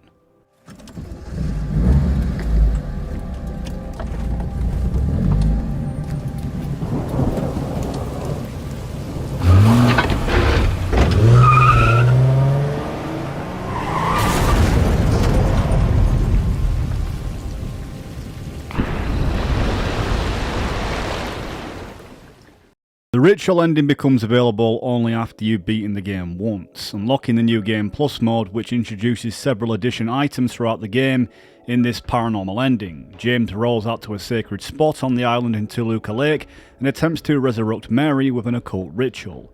As you venture down the path from the observation point at the start of the game, you'll encounter your first clue about the ritual ending on a picnic bench. A note lying on it provides hints about where and when to find each of the 4 items necessary to complete the ritual. The first item, the Crimson Ceremony book, is accessible right at the beginning of the game, in the cemetery where you first meet Angela. After speaking with her, head down to the water's edge and look to the right. You should spot a scraggly, lifeless tree with a tombstone beneath it, and as you approach the tombstone, you'll find the book lying against it. Next, the White Crimson can be found after you locate Maria in Rosewater Park.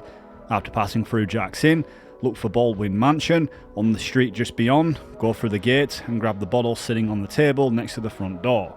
The mansion is located on Munson Street, just south of Rosewater Park, making it one of the first locations you'll encounter after Jack's Inn. Next is the Obsidian Goblet, which is located in the Silent Hill Historical Society. If you've checked out the paintings during your first run, you would have noticed one of those that resembles the black goblet you're seeking. In the new Game Plus, the painting has been moved, revealing a space hidden behind where the goblet is hidden. It's positioned to the left of the painting of the pyramid head in the centre of the room. The last item needed for the ritual ending is the Book of Lost Memories, which is located in the Lakeview Hotel. Specifically, you can find it in the Lost and Found office on one of the shelves. Whether that room is locked, to access the Lost and Found, make your way through the lobby and into the cafe in Toluca.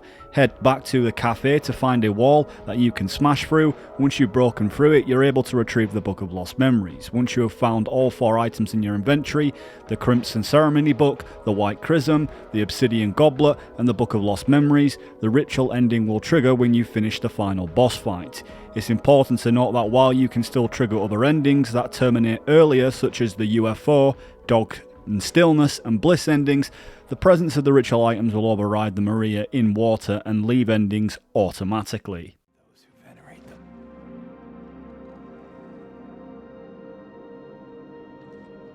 Power to defy even death.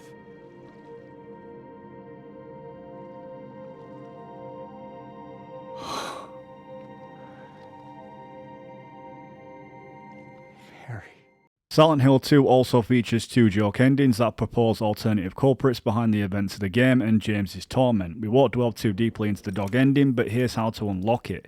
To achieve the ending, you need to start a new Game Plus, run and find a new item, the dog key. Acquiring it requires a thorough exploration of the town of Silent Hill before completing the Brookhaven hospital segment. First, check Big J's pet shop located at the corner of Cat Street and Neely Street. In the back of the room store, you'll find a broken key part inside a pet carrier. After visiting Rosewater Park and meeting Maria, you will gain access to a new area of the streets in Silent Hill. Keep an eye out for a gate marked with a bone in this neighbourhood. Behind the gate, there's a small yard where you'll discover a doghouse. Inside the doghouse, you'll find another broken key piece. Once you have both pieces, combine them to create a complete dog key. Save this key until you reach the Lakeview Hotel, and at the end of the game, after watching James's videotape, use the key to unlock the nearby observation room, and you should have the dog ending.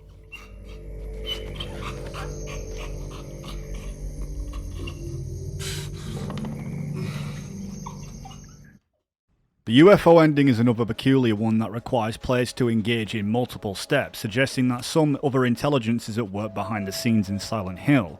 In the new Game Plus, you'll need to locate a specific item and visit several key locations in the game to unlock this ending. The first clues you need to can be found in the groovy music store, where you'll encounter the broken record and the vinyl glue items earlier on, before heading to Woodside Apartments. Check the bench on the right side of the store near the display cases to find a magazine containing several clues. It hints at an alien device located in Silent Hill's storefront, strange occurrences on a rooftop near Toluca Lake, and at the Lakeview Hotel.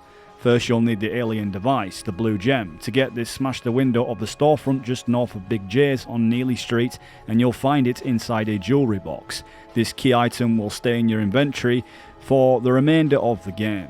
Next, head to the rooftop mentioned in the magazine, the roof of Soul Apartments on Soul Street. You'll need to visit this location anyway to collect the jukebox button for a puzzle at Neely's bar, and as you navigate through the apartment building, the linear path will eventually lead you to the roof, where you should hear some strange, vaguely sci-fi sound effects. And when you do, look for a drawing of a UFO on a nearby vent, inspect the blue gem, and it will glow accompanied by more strange sounds. The second UFO location is at Rosewater Park after you leave the Blue Creek apartments as you approach the telescopes near the water's edge. You should hear the UFO sound again, look for another UFO drawing, and this time on the back of a sign located on the far left of the pier area from where you first enter. While standing near it, go to it in your inventory and inspect the blue gem once more. You'll find the third location after you row across the lake to the Lakeview Hotel. Before heading up the stairs, listen for the UFO sound and ensure you inspect the blue gem in your inventory. The last inspection of the gem must happen in room 312 at the Lakeview Hotel. Make sure to do this before playing the videotape you discover in the basement. If you've inspected the gem at the correct locations, looking at it here will trigger the UFO ending immediately. Interestingly, instead of Harry Mason, the lead protagonist from Silent Hill 1, who would originally abduct James along with an alien, this time it's PS2 James Sunderland, who abducts his own highly graphical 4K counterpart.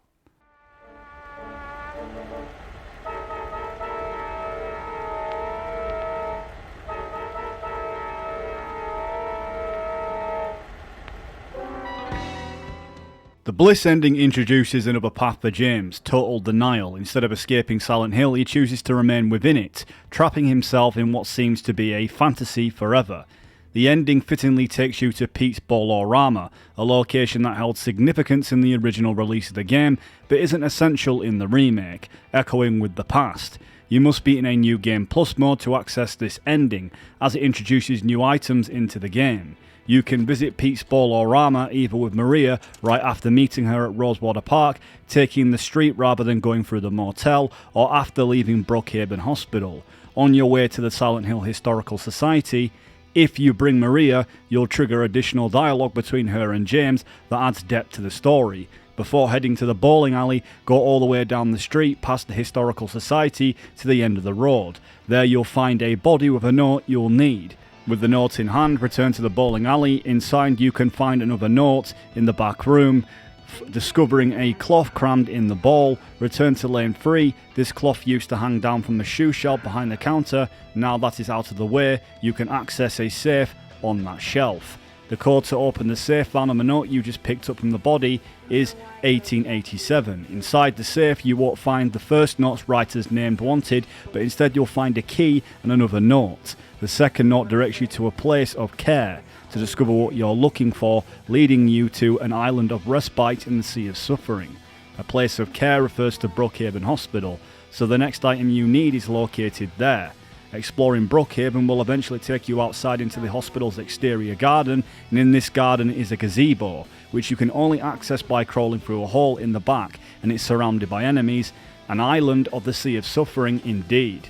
Inside the gazebo is a small wooden box that wasn't present in a normal run of the game. The box is locked, but the key you obtain from Pete's Bolorama will open it, revealing a bottle of substance called White Claudia. This drug has appeared in multiple Silent Hill games and is known to be hallucinogenic. To achieve the ending, carry the White Claudia with you until you reach Lakeview Hotel. Make your way to room 312 where you can play James's videotape, but before inserting the tape into the VCR, go into your inventory and drink the White Claudia, and doing this will trigger the Bliss ending where James appears to be in forever a blissful life with Mary within the tape, trapped in an everlasting hallucinogenic state of false happiness.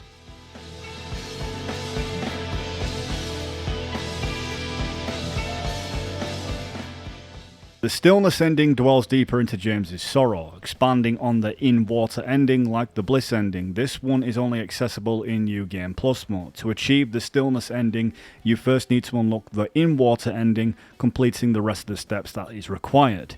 Next, you must obtain the chainsaw early in your New Game Plus run. This melee weapon allows you to break windows and access hidden items inside parked vehicles and other locations before acquiring the piece of wood weapon. Follow the road towards Silent Hill until you reach the order shop, where you'll need to solve your first key puzzle by breaking a window and climbing inside. Continue through the gate, Follow the sidewalk between two fences as you pass under a bridge, and you'll spot a green car. Immediately to your left, break the windows of this car to find a crucial item, the Key of Sorrow.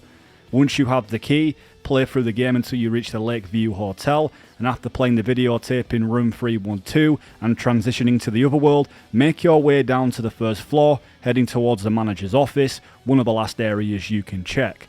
Upon arriving, proceed through until you reach the otherworld's version of the hotel, and inside the manager's office, you'll encounter a safe. To open it, you'll need both the key and a code. Enter 314 to retrieve a postcard from within, and after obtaining the postcard, inspect the Toluca Lake postcard in your inventory to trigger the ending. The Stillness ending serves as an expansion of the original game's in-water ending. This is the game's most traditional bad ending, illustrating how James is entirely consumed by his grief and guilt over Mary's death, ultimately leading him to drive his car into Toluca Lake, drowning himself. The ending begins in a similar fashion. James sits in his car, Ray pounding against the window, staring outside with a vacant expression. He repeats statements of regret and sorrow, implied to be directed at Mary's body, which is suggested to be resting in the back seat. I've always been waiting for you.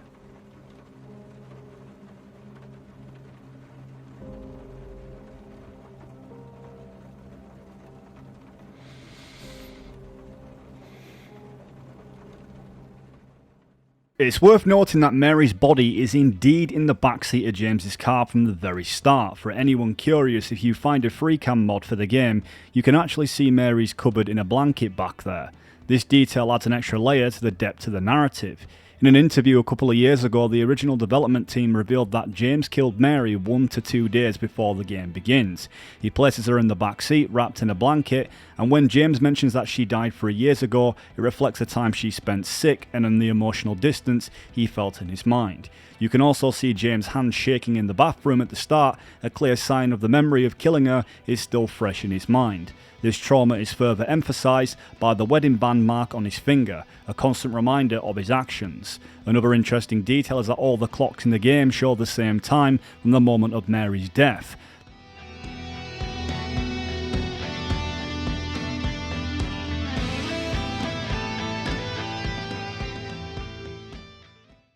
So with all of that being said, so there's no question this classic psychological horror has been a successful rendition among some other truly great remakes out there.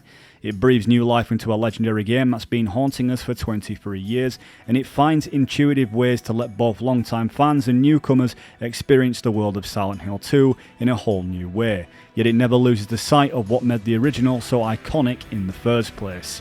It's been a long road getting here, and Xbox users, your waits will be just a little bit longer, but believe me, it's going to be worth it. So a big thank you for watching. I've been away for a while putting this video together, but it's time to get back to some Metal Gear content, because this game gets far too depressing playing it for this long.